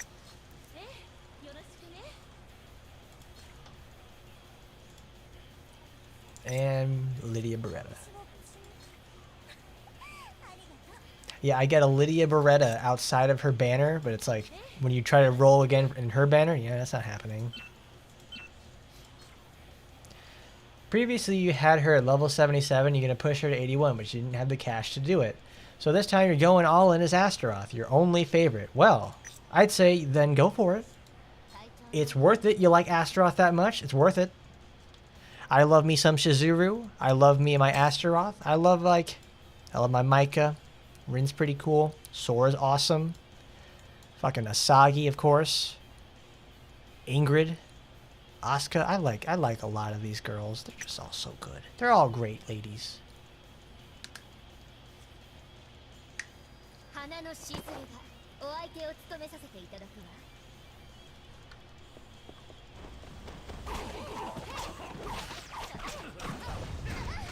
Oh no! But aside from loadouts, it feels like there's a lack of things to do in the game aside from dailies and events. A new game type would be awesome. It would. That's what I think. I think the tower was supposed to be that sort of thing. Like that was their new game mode. You could challenge the tower and get those fun rewards, but they kind of fucked up with it on implementation by making it a one-way trip. Being able to repeat it was like, it's nice, but there's Oh, there's still no rewards. I do it because I like the challenge of the tower, but other people I can understand making it like, you know, you don't get any rewards, I'm not going to do it.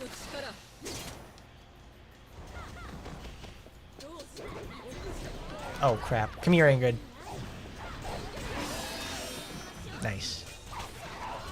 I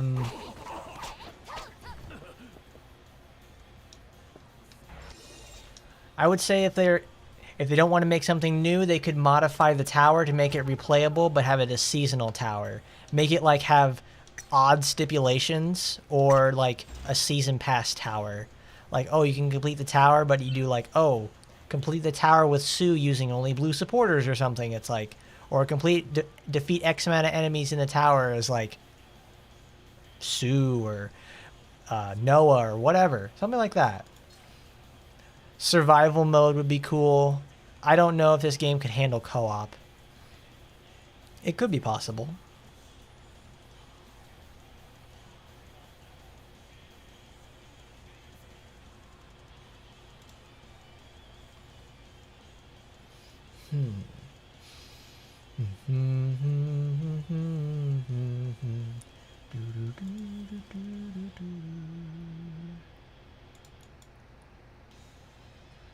Alright. Let's use blue today with Sue.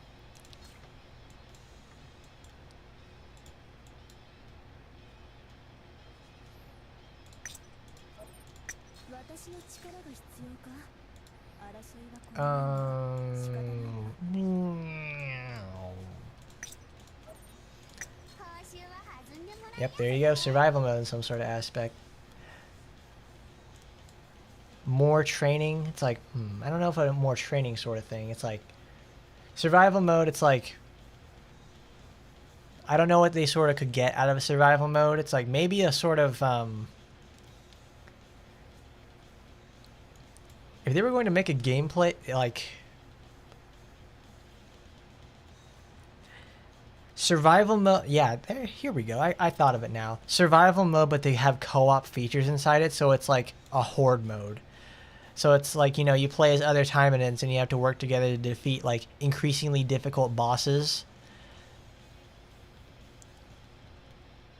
And obviously there would be stuff like,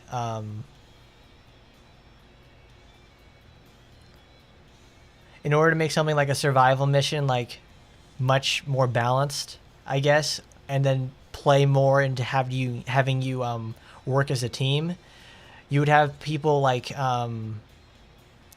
healing would have to be reduced in survival mode to next to nothing. Because if they want to make skill-based survival mode, they need to reduce the healing. Because you can just tank things as Murasaki and you'll never lose. Or the famous raid system from RPGX. What do you do in those raids exactly? Like, what makes them so different?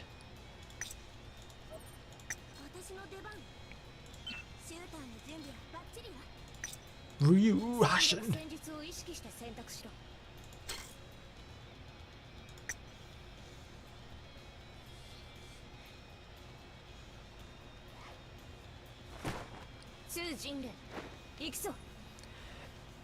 I would say like a Nazi Zombies ripoff, but I also would also I also would also my alsos. I would like a survival mode system, obviously that would be in there. No, we could have categories of survival. Like you have to hold out for 10 waves. Well, no, like create a tower defense or a survival situation, just like that. Have an endless survival mode, survive for 10 waves, survive for 5, 10, 15, and 20 waves, and then there's endless mode. Survive as long as possible. Highest rounds, you know, wins, obviously. You could have, like, seasonal events out of that thing, too.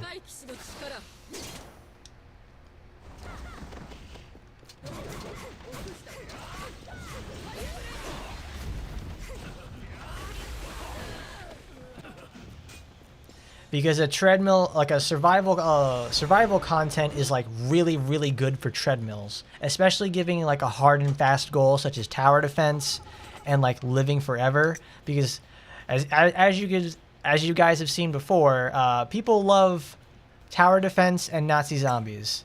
Anything that has you fighting waves upon waves of incoming enemies and trying to survive as long as possible. That's like really good stuff. That's like perfect treadmill. That's something like I would love to do. And if we had like a co-op feature in there too, it's like great. Awesome. I'd love it.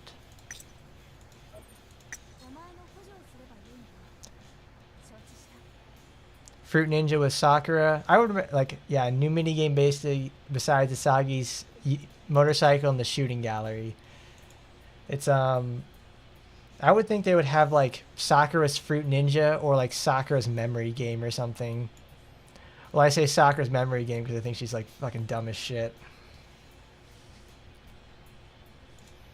I need ranged.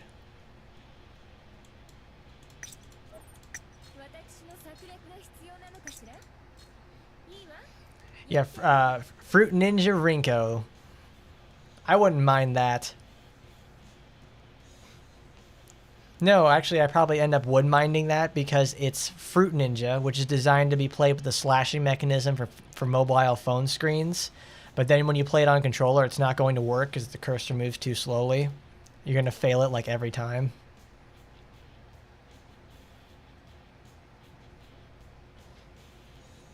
Spark. Raijuden, Raiden. Okay.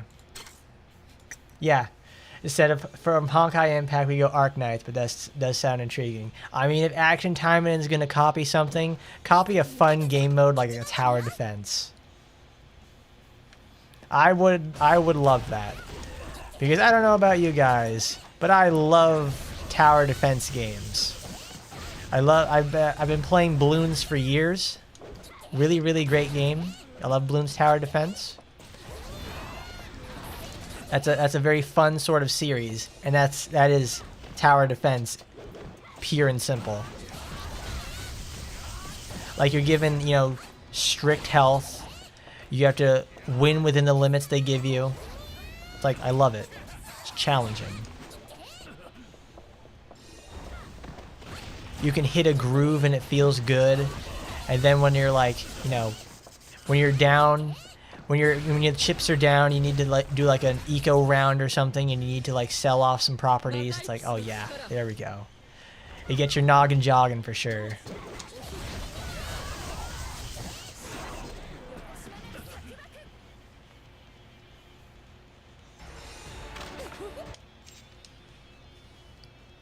But if they don't want to be such like a blatant ripoff from another game, I would consider them redoing the tower.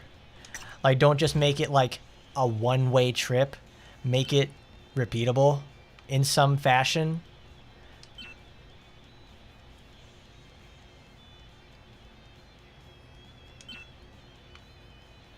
Or we're Oboro now. I'm gonna cut you up. I'm gonna cut you up good. I'm gonna cut you. Oh, she's demons. That's right. We don't get the wonderful bonus from Laura. Laura, our best girl, holding out on us because she only puts out for humans.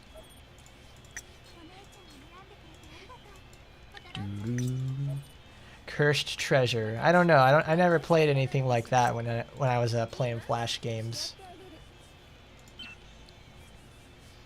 Though who knows? I may have played it, but it was under a different name. Oh yeah. Because when I think of Horde games, I was trying to remember something else. Hang on, let me look this up. I hope it's still around.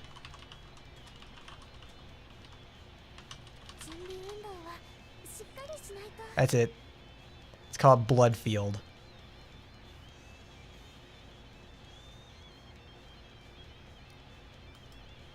Super Math Buffet. Ugh.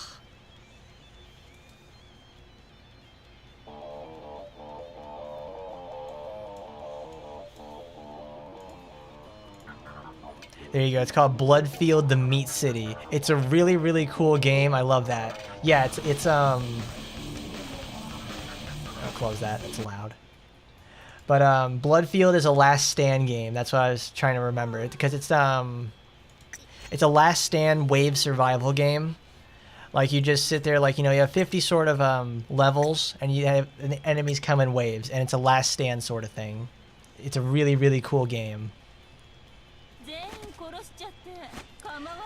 It's like, it's discount box head, but but that game had its own identity. It was really cool. Probably like my favorite Flash game ever.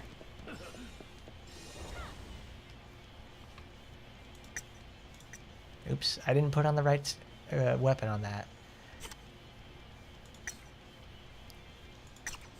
Yeah, speaking of Flash games though, you guys ever play Boxhead? That's a really, really fun game. I like that a lot. Oh yeah, I have Precocious Slasher equipped. I want,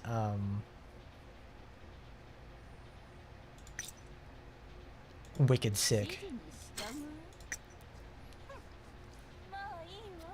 Like a last stand type of game would be perfect for like a survival sort of mode.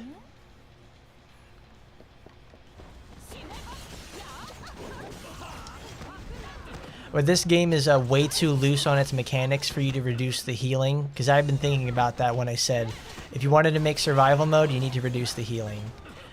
But I thought, no, you can't have a time a boss mission and then make it get extremely hard without without gimping, and you gimp the enemies and you gimp the player's healing. Because when you gimp the player's healing, the game gets a lot harder than it needs to be.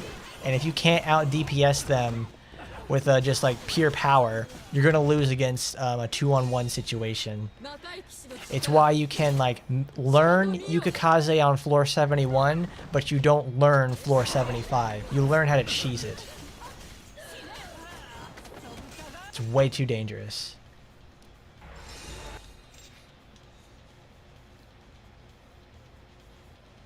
Like the one-on-one Taimanin fights are great, but when you start including, well, you could probably do 2 if you learn how to bait them correctly. But it's like, man, when they have 3 in there, you just might as well fucking forget about it and bring invincibility. You better have as much strength as possible to like just annihilate them on the first try. But let's get little Miss Felicia out here. Lovely, lovely little gal. Felicia, best girl over here. She hits a home run every single time. Can never get enough.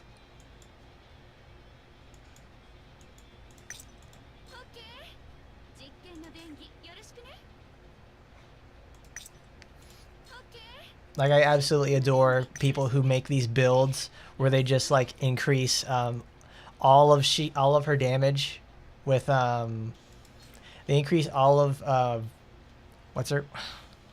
all of Felicia's damage based off of like debuff stuff, and it's like, there you go, she just blows them away. I want to switch Stella with Shiranui. That's it. Vampiric Zone, Rending Scythe. I need this. Ooh, baby, I love you. Wood Scythe. Give me that Sheikah Bane, baby. Oh, that's not Sheikah Bane, that's Reaper's Wing. But yes, Reaper's Wing builds, absolutely fucking crazy. Those dudes doing like 20 million damage off of one attack. Oh my god, forget about it. Give me that Sheikah Bane. The Jurassic Park Builder. Wow. That is, how old are you, Darth Neo? That's really old.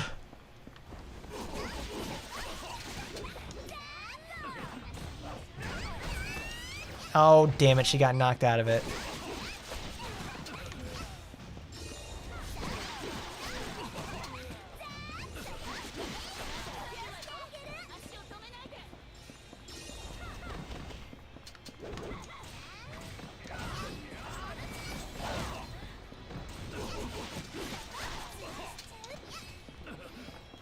And of course, a couple of the H, Flash, and Java games.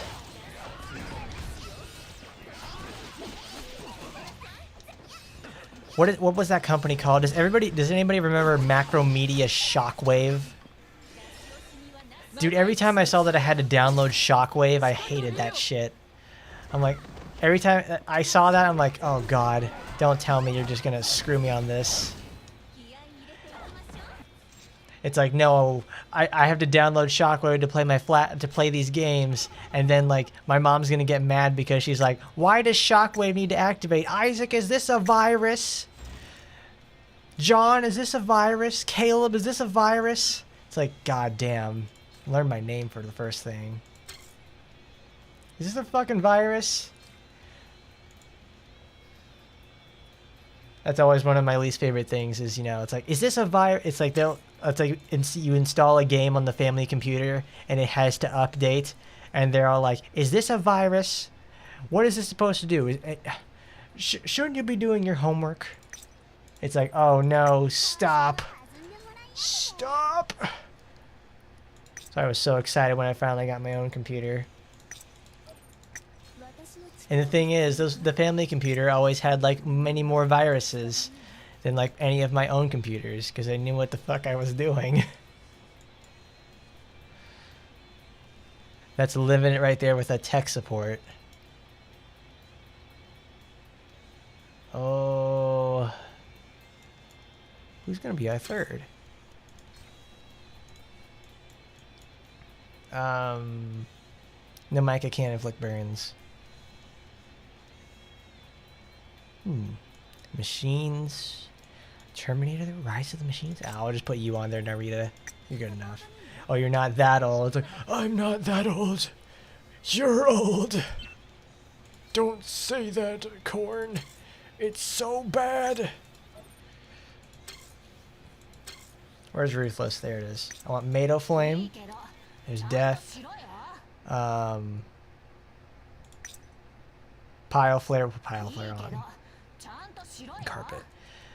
They did not need to give Micah this kind of an ass and the tits like these, but I'm so glad they did. Like, best girl material over here. Love you, Micah. You're so good. You're so good.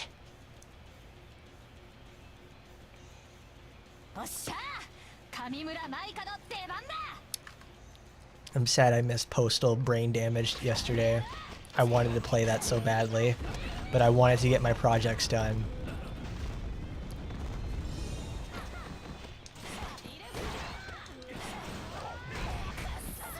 I made sure I wanted to get my projects done. I want to play Postal with you guys so badly because it's like, it's such a fun game. It plays a little bit better than the original Postal, but you really, anytime I've ever played Postal, it's not for like the red hot gunplay. It plays all right in terms of shooting, but it's like playing it for the fun missions and the atmosphere of living in Arizona.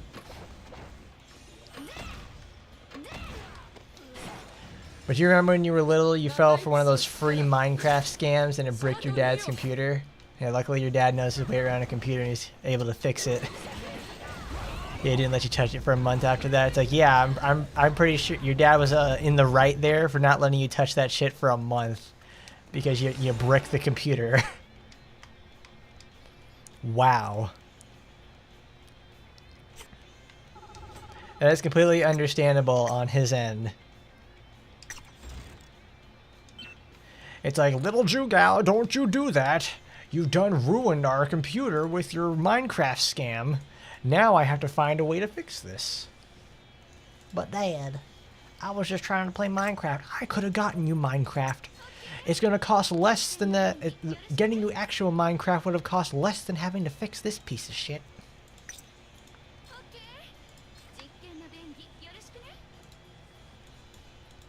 Damage up. Not the debuff one. I want a little different on this case. Here we go. Share anyway. Electrovolt. Cool. Cool attack. Very cool attack.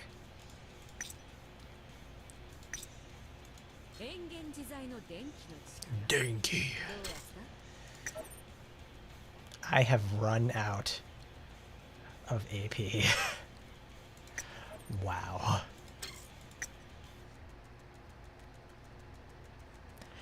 I cannot believe it. We're hitting critical mass on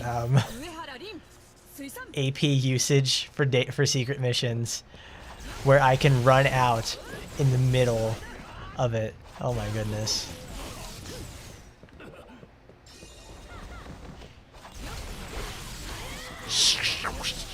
Zip zap zippity doo. All right.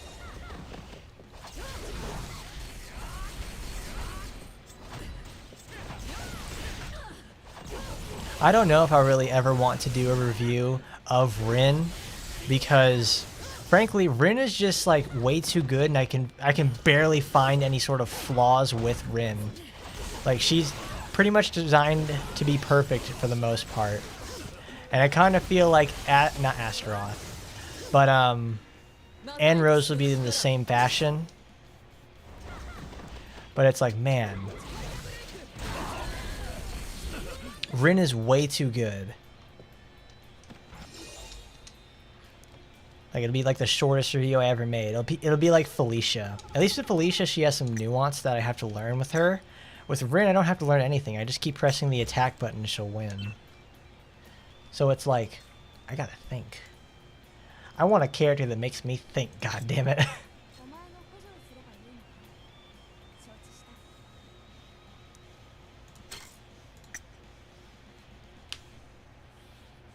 Maybe you can bother me with a couple of hundred. It's like, I mean, I have a lot of AP and I want to keep having a lot of AP, so, you know, I want to be a little bit efficient with it.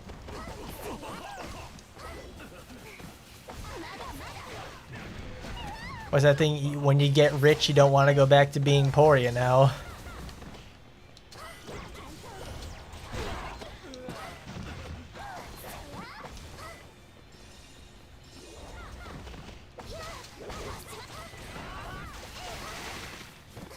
If I was going to do a review for Rin, I would probably do it in like a sort of parody sense, because it's like,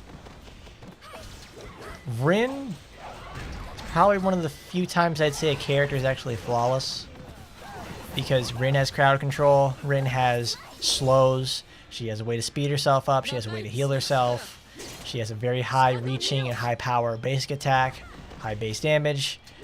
She's the full package, in fact. It's like, man, I don't know. I gotta watch how that False Swipe Gaming channel did, talking about Rayquaza or Dunsparce characters, like Pokemon who are both generally very, very, very good and very bad. So I want to see how they did that before I go on to something like Rin. Alright, perfect. Sora cleans house. Everything left? Nope, that's it for me. Cool. Alright then. I think we made a good amount of progress today. We have gotten we cleared out the event. We cleaned up all of our secret missions. That was very fun. We had a nice little chat over here today for sure. It was a nice fun time. I want to thank everybody for stopping by. We had a very productive day for sure.